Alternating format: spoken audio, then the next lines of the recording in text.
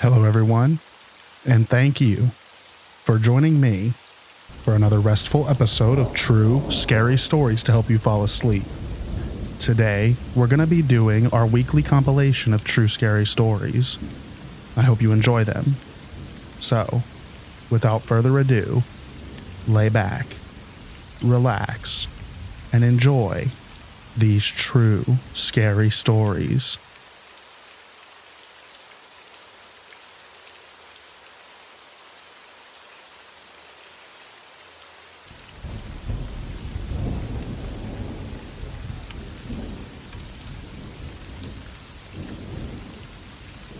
Something weird happened to me.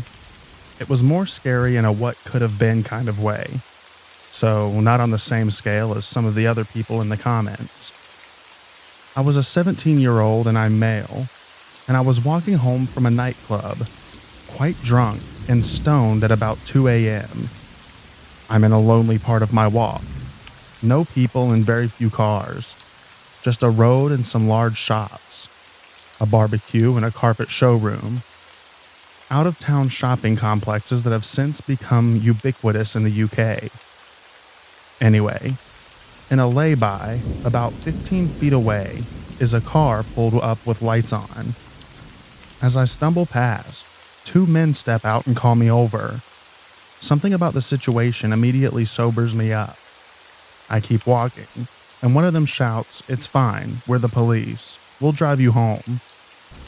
I stop for a moment and reply with a smart comment along the lines of how police would never do this, and that they were dodgy. Calling them dodgy always sticks in my mind. He insists that I'm too drunk, and it's not safe for a young man like me, and I should let them take me home. I say no, and he then calls me to come over here and listen to the police radio in the car to prove that they are real police. It's weird the guy is almost begging me, desperation in his voice. I repeat a firm no, tell them I'm fine and keep walking. The minute I'm out of sight, I run as fast as I can and don't relax until the 30 minutes later that I'm home. I can only assume that they didn't manhandle me into their car because there was the very occasional taxi passing by. I'm 45 now, and occasionally think about how that could have ended for me. None of the scenarios seem good. Sadly, stories like this are probably more routine for women, but at the time, it really shook me up.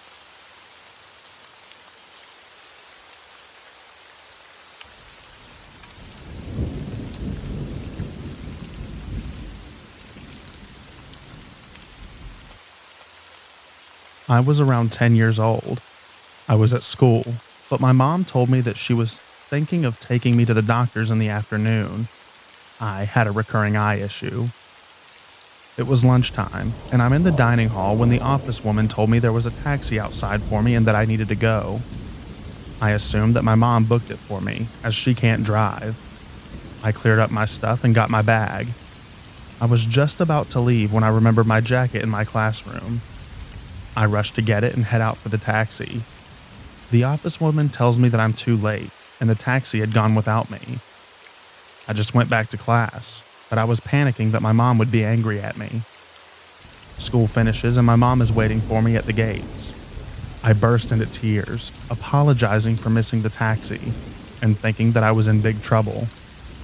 She never ordered a taxi, and had no clue what I was thinking about. She ended up not making the doctor appointment. No one ever found out who ordered the taxi, or who the driver was. My mom doesn't like to think what would have happened if I hadn't forgotten my jacket and got in that taxi.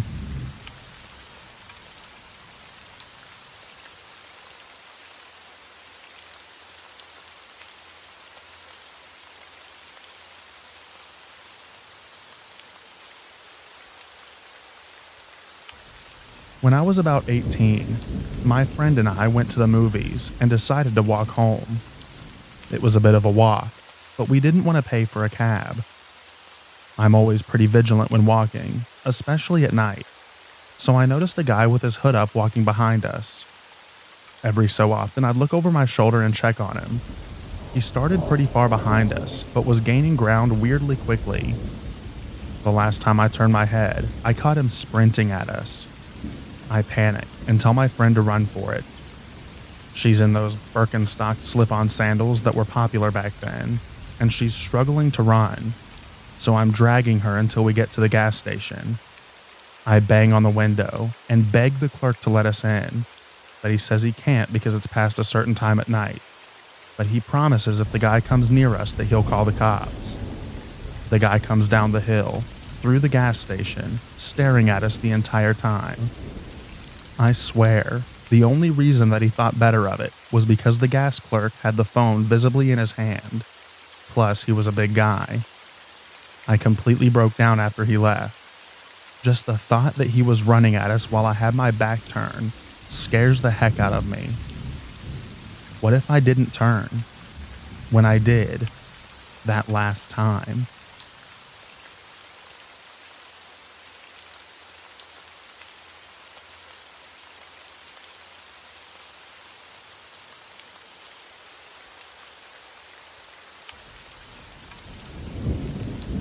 I was camping with my family and our family friends. The parents get toasted during the night, and my friend, her cousin, and I get to camp out in a tent while everyone else is in campers. After the parents are passed out and the fires died off, we're just talking and slowly calming down for sleep. It was probably around midnight or so. We hear the crunch of some shoes on gravel and the jingle of a collar on a leash. A soft shadow of a tall man stops by the side of our tent, facing closest to the gravel road. We are all stone silent, and a man's soft voice says, "Hey there, girlies." We say nothing, in the stillest silence I've ever experienced. "What are you girls up to so late?" Silence. We're looking at each other with wide eyes, thinking we're essentially on our own, because the campers, while being close by, are filled with our smaller siblings and our intoxicated, snoring parents. He hums something to himself, like he's mulling something over, and then his shadow moves and he continues on down the road. Was he probably just some drunk guy walking his dog? Likely. But was that the scariest experience of my young life, and the first time that I realized that in a situation like that, I didn't have the right instinct? Yes, it was. 2 hours later, the cousin had to use the bathroom, and by then we'd calmed down a little bit. But it was the most paranoid sprinting to the outhouses up the road that I'd ever had.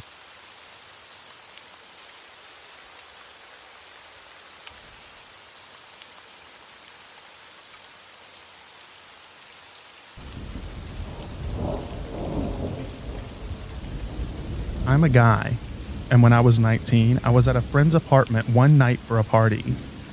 Things were starting to wrap up. It was very late, and we were all standing around in the parking lot, talking as we got ready to leave. Then this beat-up old Ford Bronco pulls into the lot, and a tall, lanky guy in Western garb, hat, boots, belt buckle, gets out. That in itself wasn't unusual. I'm in New Mexico, and you see people dressed like that all the time. But instead of going into an apartment, he walks up to our group and just stands there. Never says a word. He wasn't acting in a threatening way. It was just really weird and awkward. So we all decide this would be a good time to leave. We got in our cars. He got in his Bronco and we all drove off. When I got onto the street, he pulled out right behind me, which I didn't think too much of at first. But then he revved his engine, pulled right up on my tail, and flipped on his high beams and a light bar. Now I knew something was up. At the time, I was driving a little 1985 Dodge Omni that could maybe do 75 if you dropped it off a cliff. So there was no way in heck that I was going to outrun a V8 Ford Bronco, even if I was crazy enough to try. This guy could easily keep up with me. I didn't know what to do. In retrospect, I probably should have driven to a police station, but that never occurred to me. And even if it did, I don't know if I would have known where the nearest police station was. This was the early 90s, no smartphones or Google Maps. So I did the only thing that I could think of.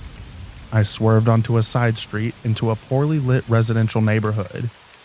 He followed me, but I had a bit of a head start, so I gunned it and turned off my lights. I just sort of randomly drove around the neighborhood for a while, until even I couldn't remember what route I had taken, and I couldn't see him in the mirror anymore. When I was pretty confident that I had lost him, I found my way to a main road, turned my lights back on, and headed home. To this day, I don't know if I was the victim of a stupid drunken prank or if I was nearly murdered.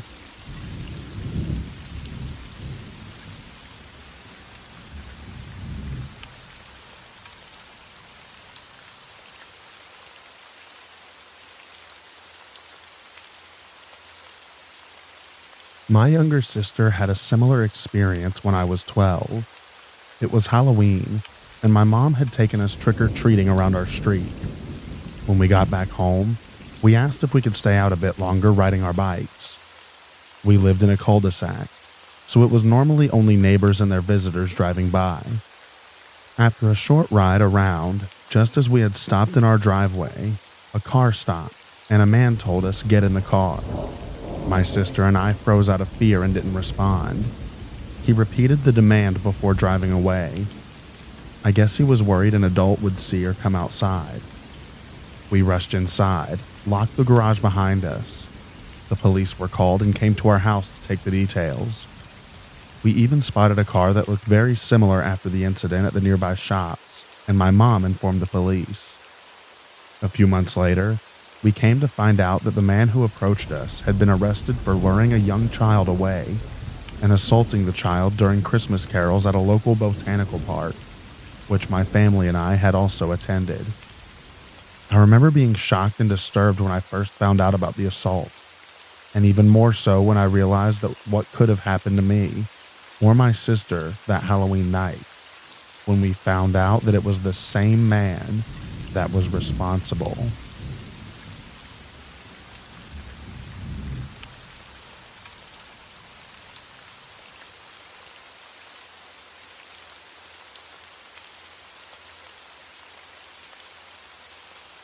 My mom always told me to not approach or talk to strangers. One day when I was walking home from elementary school from the bus stop, which was around the corner and down a block, an older man drove up to me. I was on the right side of the road, and he was driving towards me and parked next to me. So he was on the wrong side of the road in a residential neighborhood. He had a map in his hand and asked me if I could tell him where this street was, as he pointed at the map. I took a couple of steps towards the car and remembered the lesson that my mom had taught me and stopped and asked, "What street is it?" He told me the name of the street, and I gave him verbal directions and started walking again. Something didn't seem right to me though, and I don't get why he needed a map to ask where a street was that was not difficult to find. I was literally a few miles down the main road, a block away. I just figured he wanted to kidnap me.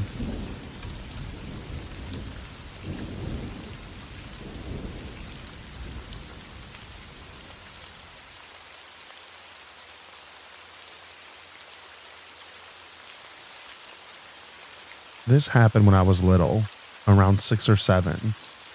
I was being watched by the neighbors across the street with her 4-year-old and newborn.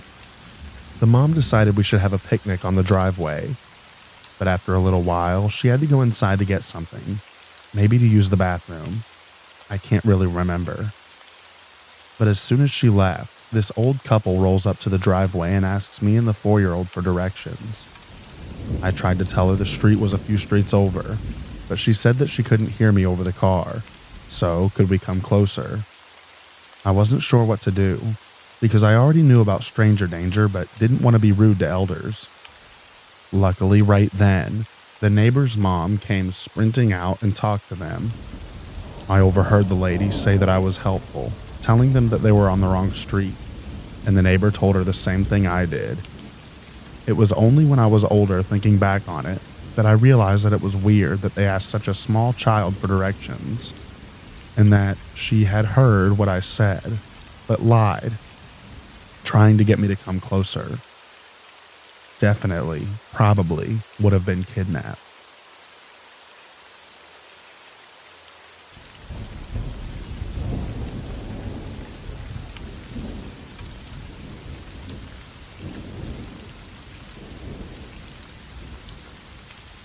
Back in Sweden, I was casually walking back from an after-school club, probably around 7 to 8 years old. I can't remember for certain. Autumn weather, rainy and dark. A car pulls up next to me, drives slowly. A relatively old man looks me dead in the eye. I look straight ahead. I start walking a bit faster and he speeds up. Instinctively, I turn around and frantically start running towards the main road. It's about a 30-minute walk from school to my house. Anyway, as I run along the main road, one of our neighbors sees my reflective dangly bit, stops and offers me a ride back home. It shook me up for weeks after, but my parents didn't care.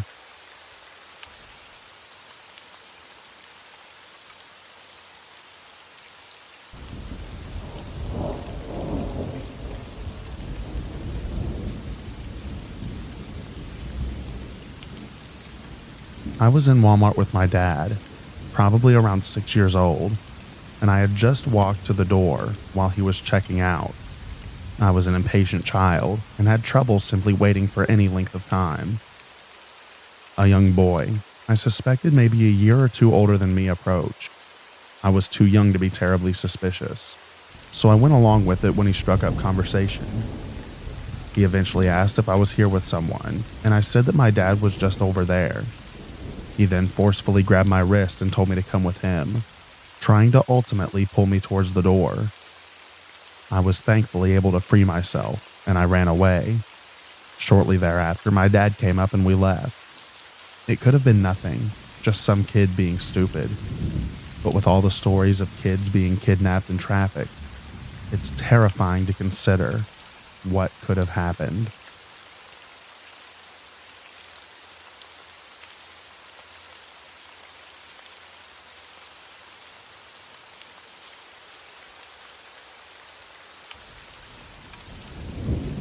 I remember when I was 11, I was walking across the road to grab some candy with my friend. We lived in townhouses and we're neighbors. So this happened right in front of our building. This pasty bald ginger dude comes up to us as we're waiting at the light and says to me, "You're my older sister's name, sister, right? Want to make $1,000? All you have to do is take a few pictures." I managed to choke out a no while turning to my friend, who's equally terrified, her eyes on the light waiting for it to change. As soon as the light switched, we bolted to the store and hung out there for a little bit. Broad daylight, busy arterial road for the city. 5 minutes later, it was like it never happened.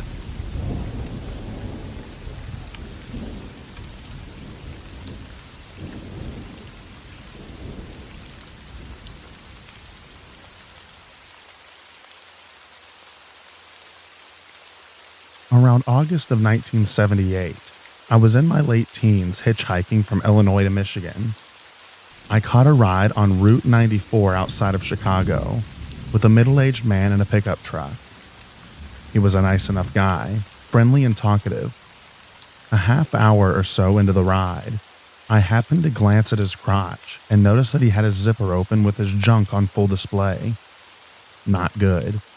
I stayed calm and waited until we got near an exit and asked him nicely to pull off. I told him I was getting car sick. He ignored me and blew past the exit. Crap. There was another exit a few miles ahead. I told him I was nauseous and was going to vomit and to please take the next exit. He blew past that one too, and I instantly recognized the danger that I was in. I knew I had to get out of the truck. All I could do was bluff. I'd seen it once in a movie.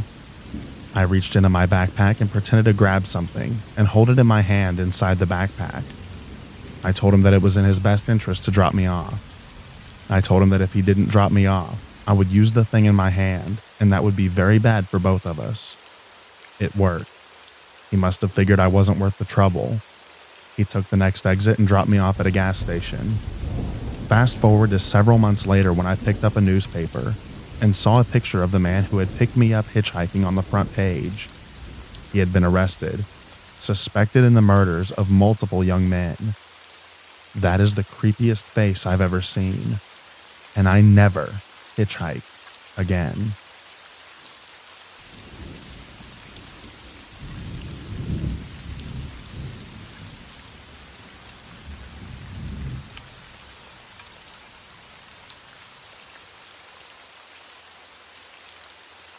I've had a few, but due to my age at the time, this one sticks out.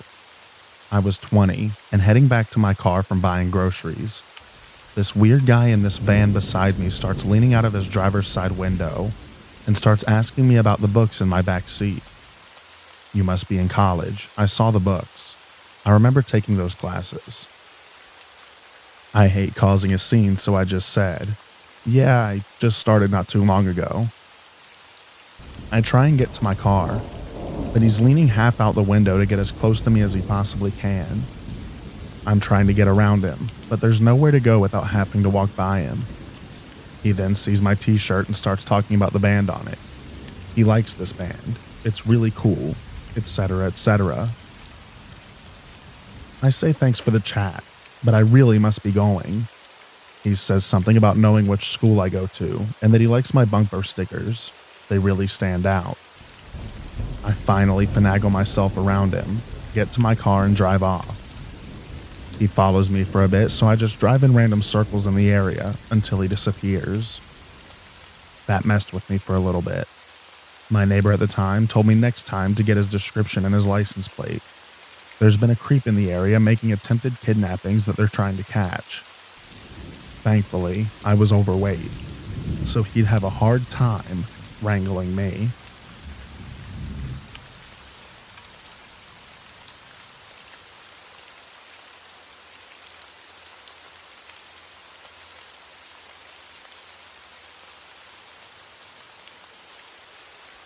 This could only happen to one of my friends, who is one of the sweetest people that I've ever met. Where we live, there's a suburb that has all the nightclubs and some tech businesses, but still has a large homeless presence. So over the years, it's developed a bad reputation. One night, my friend is heading towards a gig and takes a shortcut through a dark alley, where out of nowhere, an Aboriginal guy asks him for a cigarette. My friend, being the nice guy he is, rolls him one and just starts having a conversation with the bloke. An Aboriginal woman approaches my friend from behind and puts her hands on his shoulders, but doesn't say anything. The guy my friend is talking to nods like he's saying no, so the girl just leaves. My friend says he has to go, which the Aboriginal guy replies, "You know, I was actually going to R-word you, but you turned out to be a nice guy, so I decided I wouldn't." My mate just legged it.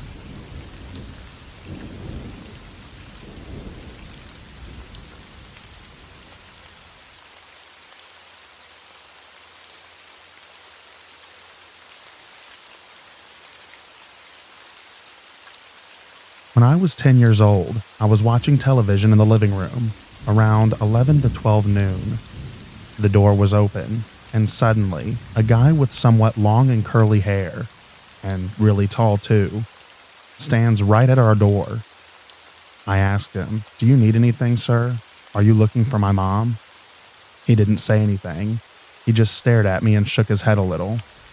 I keep asking. He stayed silent.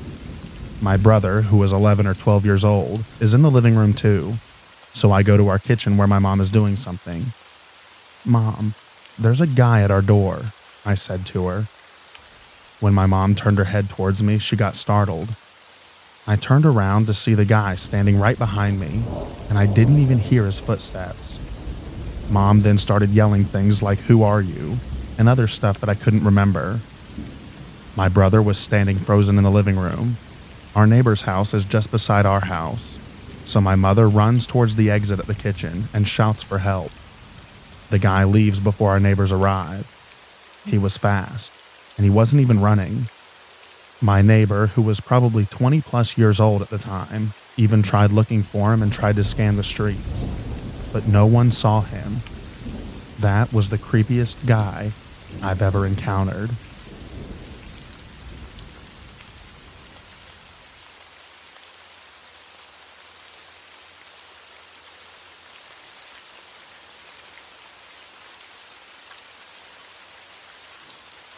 I was pumping gas while driving home after a round of golf with friends. I wasn't particularly aware of my surroundings because I'd been to this gas station many times. All of a sudden, and out of nowhere, a middle-aged man asked if I know where the church is from the pump across the aisle. Puzzled because there are so many churches in this area, I asked for clarification. He then starts asking me with increasing angst if I accept Jesus and whether I know Jesus. My hair is standing on end at this point, so I start babbling about how I love Jesus. Then he says, "Come on over here and let me show you something." Then I finally get a good look at this situation. This crazy person is driving a 1980s to 1990s faux wood station wagon with curtains all around the rear windows. I had a car with a V8 at the time, so when the guy turned around, I threw the gas handle on the hook, jumped in my car, and got out as quickly as I could. I took a circuitous route home at fairly high speed just in case. So I'm pretty sure he was either going to help me meet Jesus that day or show off the body of someone who already did. Either way, not a good situation to be in.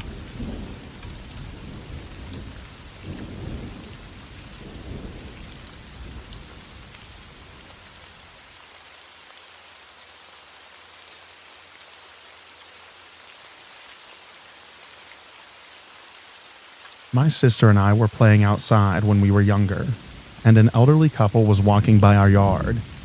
Our yard had a cemetery in the back, so it was quite a common local attraction for tourists, as this house was built in the 1800s, and most of the graves were from children who died back then from the flu, etc. There were some creepy stories from that place, but nothing lives up to what happened all those years ago. As we were playing outside, this couple kept pestering my sister about what her name was. As they approached us and got closer, we were just little kids and got terribly scared and ran inside and told our mom what had happened. The following week, I heard a story on the news about an elderly couple approaching a teenage girl, kidnapping her and R-wording her. And it was the same couple that had approached my sister and I. I still get creeped out about that.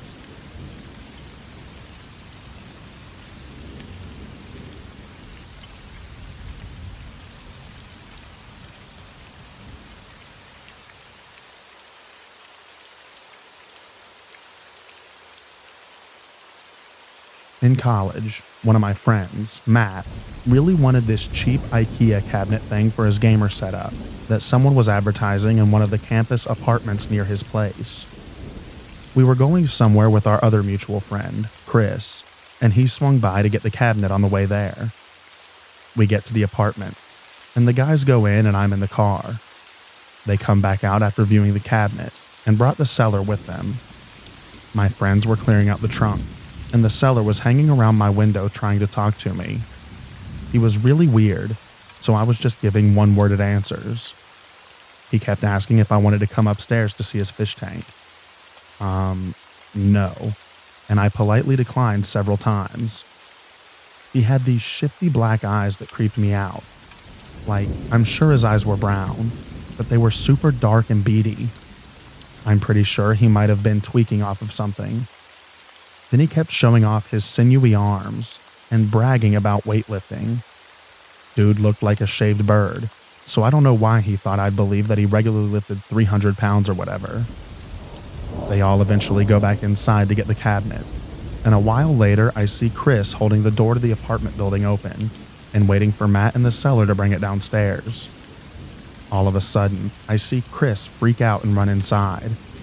I got out of the car and ran over. Matt was at the bottom of the stairs with the cabinet on his leg.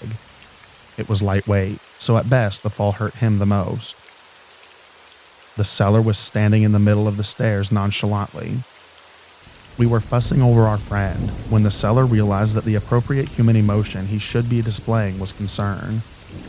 It was creepy seeing him just stand there all blank-faced, and then having this light bulb moment like, all right, look concerned, say something nice. The seller was like, oh no, are you okay? Matt said that he was fine, and then him and Chris just took the cabinet outside and put it in the car. I was picking up a piece of the cabinet that broke off on the stairs when the creepy guy basically teleported behind me and stroked my arm. He said that I absolutely super totally needed to see his fish tank collection now. And I said, no sir, goodbye. Matt didn't mention being shoved until later, but I was obviously already getting sketchy vibes from the seller, so I fully believe him. Apparently, they were both holding the cabinet and going down the stairs. Matt was walking backwards down the stairs, while Weirdo Guy was at the other end. Matt swears to this day that the man looked at him in the eye and shoved the cabinet into his chest and watched him fall backwards with it. He said that the shove happened after the seller asked if he partied, and Matt said not really. He refers to him as the party pusher and thinks the story is hilarious in hindsight. I still think it's terrifying.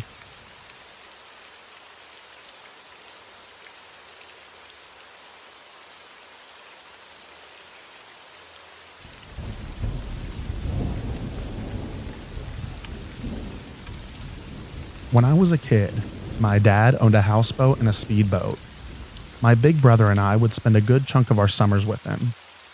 Anyways, this was in Southern California, and there were all these waterways with tiny islands in them. There was a party going on one, and my dad took us. It was more of an adult party and I was only 12, so I just wandered off and did my own thing, played in the water and whatever. There was a tiny peninsula next to the docks, which was serving as additional parking. I went to go get some ice cream from the guy selling it out of a cart, and was walking back when I heard someone calling out. I look over and see a dude in a boat, probably in his mid-30s, calling and waving to me. I kinda watched him for a second because I was often wrong about these things. I thought that maybe he meant it for someone else. But no, he was waving me over and trying to get me to come onto his boat. A 12-year-old girl who looked 12 at the most. By the time I had fetched my dad and my brother to confront the guy, he was gone. Wish I had maybe hustled more. I have very little doubts as to what would have happened to me had I gotten onto the boat. Anyways, this was also around the time, unbeknownst to me at the time, that they had pulled a mummified lady out of an old refrigerator. Scary things happened in that area.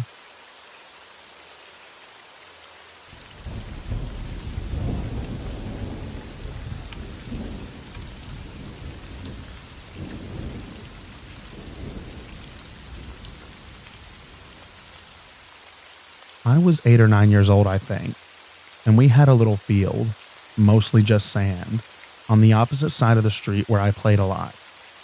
One day I was sitting there with a friend, building some sand castles or whatever, and suddenly an old guy came towards us. I have to say that this street was on a hill, and very quiet most of the time, since it was only used by our neighbors and other people that lived there, rarely some joggers or people with their dogs.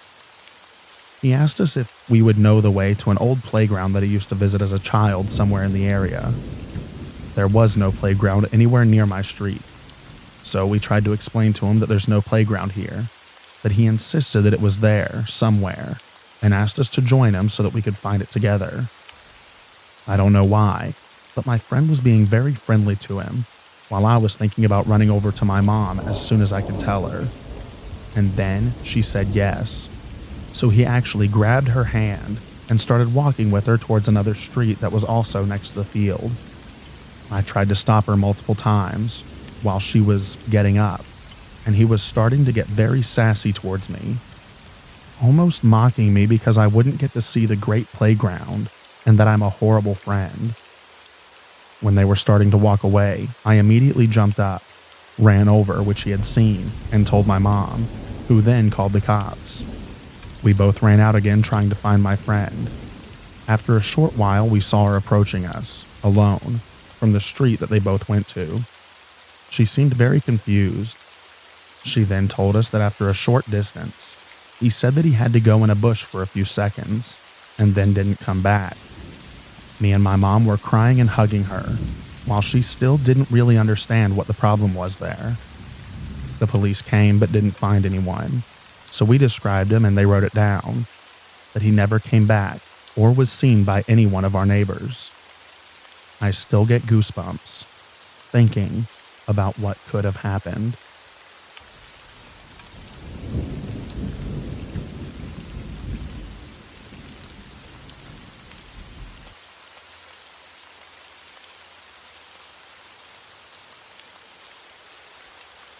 This actually happened to me, so I'm going to be a little vague for the sake of privacy.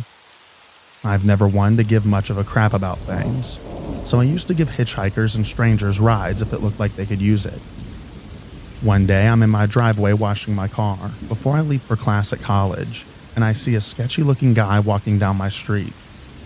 I don't live in the best neighborhood, and there are several bad neighborhoods pretty close by, so being wary isn't unwarranted. He's wearing weird clothes. They look like cheap, badly cleaned dress clothes.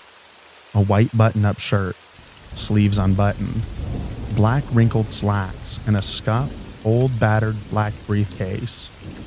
He had a shaved head and looked scrawny, like he had been starving somewhere.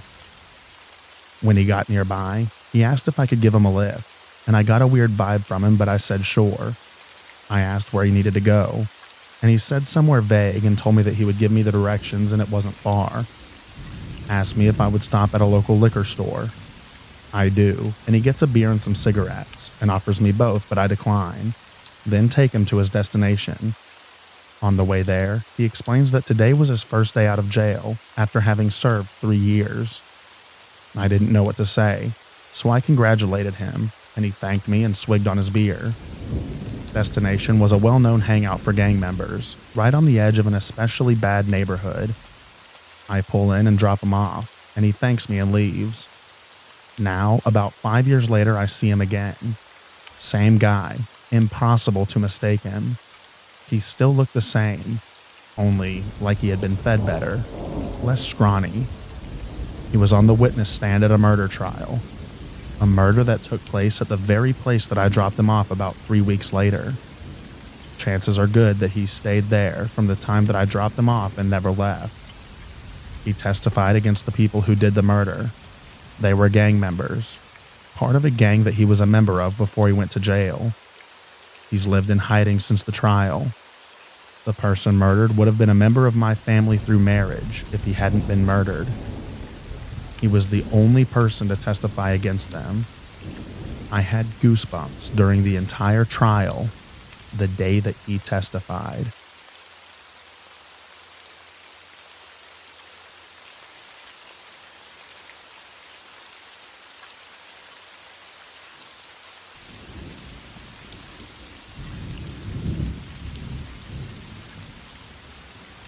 When I was around 18, one of my friends lived in a house about 3 miles outside of the village that my friends and I lived in. It was right next to a motorway/freeway and had a large amount of land attached to it. His parents ran a horse stable in one of the attached fields. His parents had gone on holiday, and we were planning on having a small party at his house. About 20 to 30 people. A few of us met up at the village and walked through the country roads up to his house, which took about 30 minutes. When we got there, we found 2 police cars parked in the drive. We all thought that the party had started, and for whatever reason, the cops had gotten called.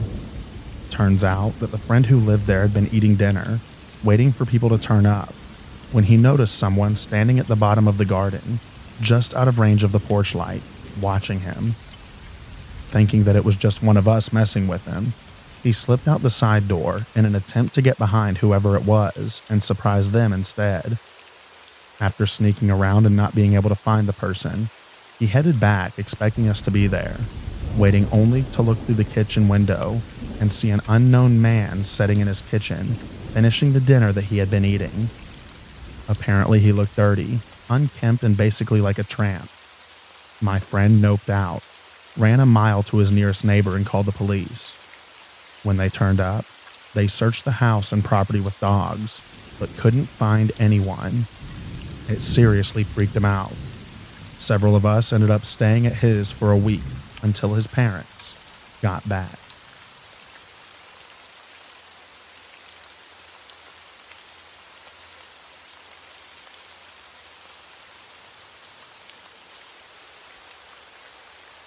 I'm sure I'll sound crazy, but I'm super creeped out from a recent interaction at a grocery store.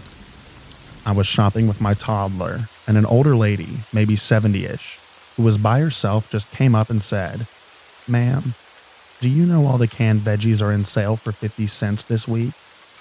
And went on about how it's a great deal and they don't run it often. I said, "Thanks, I appreciate the heads up, and I'll definitely grab a few on my way out." Then she begins to walk away, and it's almost out of sight when she stopped and looked back and smiled at my son. She then asked how old he was. I said, "Oh, just over a year." She then asked if he was my only child, and some other random questions about him. Then she goes, "Hey, I just remembered, I have some clothes in my trunk, all boy stuff in the 2T to 3T range," and asked if I wanted it. I politely declined. I said we'll be shopping a while, and I didn't want to hold her up. She then proceeds to say, "Oh, not a problem. I'll just wait outside, and then I can come back and find you before you leave. Are you a single mom? Would you need them?" I got this gut feeling that something was off about this lady, and I just said, "Nope, not a single mom, and we have all the clothes that we need," and then thanked her for the offer. She tried a few more times, saying things like, "I just don't know what to do with them. If you could use them, I'd be happy to give them all to you." At this point, it really felt like she was trying to lure me and my son to her car. I continued to decline the offer and then walked away. I did a few more laps around the store looking for things that I needed, and at one point I saw her standing in an aisle in the center of the store with a younger man just people watching. I could just be super paranoid, and she was just a sweet old lady trying to be nice. But something in my head just told me to get out of the conversation as quickly as possible.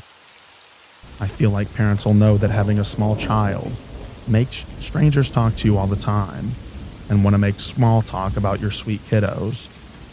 But this conversation did not feel the same as the others I've had while out with my son. Has anyone had a similar experience?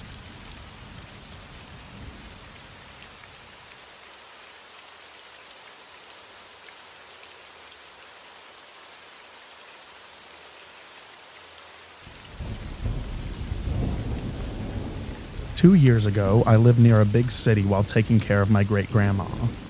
One day, me and my mom decided to get some groceries, but we didn't have a car, so we had to walk.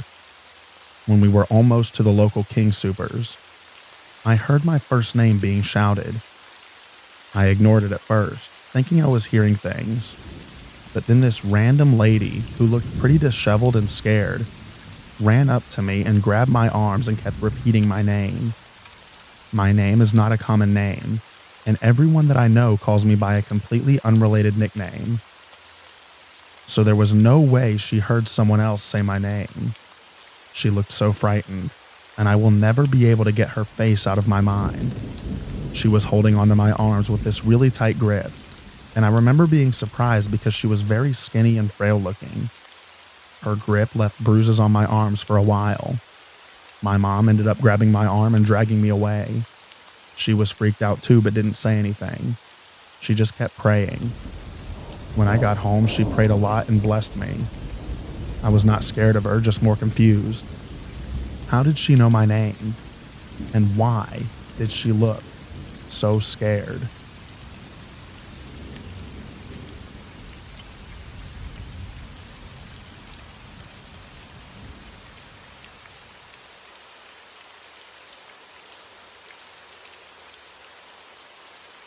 When I was 13, I was at the Goodwill with my mom.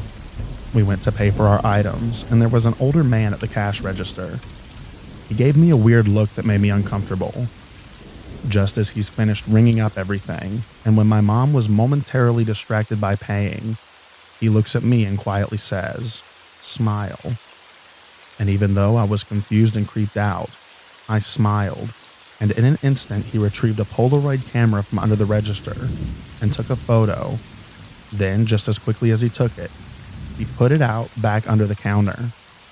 My mom noticed the flash and the confused look on my face, but the cashier acted as if nothing happened. It happened so fast and was so weird, we just looked at him in shock and left. When we got to the car, my mom asked, "Did he just take a picture of you?" And I just nodded my head. We didn't know what to think, so we just kind of tried to forget about it. Still creeps me out thinking that this man probably has my photo, and who knows how many other people's photos. So when some stranger says smile, just don't.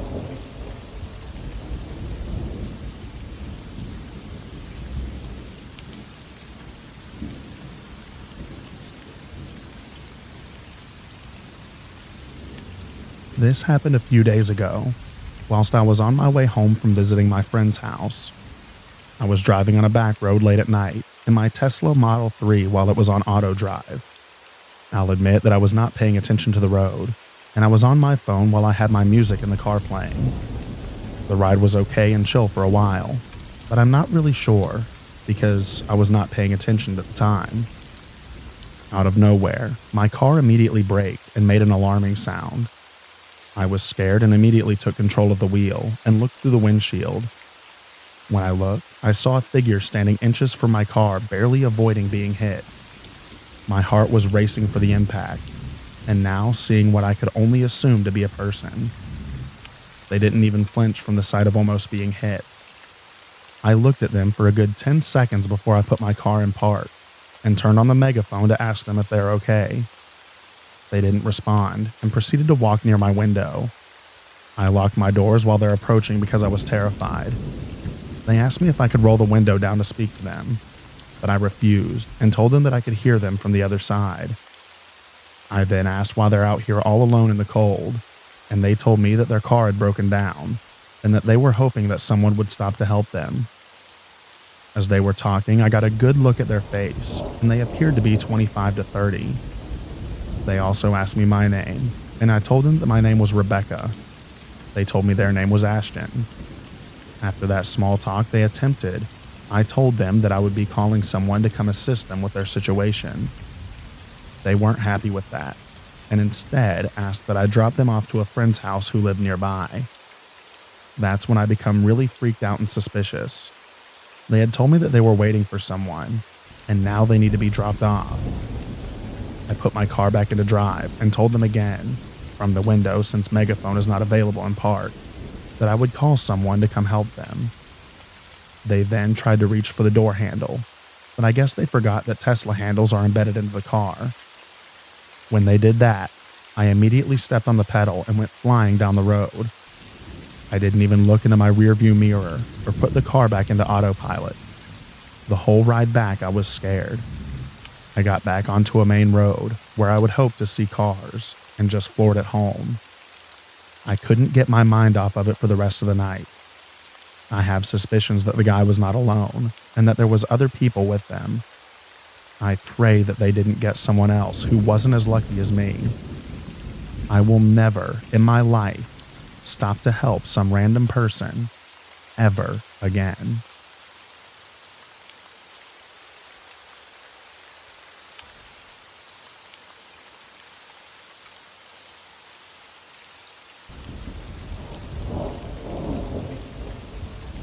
I was in a different city for placement.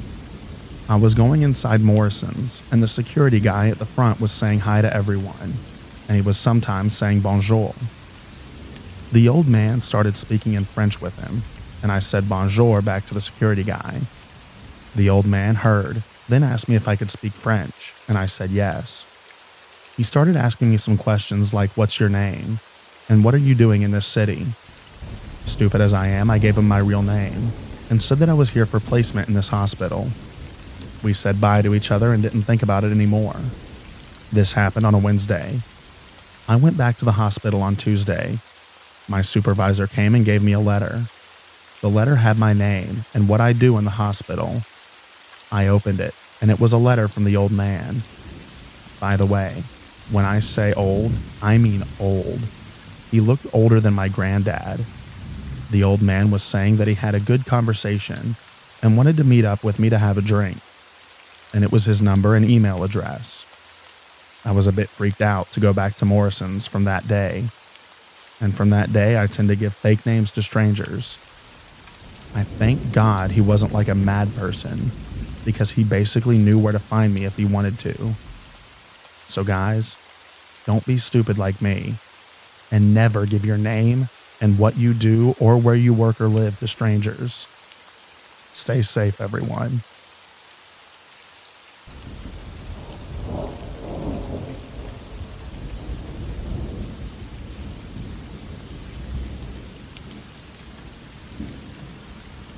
Just after 1 a.m., I was sitting in my living room watching Cloudy with a Chance of Meatballs, browsing Reddit. The most boring Saturday night ever. And then someone's knocking. I live with my brother, and there's a guy who visits him sometimes, so I assumed it was him and just opened the door. But there was this random man in his 40s, looking kinda sus, saying, "Sorry, I'm so sorry. I'm looking for a taxi place." So I said town center, and he keeps apologizing, asking if he woke the kids. He's also very close to my door. I don't have any kids, but I said yes, hoping that he'd leave. I was scared that if I tried to close the door, he'd push in. I got so anxious I started shaking, and he goes about that taxi again and says, "Can I ask you a question? I got divorced yesterday. You're beautiful." And a car was coming up, so I said thanks. You know, I tried to be polite so he wouldn't get angry and aggressive. And I shut the door and I just stood by the window to make sure that he was gone. Jesus, how was I so stupid? It could have ended badly, especially that I live in a really crappy area and my brother wears headphones all the time. Why was he asking about kids? To see if I was alone? And he went in the direction the car was coming, so I don't know if it was a random car or someone picking him up. I don't know if he was a thief or just drunk, and I had the lights on, so he knocked. I really hope it's just that.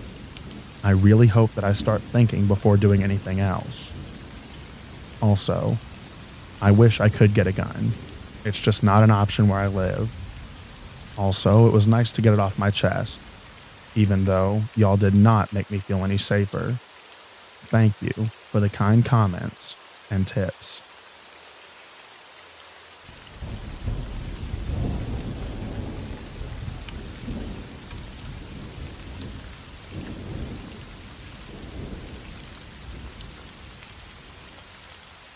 I'm a female, and this story took place when I was 12. It's more than half my lifespan ago, but I still get really uneasy when thinking back to it. I tried to block it from my mind and guess as to what could have happened if not for two kind strangers. I was walking home from school one day. It's a 4-kilometer walk along a busy road. I was walking alone, however. At one of the intersections I crossed, there was a tall, dirty-looking man that noticed me. I would guess his age was early 30s. Being a kid back then, I struggled telling the age of the adults. He started following me and trying to strike up a conversation. He kept telling me that I was beautiful and that he wants us to be friends. He asked me where I live and if my parents would be home. He asked me so many questions, but I tried to just shrug him off and be polite. I didn't answer any of his questions, just increased the pace at which I walked. When we were nearing the block on which I live, I started becoming really uneasy. He wanted to follow me home and I did not want him to. He gave off a weird vibe because adults did not usually speak to me that way. The only way I could get rid of him would be to give him my cell phone number and agree to answer when he calls. Because this situation made me uncomfortable, I gave him a fake number and hightailed it out of there. A few months passed without me running into that man again, so I completely put this out of my mind. He was probably just some random weirdo. However, as you can guess from here, things did not stay that way. One day, approximately 4 months later, I found myself walking home after school again. I will admit that I wasn't paying much attention to my surroundings. That was until I heard what sounded like footsteps running up behind me. I reflexively turned to look around, and it was that same creepy man that I had encountered before. He slowed his pace as he reached me, but was yelling the entire time. He figured out that I had given him the wrong number, and he was furious. He kept yelling and yelling that I think that I'm better than him. That is why I gave him a fake number. I was terrified in that moment, as he was very angry. I was afraid that he was going to hurt me, but couldn't grab the attention of any motorists. I speed walked to the closest petrol station, which was luckily not too far, with him following behind me, still yelling the entire time. When I got to the petrol station, I immediately got the attention of two burly men standing next to their pickup truck. They must have seen the terrified look on my face, plus the man following me, as they immediately ran over to ask if I was all right. I was too scared to speak, just shook my head frantically as I tried to get behind them. They immediately demanded to know why the man was following me. He fed them some crap line about being my brother. I just silently kept shaking my head. I guess they figured out what was happening at this point, as they started yelling at the man, accusing him of something. I didn't stay to find out. I took the opportunity of him being distracted to start running away.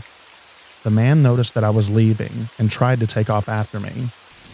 The burly men really took offense to this, as they immediately tackled him and threw him in the back of their pickup. He was screaming at this point. They sped off with the guy at an inconceivable speed right past me and just kept going. I was happy that they took him away, but I did not stop running until I reached home. I had no idea what to make of this entire exchange, but it really shook me. I do not know where they took the creepy guy or what they did with him after. In all honesty, I don't want to know. I told my parents and altered the route that I walked home from school. I never saw him again, and I'm thankful for that. Even though I could not say what I needed in the moment, those two kind strangers saw that I was in distress and dealt with it for me. Even after all these years, I still remember the sheer terror and then relief when they took him away.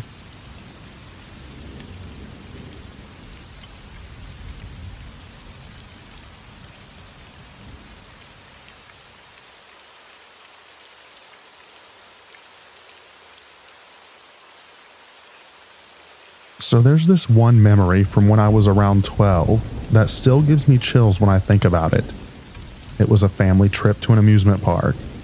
You know, one of those days filled with excitement and anticipation. I was itching to try out this roller coaster, the kind that's short but crazy fast. Anyway, I'm waiting in line with my family, and there's this kid in front of me, about 10 years old with his mom. The coaster we're about to get on has 3 layers stacked on top of each other, and it loops around 3 times before it ends. It's a pretty intense ride to say the least. So we're on the coaster picking up speed, wind whipping through our hair, and suddenly I notice the kid in front of me leaning out beyond the safety of the ride. My heart just about stops because I see these thick support beams coming up fast. And then it happens. The kid's head narrowly misses getting scraped by one of those beams. I mean, it was so close that I couldn't believe what I was seeing. The kid's okay, thankfully. But man, it was a terrifying moment. Looking back, I realized that my memory may have exaggerated things a bit, but the fear that I felt in that moment was real. It's definitely made me more cautious on thrill rides ever since.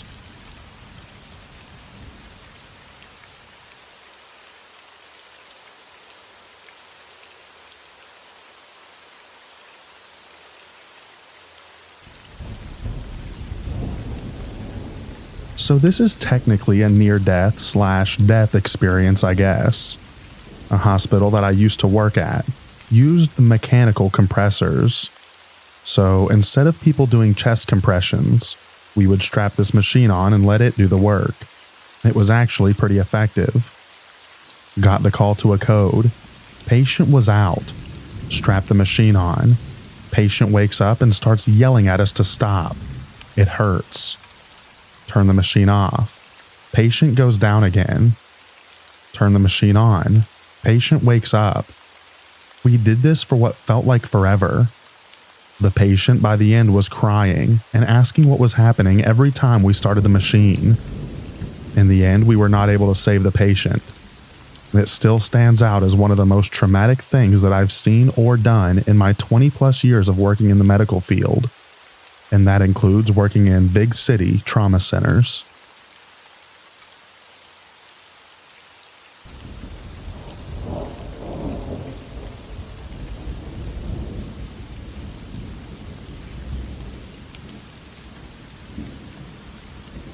We coded a roughly 50-year-old lady in the ER for like 10 or 15 rounds once that was showing pulseless electrical activity, PEA, a rhythm where the heart is circulating almost no blood and essentially flatlining. On the monitor, and the doctor running the code was about to call it.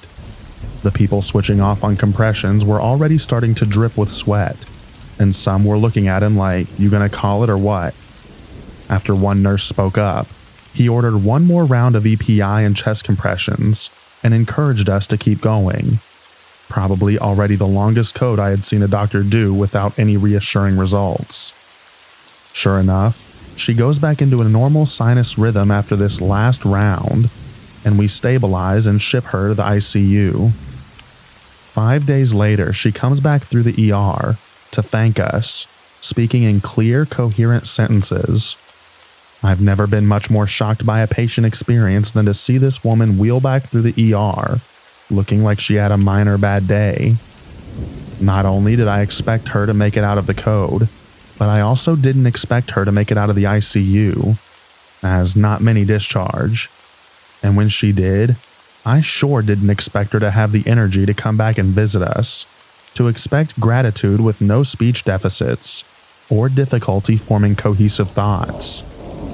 This particular doctor was usually quick to call codes that seemed to be going nowhere, so I'm not sure what made him do things differently this day. But he must have seen something that none of us did, and I'm glad that he did.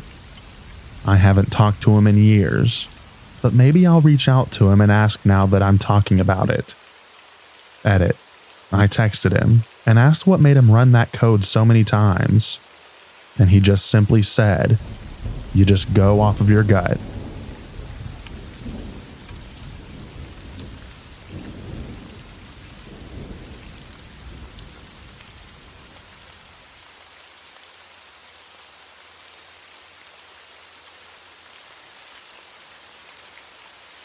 I'm not a doctor, but I am a lawyer, a former public defender. I had a client charged with assault with a deadly weapon. The guy my client shot went to the hospital and coded out in the ambulance. The ER doctor testifying at trial said a cop had accompanied the victim and EMS to the hospital.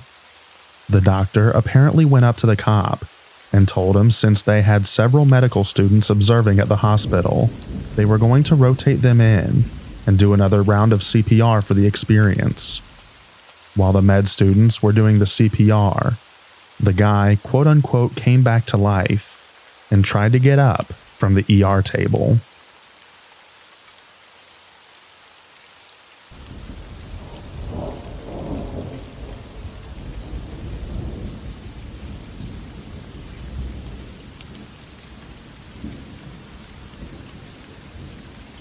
I'm the opposite here, but a nurse later told me that the look that I had on my face during this interaction was unlike anything he'd ever seen. I'm going to be vague about the specifics, but I had a fairly serious emergency operation that required me to be put firmly under for a good amount of time. Everything was happening very quickly around me, and the last thing that I remember is them wheeling me into the OR and telling me to count down from 10. I didn't make it to 1, as you'd expect. While under, I had a life-changing NDE that to this day I have feelings about. But that's not really the point. During it, I actually concluded that I had died and was comfortable in going on to whatever happens next, as the whole point of the near-death experience was to prepare me for the transition from life to life in a way that I'd specifically understand and be convinced by. Before I had the chance to transition in the way the near-death experience told me I would, I was jolted out of the experience in a way that I can only describe as what I imagine a big electronic device might feel, if it could, when being turned on after having its power off. I was like shocked back into reality, unexpectedly, and the pain was overwhelming. For a good 1 to 2 minutes, I couldn't move any of my limbs or speak, and I was just drooling on myself in a semi-upright position on the slab. As I gained some mobility, I could see that the operation had already been completed, as the repairs, if you will, were done, and in the state they'd end up in. The nurse came over to me and asked if I was ready to start the operation, which absolutely floored me. I was looking at the end result and felt like my consciousness had desynced with time. Apparently, I just mumbled, "Start the operation? It's already done," before blacking out and waking up a day later.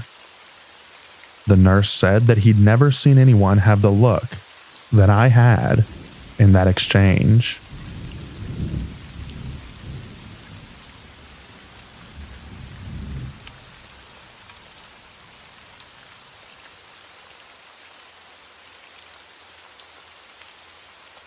I attempted to unalive myself a few years ago by hanging myself with an extension cord. I had no pulse when the police arrived, but nobody is really sure how long I was up there. I was resuscitated in the ambulance, but was in a coma for a little under 2 weeks. Anyway, all I remember is a feeling similar to general anesthesia once I jumped off the table. But for the 5 seconds before it went black, I was in total panic and had a total change of heart from the confidence in my decision to end it seconds before. And then, it was just nothing, like a deep sleep. And when I finally awoke from the coma, it was like finally reaching the surface of the pool after diving too deep. I was in the same panic that I was immediately after I jumped from my table. Like I just blinked instead of being knocked out for 2 weeks. So to answer your question, I don't remember anything at all. It was like being in a deep, dreamless sleep. Perhaps if I had regained consciousness immediately after being resuscitated, I'd remember something more interesting. But yeah, nothing is about all that I can offer.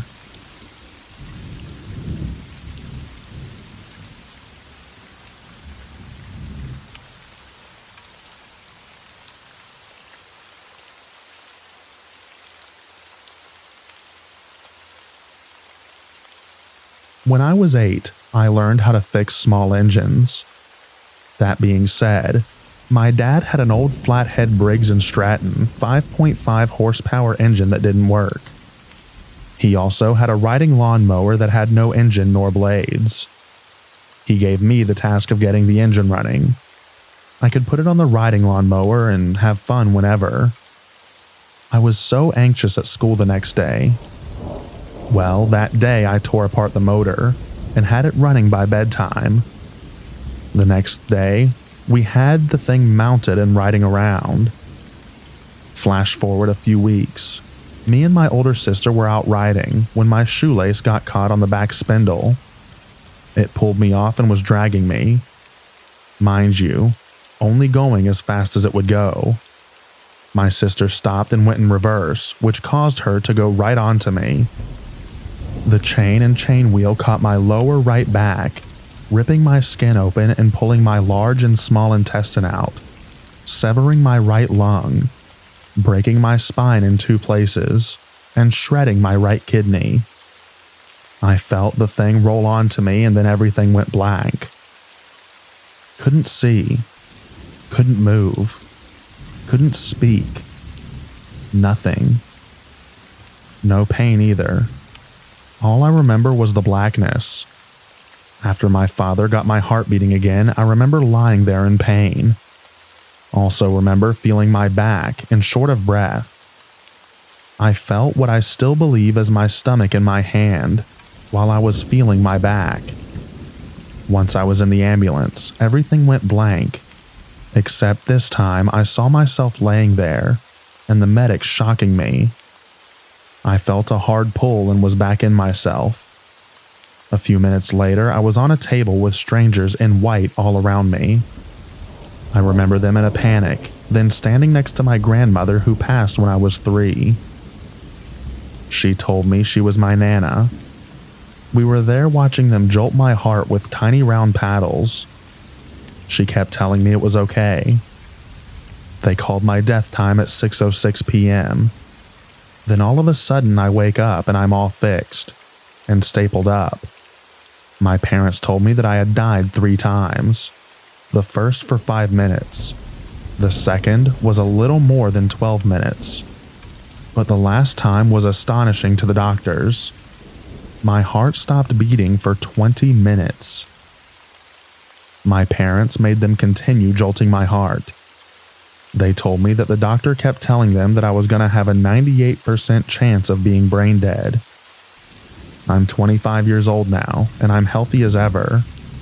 I'm fully capable of walking as well. Thank you for reading.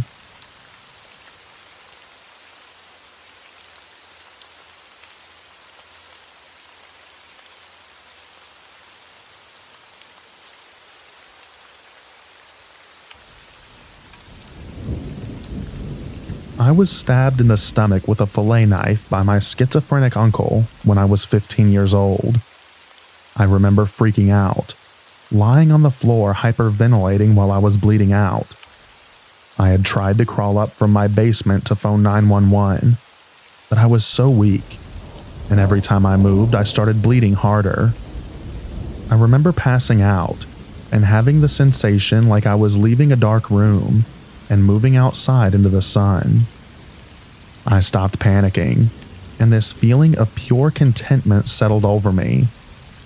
I was floating over a garden where all of the plants were giving off light, and I could see a huge amorphous shape above me that was made up of every color in existence, including colors I have never seen before and couldn't possibly describe. The shape seemed familiar, like I was a part of it, and it was beckoning to me and filling me with pure ecstasy and understanding as I looked at it. Then a man who looked like an awful lot like Dream from the Sandman comics, which I was obsessed with at the time, walked over to me through the garden and told me that I couldn't go home yet, that it wasn't time. I started weeping, but I was filled with a feeling of understanding, like I knew that I had to go back, despite not wanting to. The man had tears streaming down his face, and he took my hand and led me back to my body, which was in an ambulance. My older brother had found me and called 911. 4 years later, I experienced a kind of weak flashback/replay of the feeling that I had while looking at the giant shape in the sky while I was on psilocybin mushrooms. It felt like I was intimately connected to every aspect of the universe, and that all things that could be known were understood intuitively in that state, like an all-encompassing answer to some divine question. But I couldn't put it into words or symbols of any sort. It was all so obvious in that moment. I felt omniscient and omnipresent, but it was a shadow of the feeling I had during my near-death experience. I didn't have any religion in my upbringing, and I've never been inclined to believe in any sort of organized spirituality. But those two experiences were so vivid and otherworldly that they have convinced me that there are dimensions to existence that are beyond our current ability to grasp in a tangible, scientific way. It felt like I had pressed my face up against some sort of veil and looked through a pinhole at something beyond imagining. People have told me that it was all just the simple product of brain chemistry, and that there is nothing spooky about my experience. But I honestly have trouble taking them seriously, because none of them had actually experienced anything like it. I challenge anyone to have an experience like this and not come away highly skeptical about our current scientific worldview. There seems to be this undercurrent of feeling among some that we are rapidly approaching a comprehensive and objective view of reality, that science is in its twilight years, and that we are just tying up some loose ends. But my experience has led me to believe that the cosmos is much more mysterious than anyone but the most original thinkers are giving it credit for. Thank you for listening.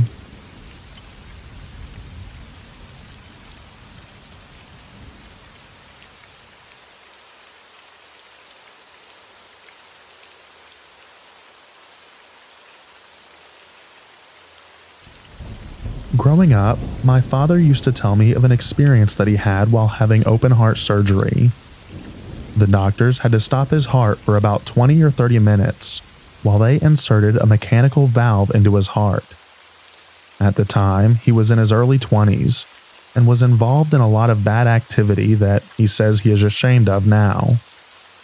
Anyway, while my dad was dead, he said that he was in a very dark place, and as he wandered around, he started running into very scary people who were deformed and screaming at him. He ran for his entire life into a corner and hid. And just before the people got to him, he looked up and saw his deceased grandmother reach her hand down and grab him. The next thing my dad remembered, he was back in the hospital. He's convinced that he was temporarily in hell. I don't know if this was just a dream state or something, but I've never seen my dad so convinced in his life. It was enough for him to turn his life around and turn to religion, and more importantly, come back to his family that he had left behind.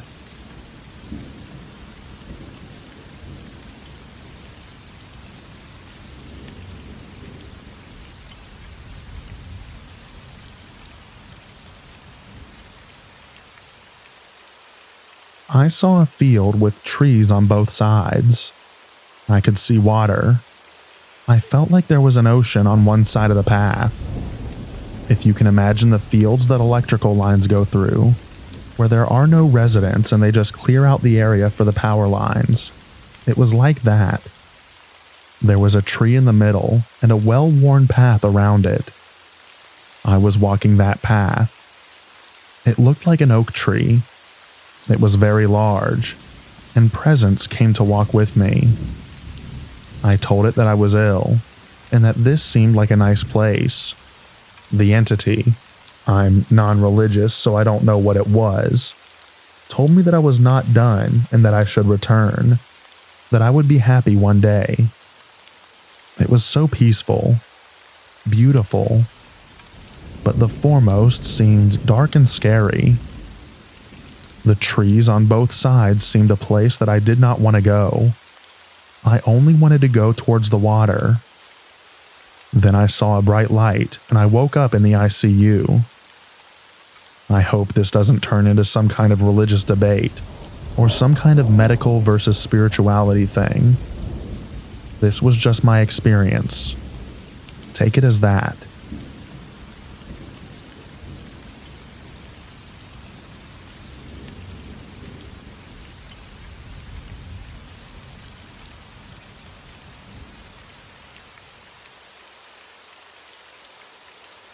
My sister was shot while she was walking her dogs in our small town in Alaska. The bullet ricocheted around, piercing her bowels in 9 places. Even though we had one of the best Rhodes Scholar docs in the north at our ER, and the only flight out of town was miraculously minutes away from takeoff and held up to fly her to Anchorage, she bled out and died on the operating room table. She knows, because she vividly remembers everything that the surgeons said as she lied dead on the table. What she told me later is remarkable. She recalls drifting up and into a very bright light. She was no longer in pain and felt compelled to travel into the brilliance. It led to an amazing river, Seriously, the look on her face when she describes this place helps me realize that radiant, endless joy is not just a possibility, but an eventuality. She describes playing in a river that consisted of pure knowledge. Anything she ever wanted to know was at her fingertips. As she played in this amazing river, she could sense figures on the distant shore. They were our people, she explained. Our family, our animals, all waiting patiently for her to finish playing in the river and wade towards them on the shore. Though she was not ready to leave the marvelous river, she knew without being told that they would wait patiently and joyfully. But she never made it to the shore. As she was playing, an amazing thing happened.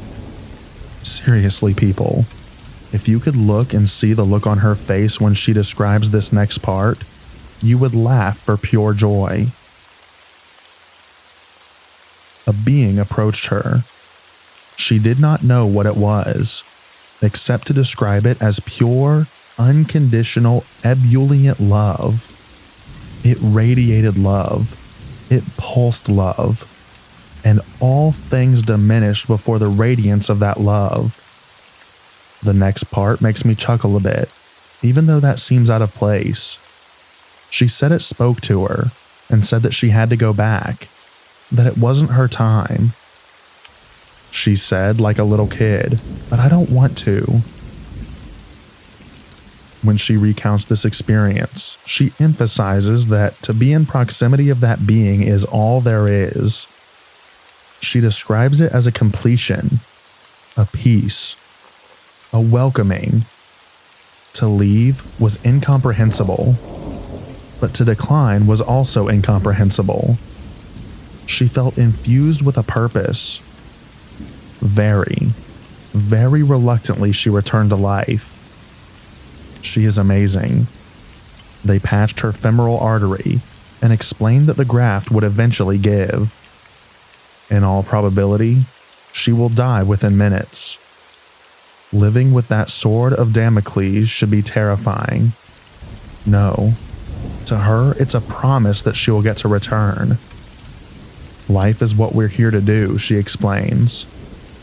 But after is sweet, benevolent, all-encompassing love. With every single breath, my sister is heartbeats from death. And I have never met anyone who is more alive and fearless.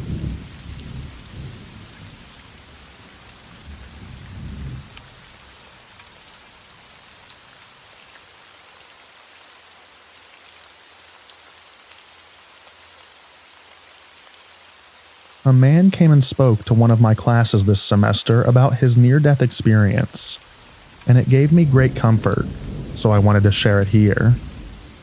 He was kayaking with a friend and ended up flipping his and being sucked under by the current. He was sucked into a pipe under the water and struggled to get out, almost made it and was sucked back in. He passed out, and his friend saw his lifeless body being tossed down the river. This is how he described his experience in the moments that he was unconscious. He was in a dark place, almost like a cave, only the walls were soft and velvety. At the end of this cave was a beautiful kaleidoscope of colors. He made it sound similar to a stained glass window. And on the other side of this colored glass, dark figures were passing by. He said that all sense of time was lost, and it felt like his wife and kids would come join him at any minute.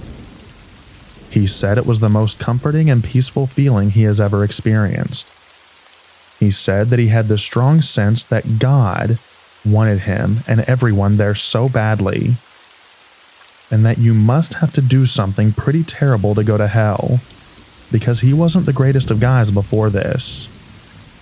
His friend was able to catch up to his body and revive him, and he said now he feels a stronger connection with everyone and is grateful to have had this experience. I hope this was calming to some of you like it was to me. Some of the posts on here are pretty scary.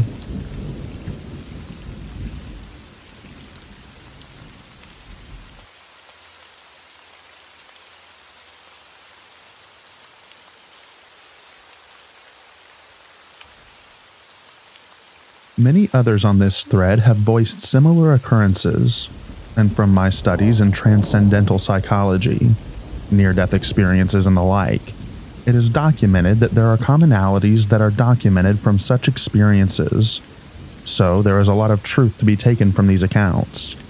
The following is my own. Just before my 18th birthday, during the summer after graduating high school, I was tearing around on a three-wheeler with friends. This old trike was not cared for by the owners, but I didn't know that, so I was doing my best to whiz around just as fast as the newer quads I was riding with. I broke off from the group and ended up hitting a slight bump and forcing the pins holding the front axle to the frame to shear in two, thus rendering the trike into two entirely separate pieces. The image in your mind may now be me with my butt falling behind on the main portion of the trike, whilst my front, still grasping to the handlebars in disbelief, is falling forward, causing a rift in my seating position. The handlebars bounced up and struck just below my voice box, effectively internally severing my trachea. I fell to the ground and was promptly run over by the back half of the trike, which broke my leg and ended up being the boring part of the story.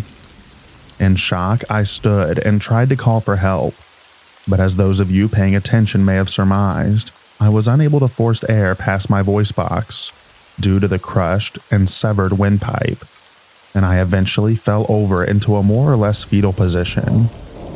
When they found me and gathered around while waiting for the paramedics to arrive, it was a 15-minute chopper flight. I accepted my fate. I was about to die. I told those friends and family around me that I loved them and my time had come, and I told them goodbye. Once paramedics arrived, I described to them that my collarbone had broken and went through my windpipe and out the back of my neck, even though there was no external injury. They, being paramedics, did what they were trained to do and got me on a stretcher and used a BVM in an attempt to get oxygenated air into my body. This failed as they did not have any inkling that the air had no guidance system and simply filled up my body cavity. Eventually, I was on a helicopter when I passed out. From here, there are two stories to tell, the one that I experienced and the one that occurred through others' experiences. I'm going to tell my own first. I died. As I was fading, I had the realization that death was imminent, and thought, aren't I supposed to see a tunnel and light and all that nonsense? Then it happened. I saw the tunnel and light. Only after I made the realization of what was occurring and connected it to our culturally normative thoughts behind what happens at the time of death did I see that tunnel. This has led me to recognize how ingrained cultural beliefs are and how far they can be from reality. Memory fades, but this has lasted vividly for many years since its occurrence. As has mentioned, the feeling of complete oneness with all of existence was my main perception. That the self is not me, or I, but rather one as many, or all as one. There is actually a Family Guy sketch where they're stuck in purgatory that gives a decent visual example, and it is simply white nothingness. Except not nothingness, but simply an all-encompassing light. That was it for me. There was no concept of time or space, just existence along with the whole of everything, including the number 42.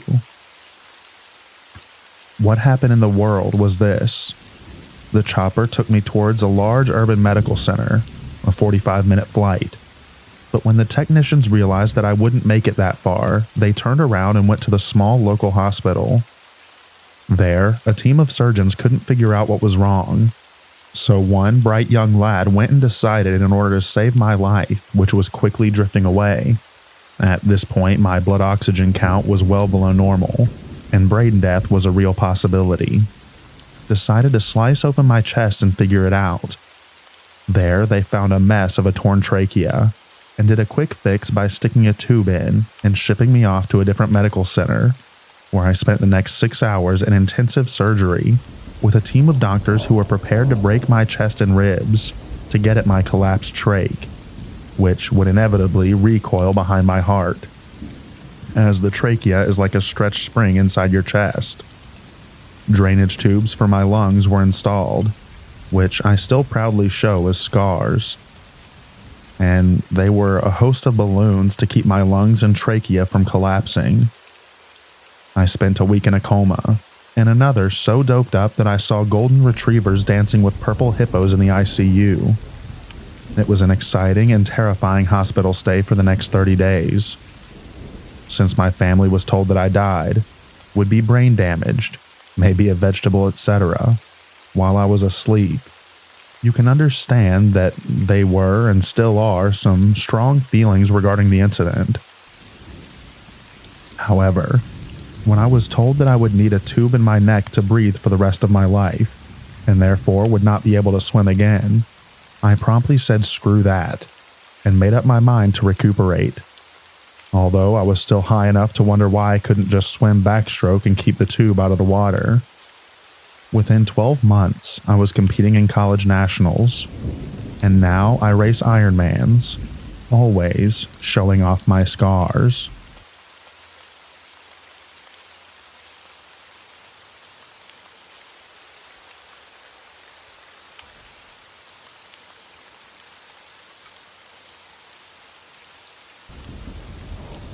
This is the full story of how I remember my death experience. I played nose tackle on the football team when I was in high school. During one full-speed scrimmage between first-string offense and defense, I got caught on a draw play to the left of the center, from my perspective. At the time, a middle linebacker followed me into the weakness I thought I found in the offensive line.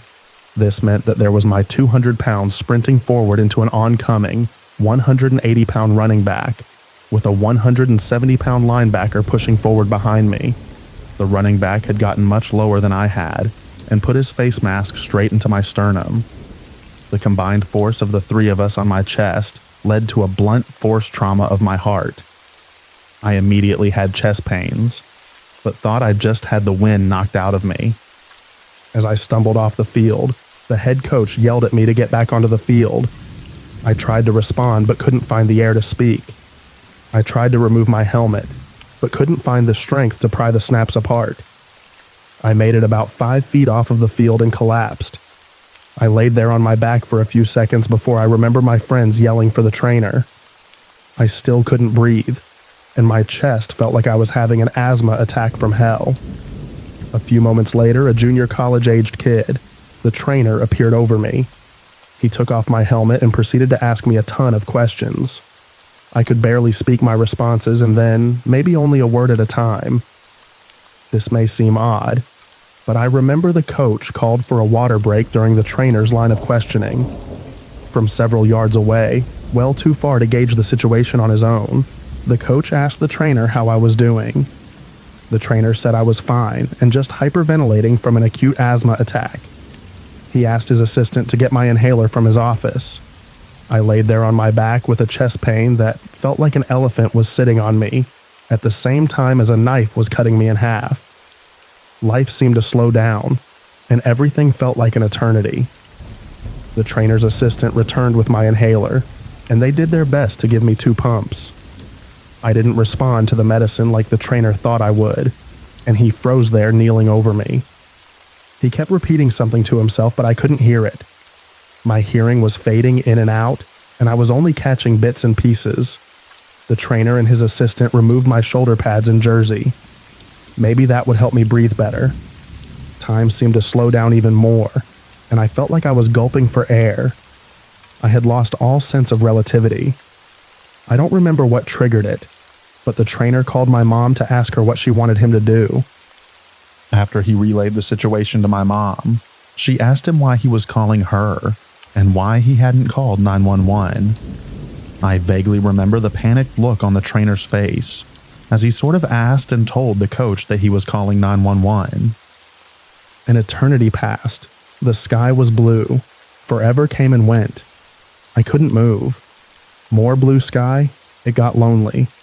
I couldn't see anyone anymore. Just sky. No sound. No air. I tried talking, but all that would come out was nonsense. Suddenly, there were paramedics.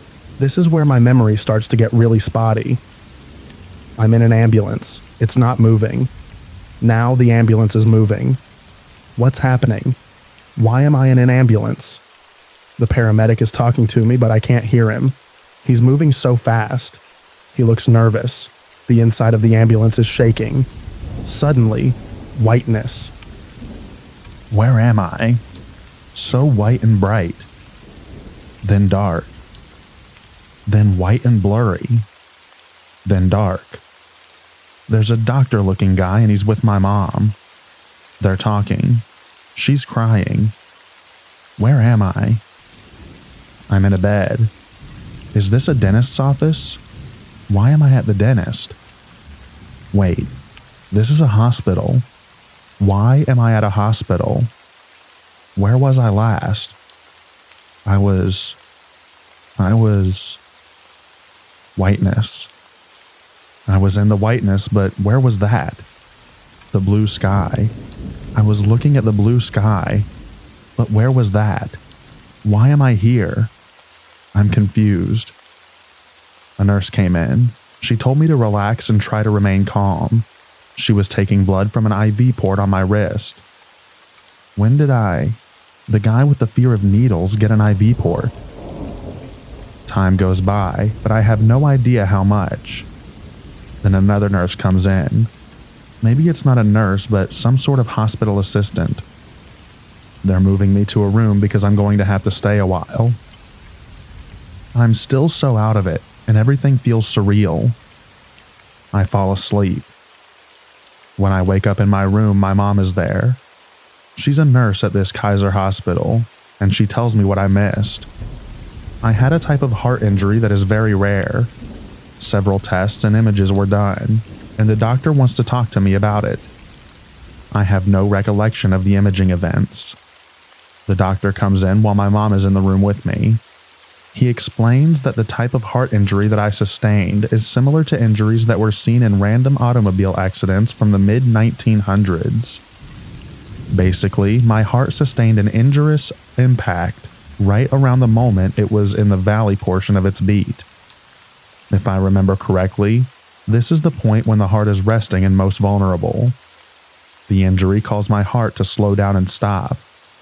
I was dead for about 2 minutes, in the ambulance and the ER. The whole time span from when I was injured until I woke up in the hospital room with my mom was about 15 hours. I spent just over a week in the hospital afterward. This was in 1996. I've since learned that this type of injury was rare, but more common before seatbelts had airbags, were regularly used in cars.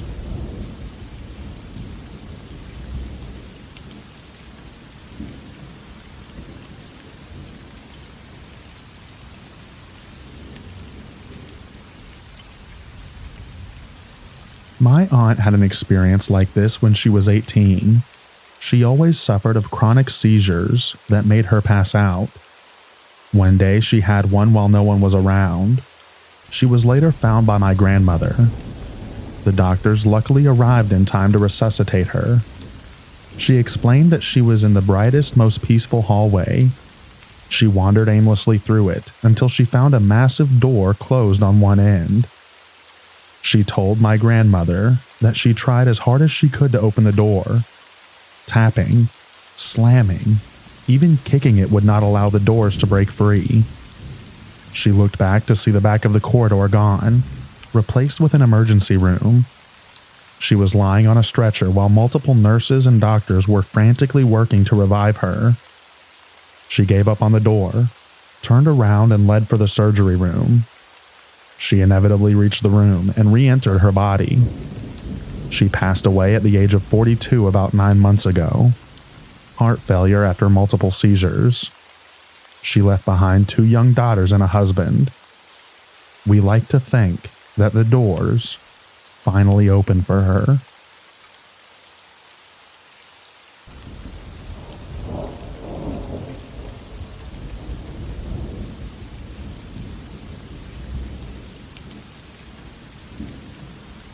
I don't mention it too often, although I did mention it once when a question like this was asked. At first it's nothing. No sound, no wind, no light, no weight. It's like the weight of the world just disappears, and you're in the deep end of the pool just floating there. No matter how far you reach out, you can't grab anything. It isn't cold. It isn't hot. It isn't painful. It was absolute nothing, and it felt like I was there for a long time. After a while, there's a flash of light all around me. I felt a small tingle shoot down my body, and I don't know what happened, but I start falling. Like I suddenly just fell from some place up high. It's like when the school bully comes out of nowhere and just shoves you to the ground, or you trust fall onto someone and they don't catch you. It was a long fall. The light faded, and I was back into the deep end of the pool. After a while longer, I started to see images of myself. I heard nothing, and I only saw me. I don't remember what it was that I did, but it was something important. There's another flash and I can hear voices. Then it fades away again. I don't know exactly what happened, but I woke up in the hospital with my family next to me. The ambulance staff said that I suddenly woke up after they revived me and walked into the ambulance truck and went to sleep. The first thing I could say was that my Nana is proud of our family. I was 13 when this happened. Hit by a bus, killed on impact. I was dead for 6 minutes. They almost gave up on me. What was 6 minutes in real time felt longer for me. The weird thing is that I liked it. I felt at peace. There was nothing holding me back and no violence. It was just me, and I liked it that way.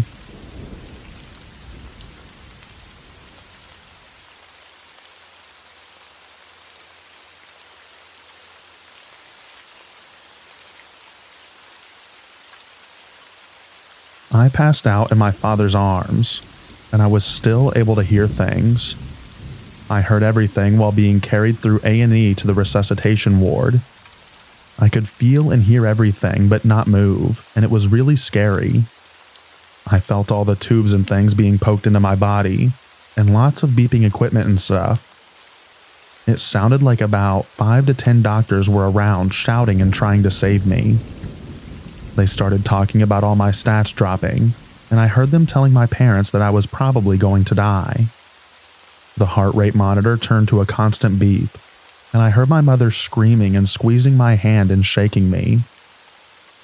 I was still in my passed out state, hearing and feeling but not being able to move or talk for about 3 seconds, until the 2 senses I did have disappeared, and I was in complete darkness for a short while, just with my thoughts. After that short while, I began to hear a kind of blinky noise, a bit like a xylophone. Then lots of little colored lights appeared that were blinking on and off very slowly. It was like I was floating around space, and they were little blinking planets.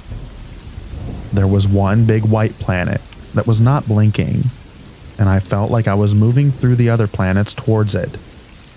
At this point, I had realized I was dead and was just thinking about my life, my family, and the people that I love. It was really peaceful. I was like that for what felt like hours, until I began to hear my mom and dad again crying, and the doctors telling them that I was coming back. Then, the easiest way to explain how I got back to my body would be after you die on Battlefield 3, and you're in the menu choosing a class. Then you suddenly get resuscitated by someone else. That is pretty much exactly what it felt like. I was in my body for a short while in the passed out state again, hearing and feeling but no sight or movement, until I opened my eyes and saw my parents next to my bed. Then I started to laugh and would have sat up to hug them, but I couldn't move because of all the things that I was plugged into.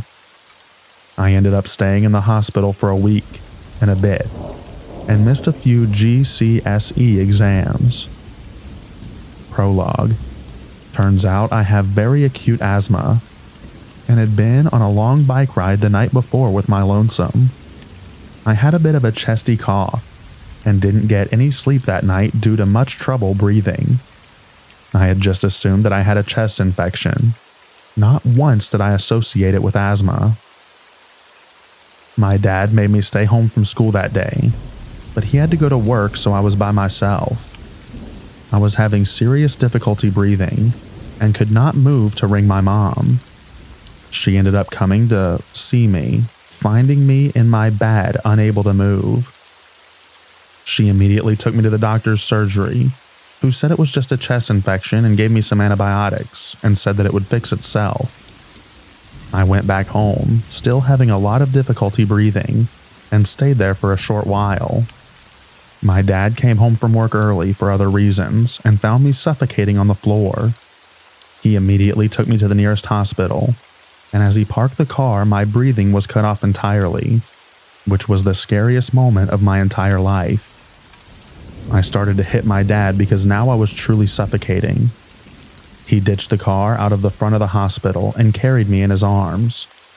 I passed out while he was running through reception. I now have 3 actuators, hardcore inhalers, an anti-inflammatory for my throat and nose, and check up with the doctors every few weeks.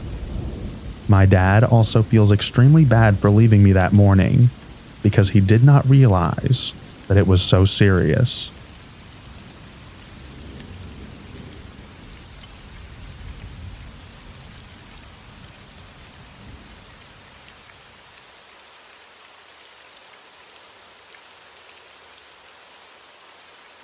This will probably get buried, but I was gone for a few minutes, and the going out was strangely similar to an Alex Grey painting.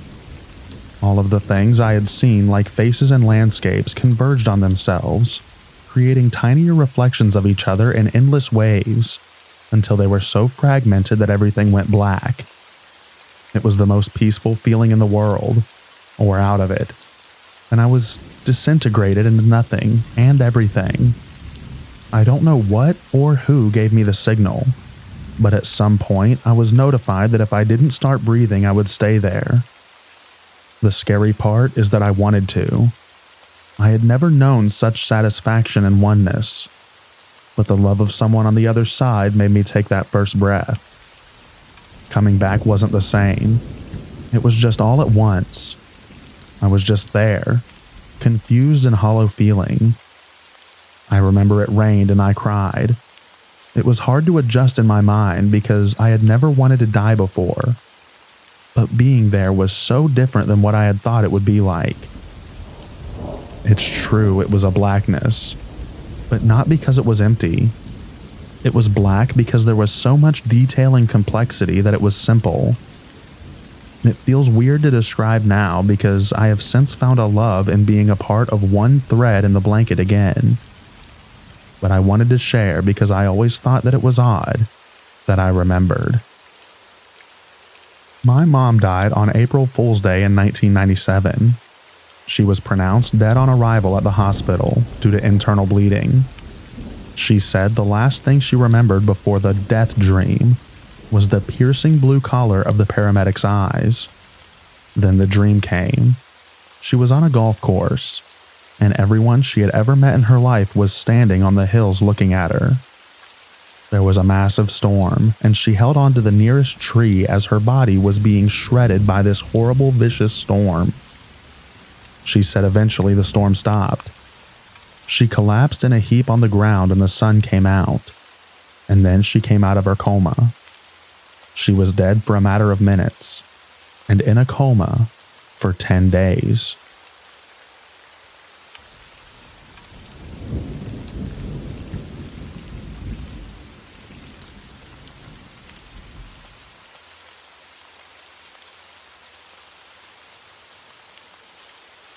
I was drowning. My high school friends and I got some inner tubes, some screwdrivers, and a bunch of rope and went rafting down a local river. We tied our inner tubes together so we wouldn't drift apart. After a couple minutes, it became clear that my tube, which was an inflatable crocodile pool toy, was leaking. But the river was pretty gentle, so we kept going. It stayed gentle until we got to the bridge. We didn't manage to get untangled in time, and our flotilla crashed right into a pillar. My inflatable crocodile and I were in the front. I hit it full force, then was pushed down when the rest of our fleet came crashing in. I went down. The river had been gentle, but there were currents around the pillars, and I couldn't get back up. My crocodile shot up and away from me. I was sucked down and it was very dark. I tried to use the pillar to reorient myself, but the water was pulling hard. This is when things get fuzzy. A friend reached down to try and save me. I nearly dragged her down. Everything was flailing in panic and dark. And then there was just the dark and peace. I remember the calm. I felt like I was in the belly of the sea, that I'd sunk under the world and somewhere better. It was like coming home after a long day. Then there was a painful burst of light that felt like it tore me inside out. I exploded out of the water and through the air, but at the time it was just pain and cold. Then the slap of hitting the water again. And then I wasn't drowning anymore. I was in shallow waters, which was good. I felt like the world was unfamiliar, and like I hadn't seen this place or those people in years. My friends told me later that I'd popped out of the water, like a cork, and went sprawling through the air. I ended up well downstream from them, which seems odd. Perhaps I let myself drift and don't remember.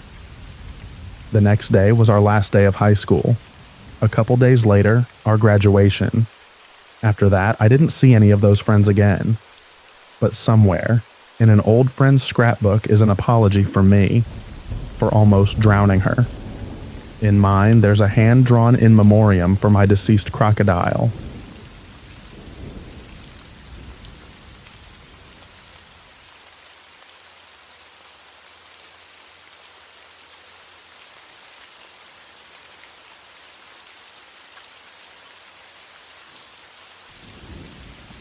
I'm a girl.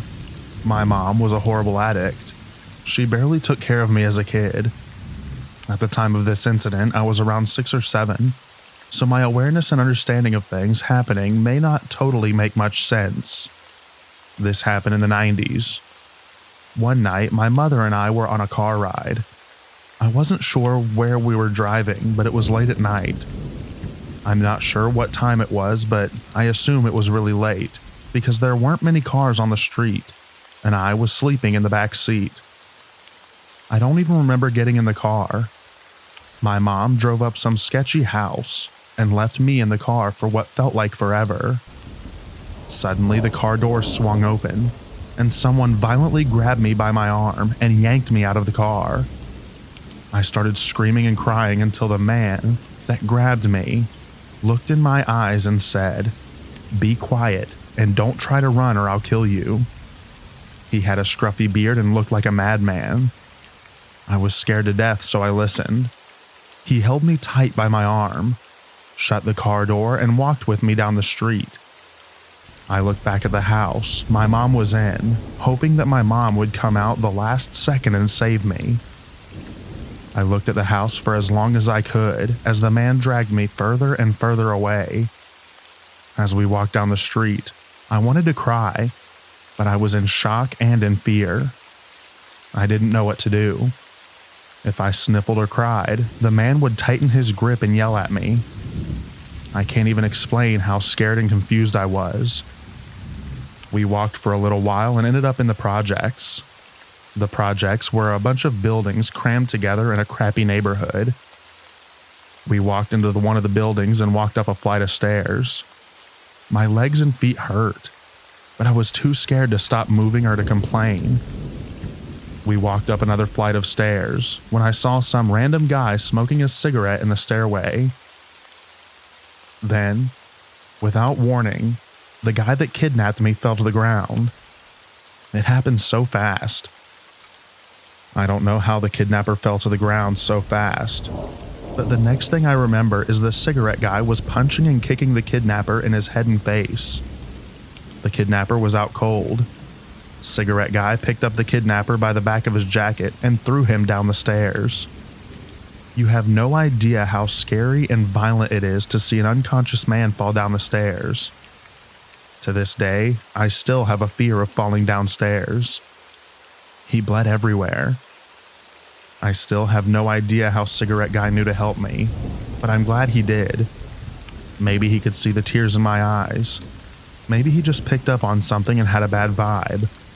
But he acted instantly. The first second he could, he attacked my would-be kidnapper. Cigarette Guy starts pacing back and forth, swearing at himself, gritting his teeth and clenching his fists. I thought he was mad at me, so I started to cry. He looked at me and said, Okay, just shut up. He had an attitude, so I listened to him out of fear. I wasn't as scared of Cigarette Guy as much as the bearded guy, but I was still in fear of him. He started to ask me questions with an attitude. Why are you out this late? Where are your parents? Why would you talk to strangers? I was in so much shock and confusion that I couldn't answer the man's questions correctly. He asked me if I knew my way home, and I told him I didn't. I told him a broken story about what happened, and how someone with the information I gave him, he knew where my mom's car was. The only thing I can remember about the road is passing a house with Christmas lights on it, despite Christmas already being over. I think he knew the area well enough, and figured out where I needed to go from that information. But I honestly don't even remember telling him about the Christmas lights. Anyways, he told me he would take me back if I promised over and over that I wouldn't tell the police that I saw him or anyone that looked like him, and made me promise that I wouldn't even tell the police anything. He had an attitude. I didn't care what he asked me. I just wanted to go back to my mom, so I agreed. I followed him down the stairs. The bearded guy was still laying on the ground bleeding at the bottom of the stairs. That Cigarette Guy threw him down. He wasn't moving at all. For all I know, he was dead, and I hope now that he was. Cigarette Guy stepped over the bearded guy and I followed. We walked outside, and Cigarette Guy looked around panicky. I remember him telling me, the police don't like me. We walked out of the projects, and my feet still hurt. Cigarette Guy was walking fast in a panic, and I had to basically jog to keep up with him. I started crying, and he asked what was wrong. I told him my feet hurt, and I remember him sucking his teeth and picking me up with an attitude. He awkwardly cradled me in both arms. He walked down the road for a moment. Then I remember him swearing and running behind a house or a building. A cop car was driving down the road. He put me down and told me to run to the police car. I tried to run, but my legs could barely move and I was scared. The cop car kept driving and rode away without seeing me before I could even get remotely close to it. He kept swearing to himself as he picked me up again and ran down the street. He took me behind a lot of houses and hid from every cop car that drove by. I assume now that the police were looking for me. He carried me in both arms, running fast down the road, when I saw my mom at her car in the distance. She was surrounded by police. Cigarette Guy put me down and told me to run to the police. I got so excited that the pain in my legs disappeared. He put me down and ran away.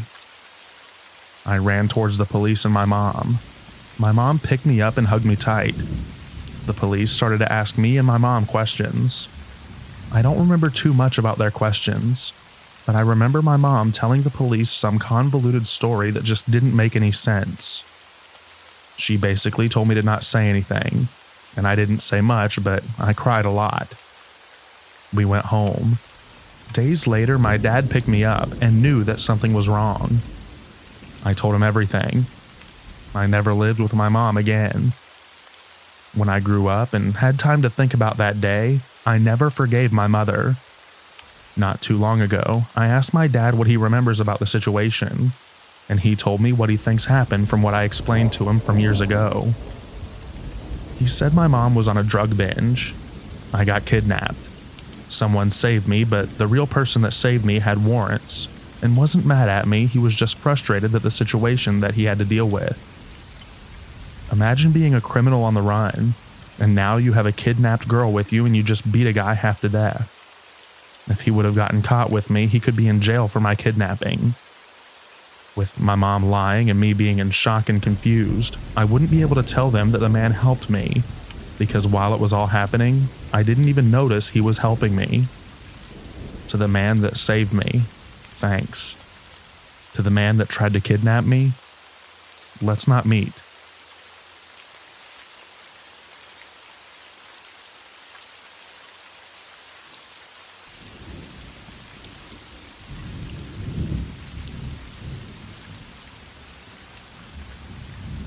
I deliver pizza, and I'd been having a really busy night, nonstop back and forth, without any time to even pause and take a leak.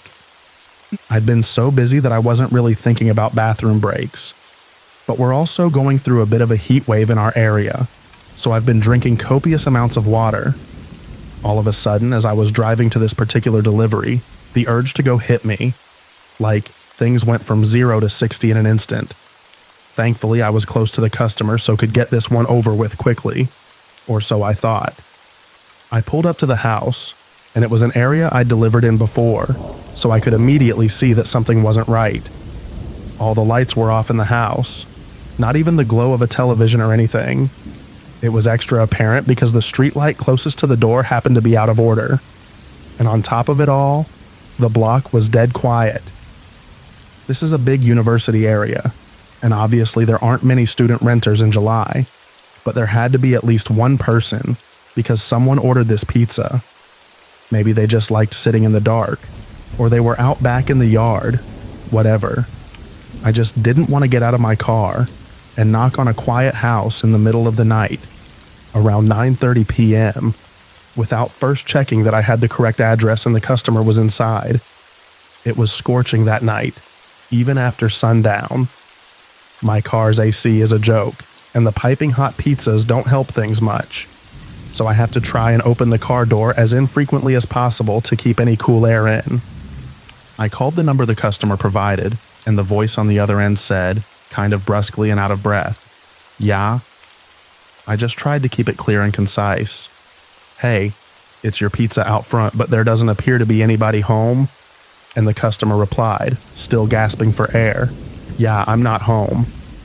I had to pee so badly by that point that I was much less patient than I'd otherwise be with a customer right out of the gate.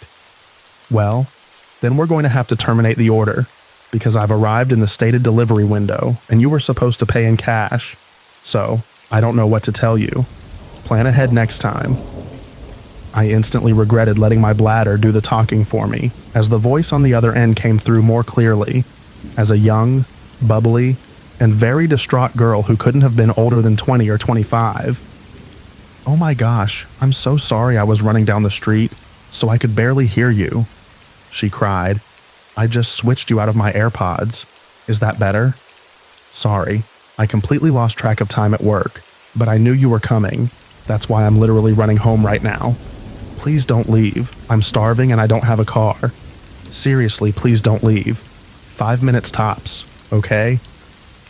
I know what it's like to be hungry and running late and have no car but not live near any restaurants." Plus, when I heard her voice, I began to remember more specifically having delivered to this place a couple times before, and she'd always been perfectly nice. Now I felt bad for snapping at her. I tried to walk it back, while simultaneously looking out my window for potential spots to pee. No, my bad. I'm letting the heat get to me and it's not your fault.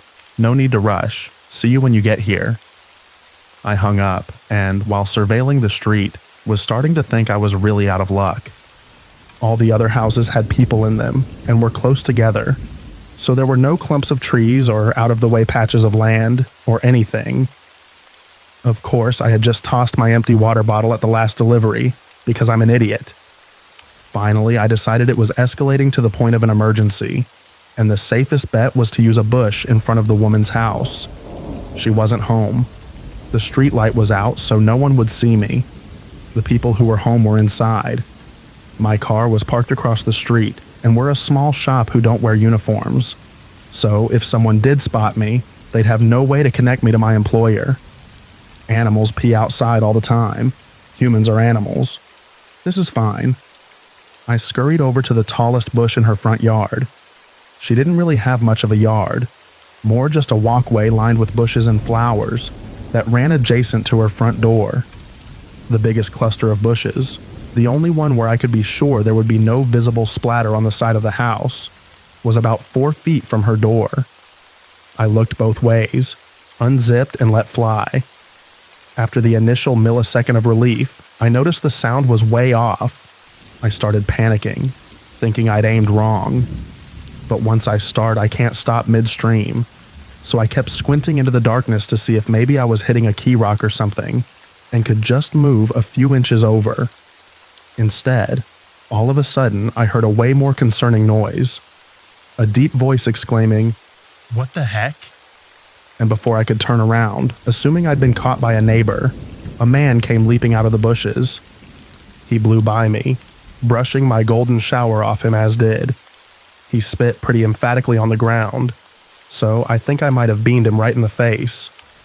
I didn't see where he went after a few paces, but, though this next part is kind of a blur, I do think I remember hearing a car screech out from a bit further away after a minute.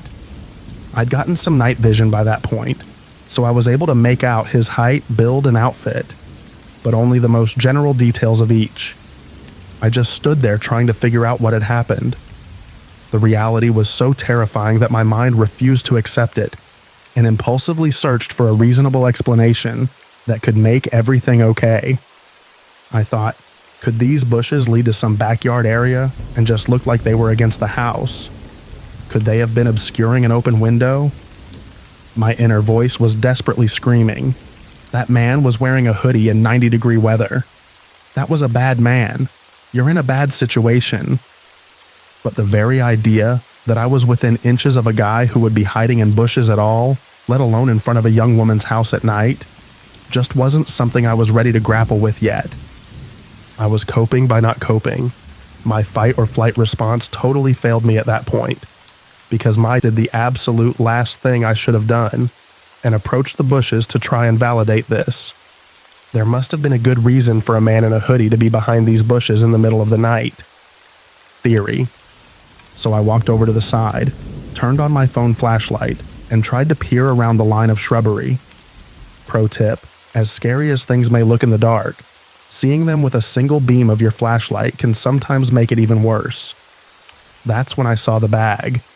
There was a tattered drawstring bag sitting behind the bushes, slightly splashed with pee, but I was in such a moronic daze from shock that I groped around for it thinking, see?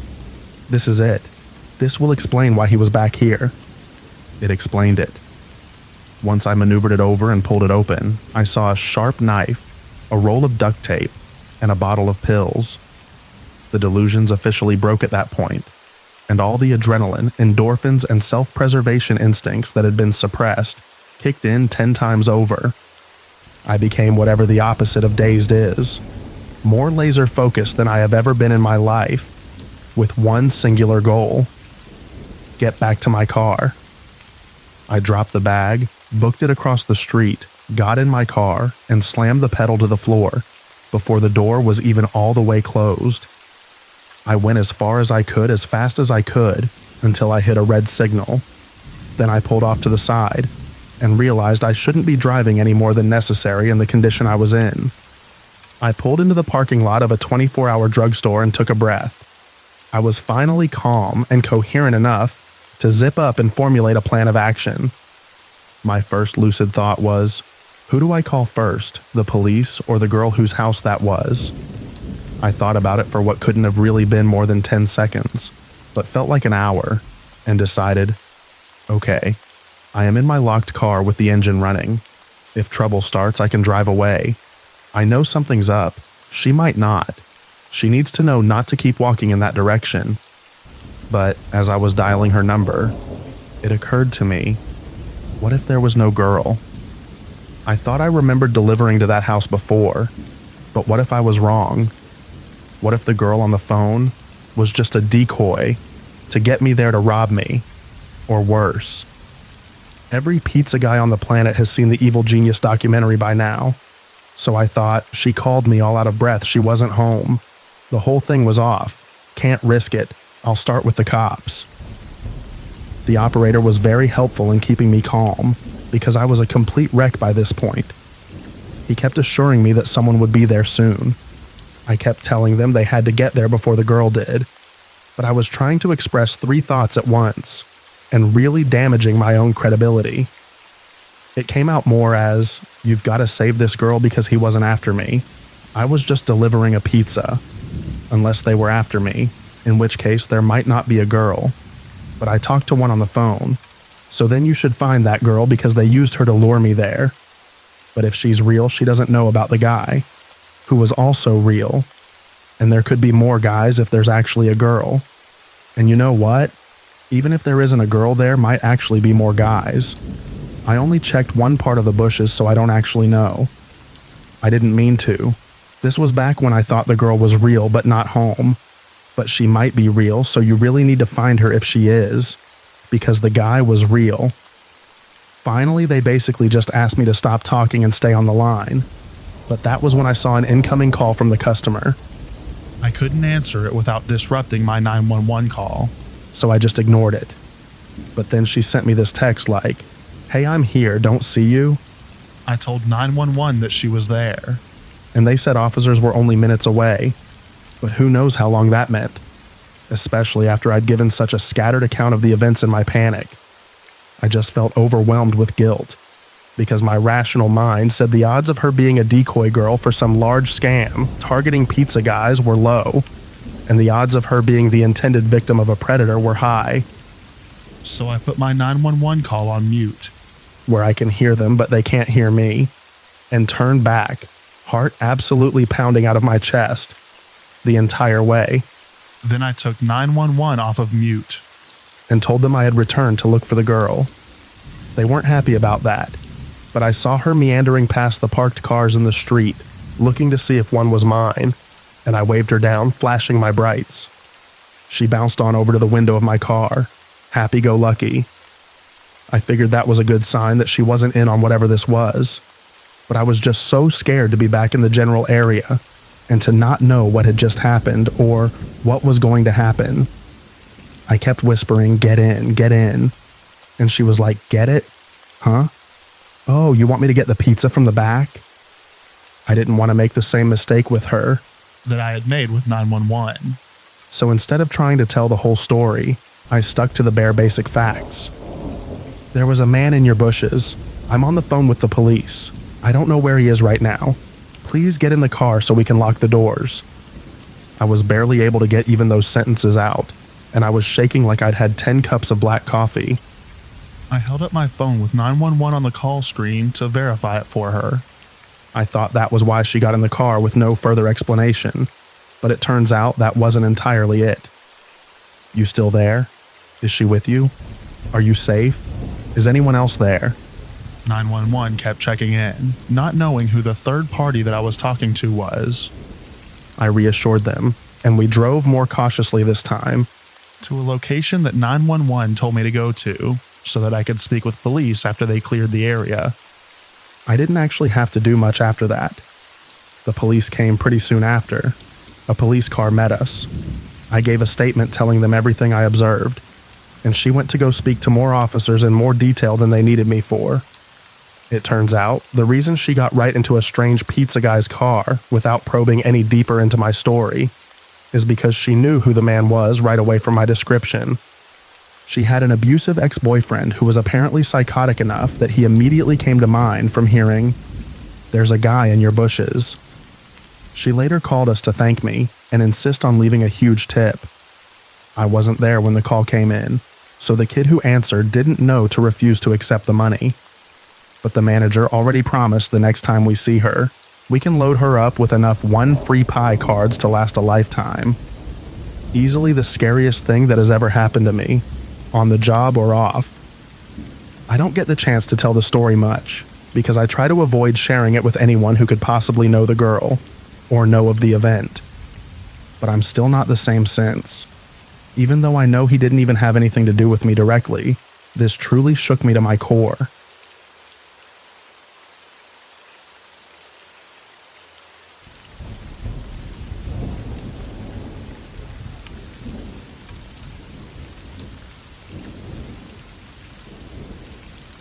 I'll start by saying I have a terrible biological father. He has been a shady person all of my life and constantly caused me a lot of grief. This is just one of those examples. When I was 4, my parents split up. My mother and I moved states, and they agreed I would visit my dad every school holidays for a week. This one particular time, I had been with him for a few days when I was playing with my cousin at a nearby park. A car pulled up, and I recognized the man as one of my dad's friends. He called me over, and without thinking, I ran over to him and left my cousin at the park. He asked me if I could show him where my dad lived, and I agreed and got in his car. I gave directions and didn't notice at all that they weren't following them correctly. Looking back, I didn't really know the way anyhow. After way too long, I did realize that we were getting closer to the city, which is far from my dad's house. We pulled up at a house I didn't recognize, and the man told me to wait in the car. I didn't feel scared at all for some reason. He eventually took me inside, and I definitely started to feel unsafe then. I mainly remember 2 girls passed out with their tops off, and a much older man was feeling them up everywhere. I made eye contact with this man, and he made me sick to my stomach. I had definitely figured out that this was a bad situation by this point. A lady took me into a bedroom and brought me a sandwich. The bread was stale and I wasn't hungry, but I ate it all because I felt bad for her. Which doesn't make a lot of sense, but that's what I was thinking about. The lady told me a lot of things I didn't understand, but when she left, I remember thinking my dad was coming to pick me up soon. I fell asleep waiting for him. I wet the bed that night, and no one came to see me the next day until I cried very loudly and banged on the door. The lady came back and yelled at me for stinking up her bedroom, and I asked about my dad. She said he was coming tonight after he finished work. She didn't offer me a shower or a bath, so I sat in my soiled pants all day. After that, everything turned into a blur, really. My dad did not come that night, and I was so terrified. In my head, I felt like I was there for months. I thought I was missing school, and everyone had forgotten about me. In reality, I was there for 5 days. They let me take 1 shower. I don't remember eating much except for boring sandwiches, and I had chips and gravy once. Finally, my mom drove across the country to come and get me. After not being able to get a hold of me or my dad for so long, and then me missing my pre-booked flight home, she panicked and came looking for me. Thank God she did. She found my dad at his girlfriend's house, methed out completely, hiding out. Turns out he owed a lot of drug money to the people who had taken me. They had told him that they had me, but he couldn't afford it, or didn't want me back. Whatever it was, he didn't bother to try to get me back. My amazing mom paid his debt for him after borrowing from a lot of people, and she came to get me back. I remember when someone came into that room and told me my mom was here, and I walked out and I could smell her. It was the best feeling to feel safe again. She took me home, and I didn't see my dad again for a long time. She never called the police. My parents' relationship was very complicated then, and I fully understand the choices she made. I'm definitely okay now. I've spoken about this in therapy, and I've come to terms with most of the things that I went through as a child. But still, a messed up situation for a 4-year-old girl to have to be in. So to my dad's friend, the sandwich lady, and even to my dad himself, let's not meet.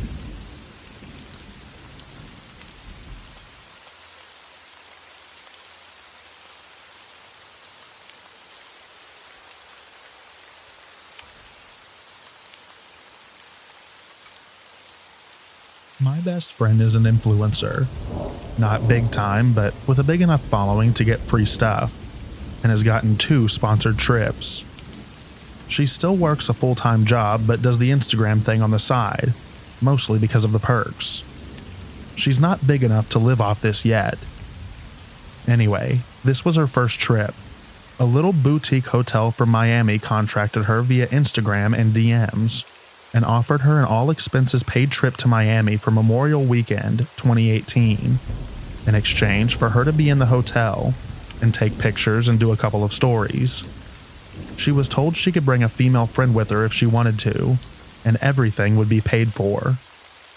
This was her first time doing this, so at the time she wasn't really sure of how it worked. They send her a bogus contract for her to sign, and it said she'd be responsible for paying for her own plane ticket to Miami, and that she'd be reimbursed for it later. This was to prevent a no-show, meaning the influencer gets the ticket purchased by the hotel and the influencer never shows up. It seemed reasonable.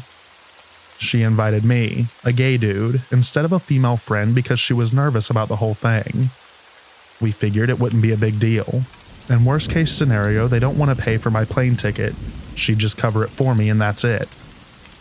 We were supposed to be picked up by the hotel airport. So the day comes and we arrive to Miami. There's a guy holding a sign with her last name, and the paper has the hotel logo. We're greeted and we're escorted to a black SUV. Here's where it gets weird. As soon as we're going to get in the car, the driver is visibly upset. We thought that he was talking to the guy who walked over to us, but he was talking to my friend. He had a very thick accent and was wearing dark shades. He was telling my friend that she was not allowed to bring her boyfriend, me, and that she said it was 2 girls. 2 girls. The hotel told me 2 girls. Not 1 girl, 1 guy. 2 girls. He was demanding to see where the other girl was. We were speechless and confused. The guy who walked us to the car looked annoyed, got in the passenger seat and started to fight with the driver in Portuguese. Then he turns to us and asks us where the other girl is at. My friend tells them, very upset by now, that there is no other girl, that she is at username, and that I'm just a friend coming with her on the trip. The big guy in the passenger seat gets out, tosses our luggage out of the car and says something like, "This is some crap." Gets in the car and they take off. That was it. We were in utter shock. Utter and complete shock. My friend immediately emails Melissa, the PR person we had been in contact through email with, to tell her what had happened. No response. We decide to take a cab and show up to the hotel. When we show up is when everything made sense. The hotel had been rebranded and had a completely different name, owner, and staff. We showed them the Instagram, and is indeed the Instagram of the hotel that it used to be, but not the new one. They never contacted us. They never did anything. Whoever was in charge of the old Instagram account for the hotel did, or whoever got a hold of it did. Mind you, this was a somewhat big hotel account with 10,000 followers. It was real. But upon further inspection, we realized that the pics were really old, and so were the posts. My friend felt like an idiot and would not stop crying. We called the police, met up with a detective. Nothing ever came out of it. They investigated who was running the account before or who had access to it. None of the people who used to run that account had anything to do with it. Nothing ever came out of this. It's upsetting and scary to know that whoever wanted to abduct my friend or any other girls by using this old hotel Instagram knows who my friend is. That Instagram has since been deleted, and we never heard anything from anyone ever again. But to think that my friend would have been kidnapped had she gone with another girl instead of me sends chills down my spine.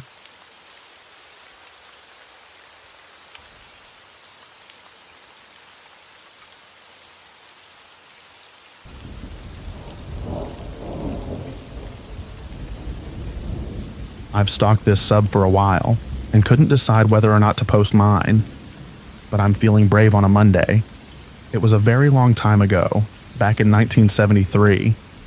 I know it was summer, I was 6, and we were living on Monica Lane in Madison, Wisconsin. Thing is, I sort of recalled it but never put 2 and 2 together until a few months ago, when I was talking to my mom who went into great detail. I was a very gregarious child, outgoing, extroverted, friends with anyone. It was at the time a middle-class neighborhood, and 3 houses down from ours, on the same side of the street, was a huge park. My mom was a nurse, and my dad was a salesman, but Mom worked second shift at Meritor, while my dad worked days. I rarely had a babysitter, only if they went out for dinner or a movie. But they did go out often, and there were always older kids in the neighborhood to babysit. One sitter who I really liked lived a few blocks or so away, and down the street a little bit. Vicky had babysat a few times before that, and it was pretty uneventful. She'd play games with me and do my hair, play dress up, pretty basic stuff. So anyhow, one day I had gone with friends down to the park. I remember there was a ball field at the time and a sand lot next to the field. My friends wanted to play on the monkey bars, but I wanted to play in the sand. I looked at the sandbox, and my babysitter Vicky was standing there. I told my friends I was going down to the sandbox and ran off. We played in the sand, building a castle, and then she asks me if I wanted to go get something cold to drink. It was stifling hot, and I of course said yes. So she takes my hand, and we start walking to her place. She starts telling me about her puppies and asking if I want to play with them. Of course I get giddy and now can't wait to get to her house. This was where my memory had stopped, and after my mom told me what happened, the rest of it flooded back. My mother just happened to be talking to my sister and I about some of the places we lived, and we got to Monica Lane. I told her I remembered the park and how big it seemed, and she asks me if I remember being kidnapped. I immediately thought she was kidding, and then the look on her face told me otherwise. She said it was around 5 in the afternoon, and one of my friends had come to the door to ask me to come back outside, sure that I had gotten bored and walked back home. When my mom checked the house, she realized I wasn't there, and, 7 months pregnant with my sister, sprints to the park, screaming my name. After asking several kids if they'd seen me with no clue, she went to the ball field and asked the older boys if they'd seen me. One of the boys, she guessed around 14, said that he'd seen a younger woman playing with a girl that fit my description in the sand and walk off in a general direction, and that was all he knew. My mom ran across the street to one of the houses and asked to use their phone and called the police. By the time the police got there, my dad had come home, and some of the neighbors were trying to help my mom. So there's this search party out looking for me, screaming my name and knocking on doors. The police had gone back to the park to ask the boys if they knew who had been with me, and if they knew who she was. Between the boys and the neighbors, they had deduced who it was that had led me off. But I have no idea how, honestly. The police and the entourage go to her home. She lived with her parents, but they weren't home, and knock on the door. She came to the door and told them she hadn't seen me and that she'd been home all day. The police asked to come in, and for some reason she said okay. They went through the house and went to the basement and found me. That's what my mom knew, and then I remembered. It was literally like a floodgate had opened and I started crying. At 6, you sort of trust everyone, and she'd been in our home. I never got a bad feeling from her, and my parents didn't either. But when we walked into her house, I remember that cold, holy crepe feeling washing over me and getting very worried. I remember starting to cry and saying I wanted to go home, over and over. She takes me into her kitchen and gets me a glass of water and a tissue. I hear dogs barking, and next to the kitchen is an open stairway that goes down, and where the barking was coming from. She starts trying to cajole me into going downstairs, telling me there's all sorts of toys and games. I reluctantly agree, and she grabs my hand to head down the stairs. The dogs are going nuttier and I start screaming. At this point, Vicky is getting bizarre. She's screaming at me to shut up. If you don't shut up, I will throw you in the cage with the dogs and they will eat you. Shut up. Dragging me down the stairs and still screaming. I was scared out of my mind. I remember crying so hard I was hyperventilating, and I am screaming so hard I'm not making sounds. Vicky then flips a switch and starts being syrupy sweet, trying to calm me down. She tells me that she was just playing a game and tells me she wants to play hide and seek. She must have been relatively skilled at calming me down, because the next thing I know, I hear knocking on the door upstairs, and I wasn't crying. The houses were all the same sort of tract houses that Sears used to sell. Not huge, but not small. But you could hear everything at any spot in the house. I keep hearing the knocking, and she tells me that it's her friends. They're coming to play hide and seek. She convinced me to let her put a piece of masking tape over my mouth so I wouldn't make a sound, and lifted me into this big wooden box next to the kennel. She put a big pile of blankets over me and told me to be really quiet so they didn't find me. The whole time the dogs were going crazy, but when she calmed me down, they calmed down too. They still looked incredibly mean, but they were no longer frothing at the mouth and only slightly growling. Until the knocking started. I remember scrunching in there, confused, still scared and convinced that the dogs were going to get out and eat me. I was crying again and hyperventilating. I remember taking the tape off my mouth because I couldn't breathe, but remembered I needed to be quiet because I was afraid what she'd do if I screamed. I laid in that smelly box next to a big bag of dog food, sweating, tears rolling down my face. I sort of pushed the blankets to the side, but only enough so that I could pull them back over me when someone came. I recall thinking about my dad and wondering if he'd come find me. All of a sudden, I hear what sounds like adults yelling my name. They come down the stairs and the dogs are going crazy again. Over and over, men are yelling my name, and then I hear a man say, "If you don't shut those dogs up, I will." I was in a large storage box, like a carpenter's toolbox type of thing, with tape hanging off my mouth when they opened the lid.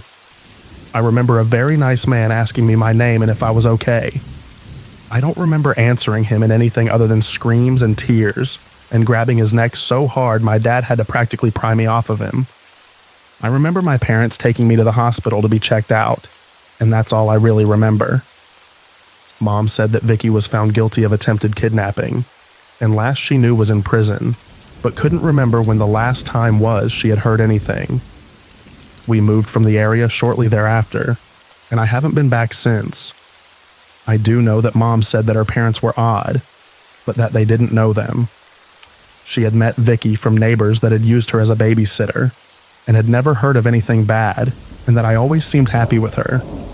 She lived in the general neighborhood, but it would have been 2 blocks over and on block down. Mom said they never picked her up. She always walked over. When they'd get home, they'd drive her home, but never noticed anything out of the ordinary. Mom and Dad had only met her parents when they came to the door to ask for forgiveness, that Vicky hadn't meant to do anything bad and was a good girl. Mom said my dad picked up her dad by the shirt and told him that if they ever came on our property again, he'd kill them. I remember her name and sort of what she looked like, but if she walked up to me today, I would have no idea who she is.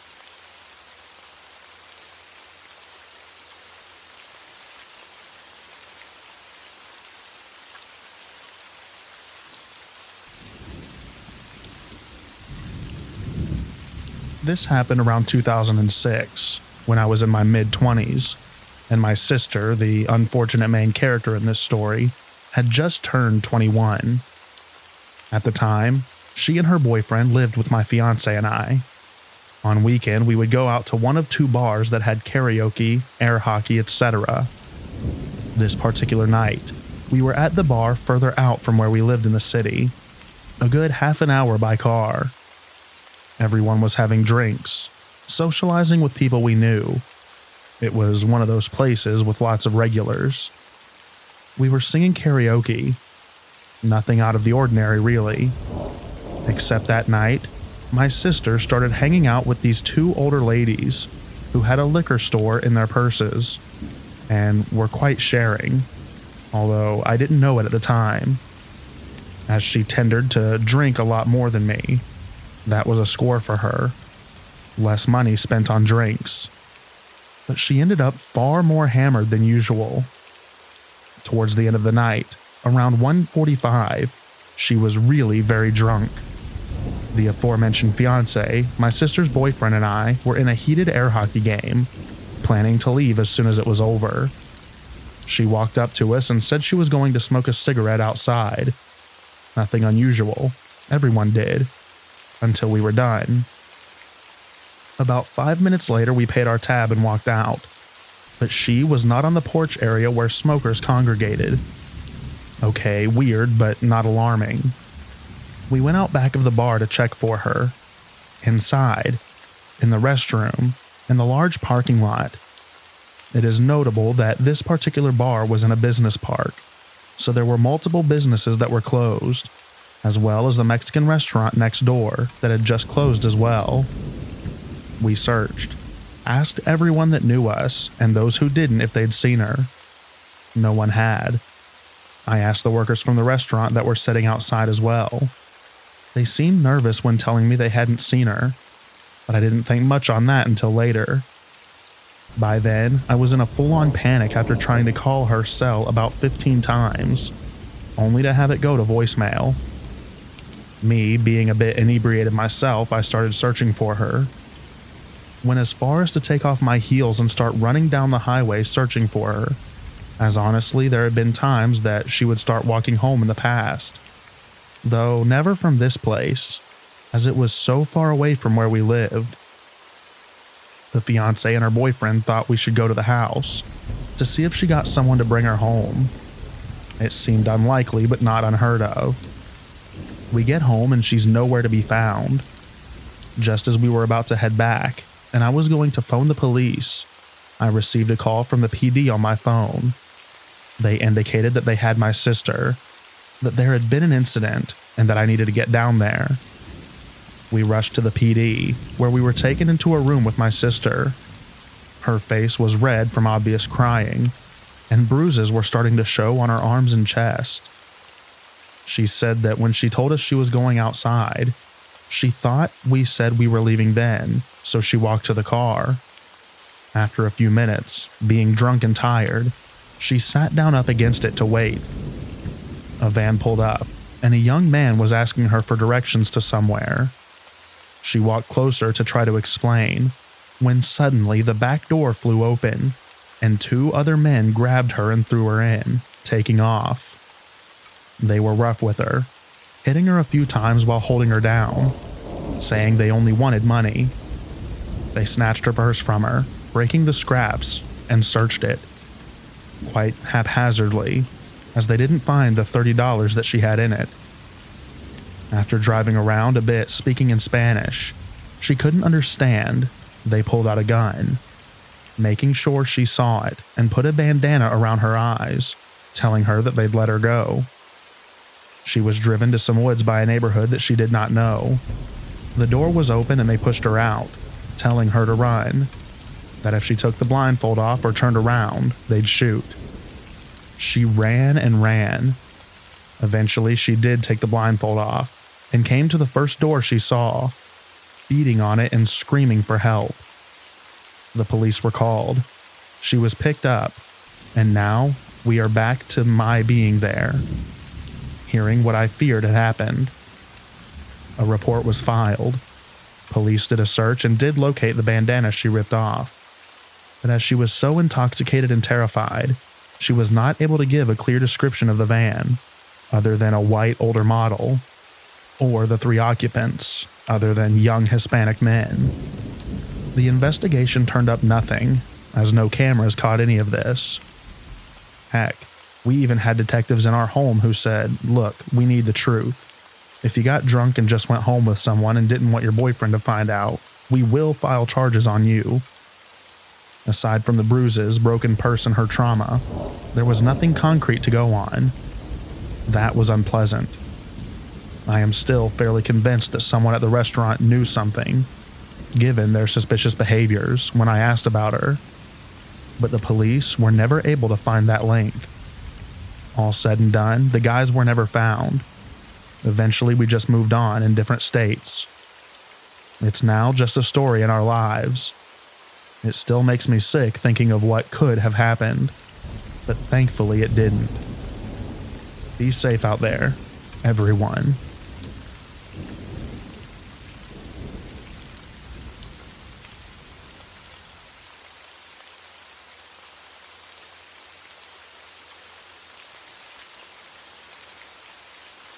I am a 21-year-old girl taking her first backpacking trip around the world. I only arrived in Thailand 2 days ago, and it was an unfortunate, as I almost got kidnapped on my first night. I went to Bangla Road, which is well known, and had a few beers at a bar, and then went to a popular club, Illusion. I was having a good time, dancing and meeting people. In the club, I only had 3 drinks, tequila and orange juice. But at some point, I realized I was a lot more drunk than expected. I don't know if it was spiked, but I was dumb and had my drink on the table next to me while I was dancing, and it was very crowded. In total, over the space of 3 hours, I only had 2 beers plus 3 tequilas. Usually, that is an okay amount for me to be aware. I went to the bathroom and felt very intoxicated and threw up. Upon leaving the bathroom, a guy who I do not know grabbed my arm. He seemed young, and I asked him what was going on. He said that he would help me down the stairs. After we got down to the road, he dragged me down an alley and put me in his car. I was really scared at this point and didn't know how I'd gotten myself into such a bad situation so quickly. I'm very small and not very strong, so it was easy for him to take control of me. He started driving and I kept saying no, no, no, and to stop. But he said, "Don't worry, I'm taking you somewhere safe," which was honestly very scary. I had maps open, and we were driving out of Patong. Finally, after some time, I started telling him that I would throw up all over him and his car if he didn't pull over. This seemed to annoy him and he pulled over. The second he stopped the car, I got out and ran down the street. Luckily, there was a motorbike taxi who asked if I needed a lift, and I jumped on and told him where my hotel was. I could see the guy walking down the road after me as we sped away. We made it back to my hotel safely. Honestly, after that, I'm not going to any bars or clubs alone. I don't trust anyone, and I'm feeling very vulnerable. At least it was a lesson that I needed to be a lot more careful. I'm just glad that I made it out okay.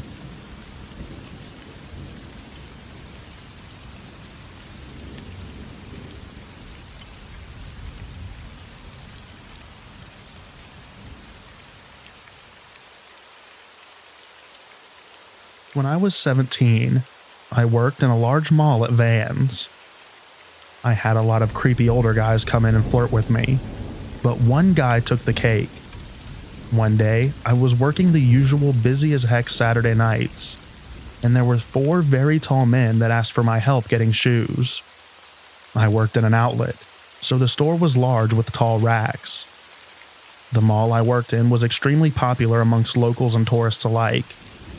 The mall has some history with being a sex trafficking hotspot for context. So anyway, the men said that they were from Nigeria, and they were pretty chill at first, until they began to flirt. One man kept saying that he has a son in Nigeria, and asked if I wanted to wed him. I laughed because I thought he was joking, but suddenly he looked extremely offended. I was awkward and began talking about the shoes. But the man interrupted me with saying how great his son was, and that I would make a great wife. At that point, I grew uncomfortable, because I didn't want to be rude, so I asked for a coworker to come over to take care of them, while I went to the bathroom. Everything was normal for the remainder of my shift. I clocked out, and I was waiting for my dad to come pick me up. I usually walked around the halls of the mall as I waited. The music was soothing, and all was calm. I walked past a restroom hall and saw figures standing in my peripheral. I glanced and saw that it was the 4 men from earlier. I was in full-on panic mode at that point, but I played it off. I smiled at them softly and kept walking so they didn't think that I was being rude. Sure enough, they began following me. I picked up my pace, hoping to find other people walking around, but there was no one. I was speed walking from the guys who were keeping pace with me. My thoughts were to just go to the bathroom so I could lose them. So I entered the next restroom hall. I walked slowly, thinking I had just lost them. But soon after, I heard pounding footsteps in a hurry. I looked back, and they were coming right for me. I didn't think the bathroom was an option anymore, and I started yelling for help. I ran straight for the employee corridors of the mall. but when I got through the doors, a security guard met me on the other side. I bumped into him, and I never felt more relieved in my life. The men took off the other way, and the guard let me stay in his office until my dad came. Thank God for the guard. If he wasn't there, I probably wouldn't be writing this right now.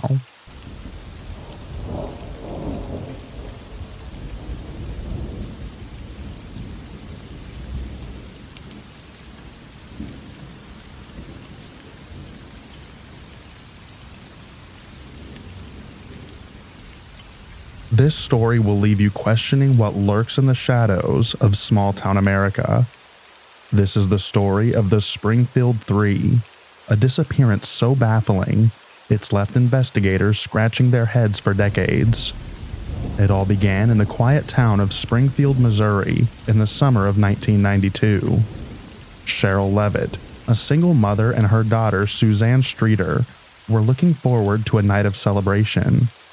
Suzanne had just graduated from high school, and what better way to mark the occasion than with a girls' night in?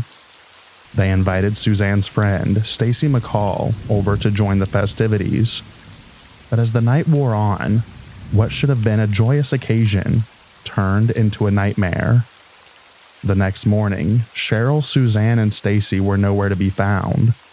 Their cars were parked outside, their purses and belongings left behind.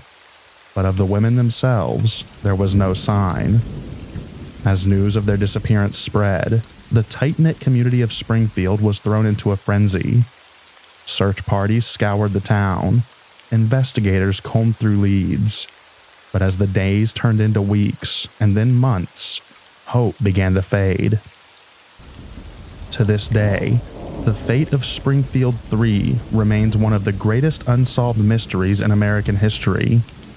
What happened to Cheryl, Suzanne, and Stacy on that fateful night?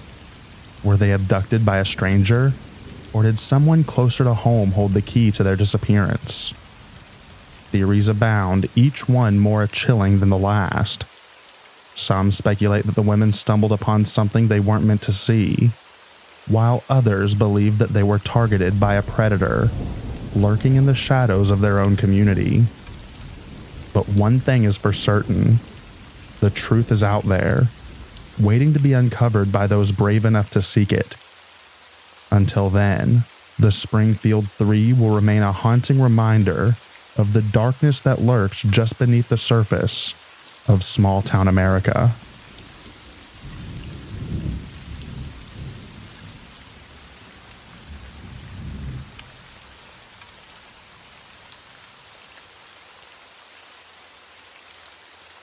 This is the captivating story of Amy Lynn Bradley, a young woman whose disappearance on the high seas continues to baffle and intrigue to this day.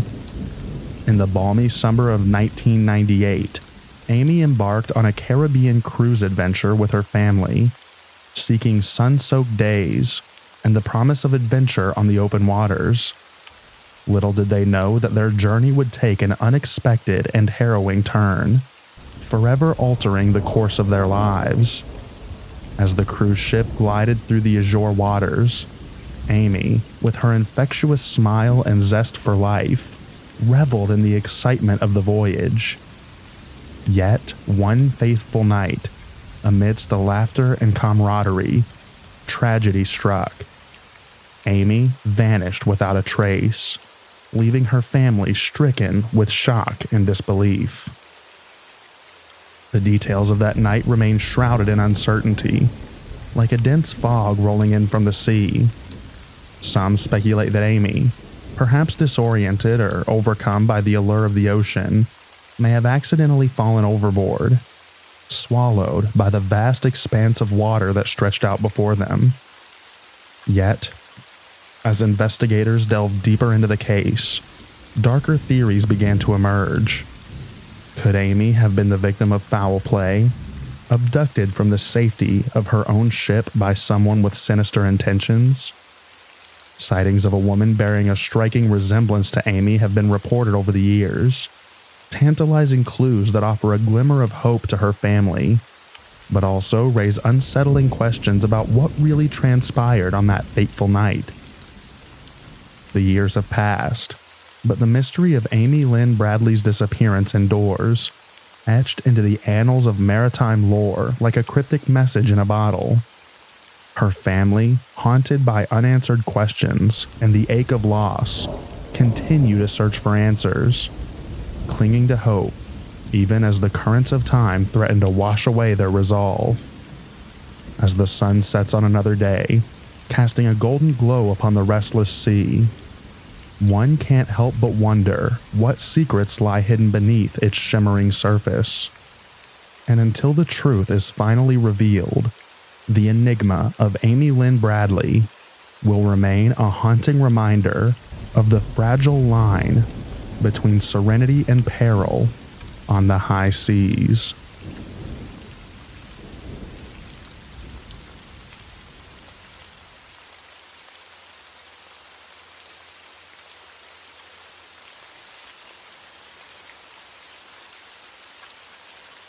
Let's dive into the haunting mystery surrounding Rebecca Corium's disappearance, unraveling the threads of intrigue and uncertainty that have captivated the world.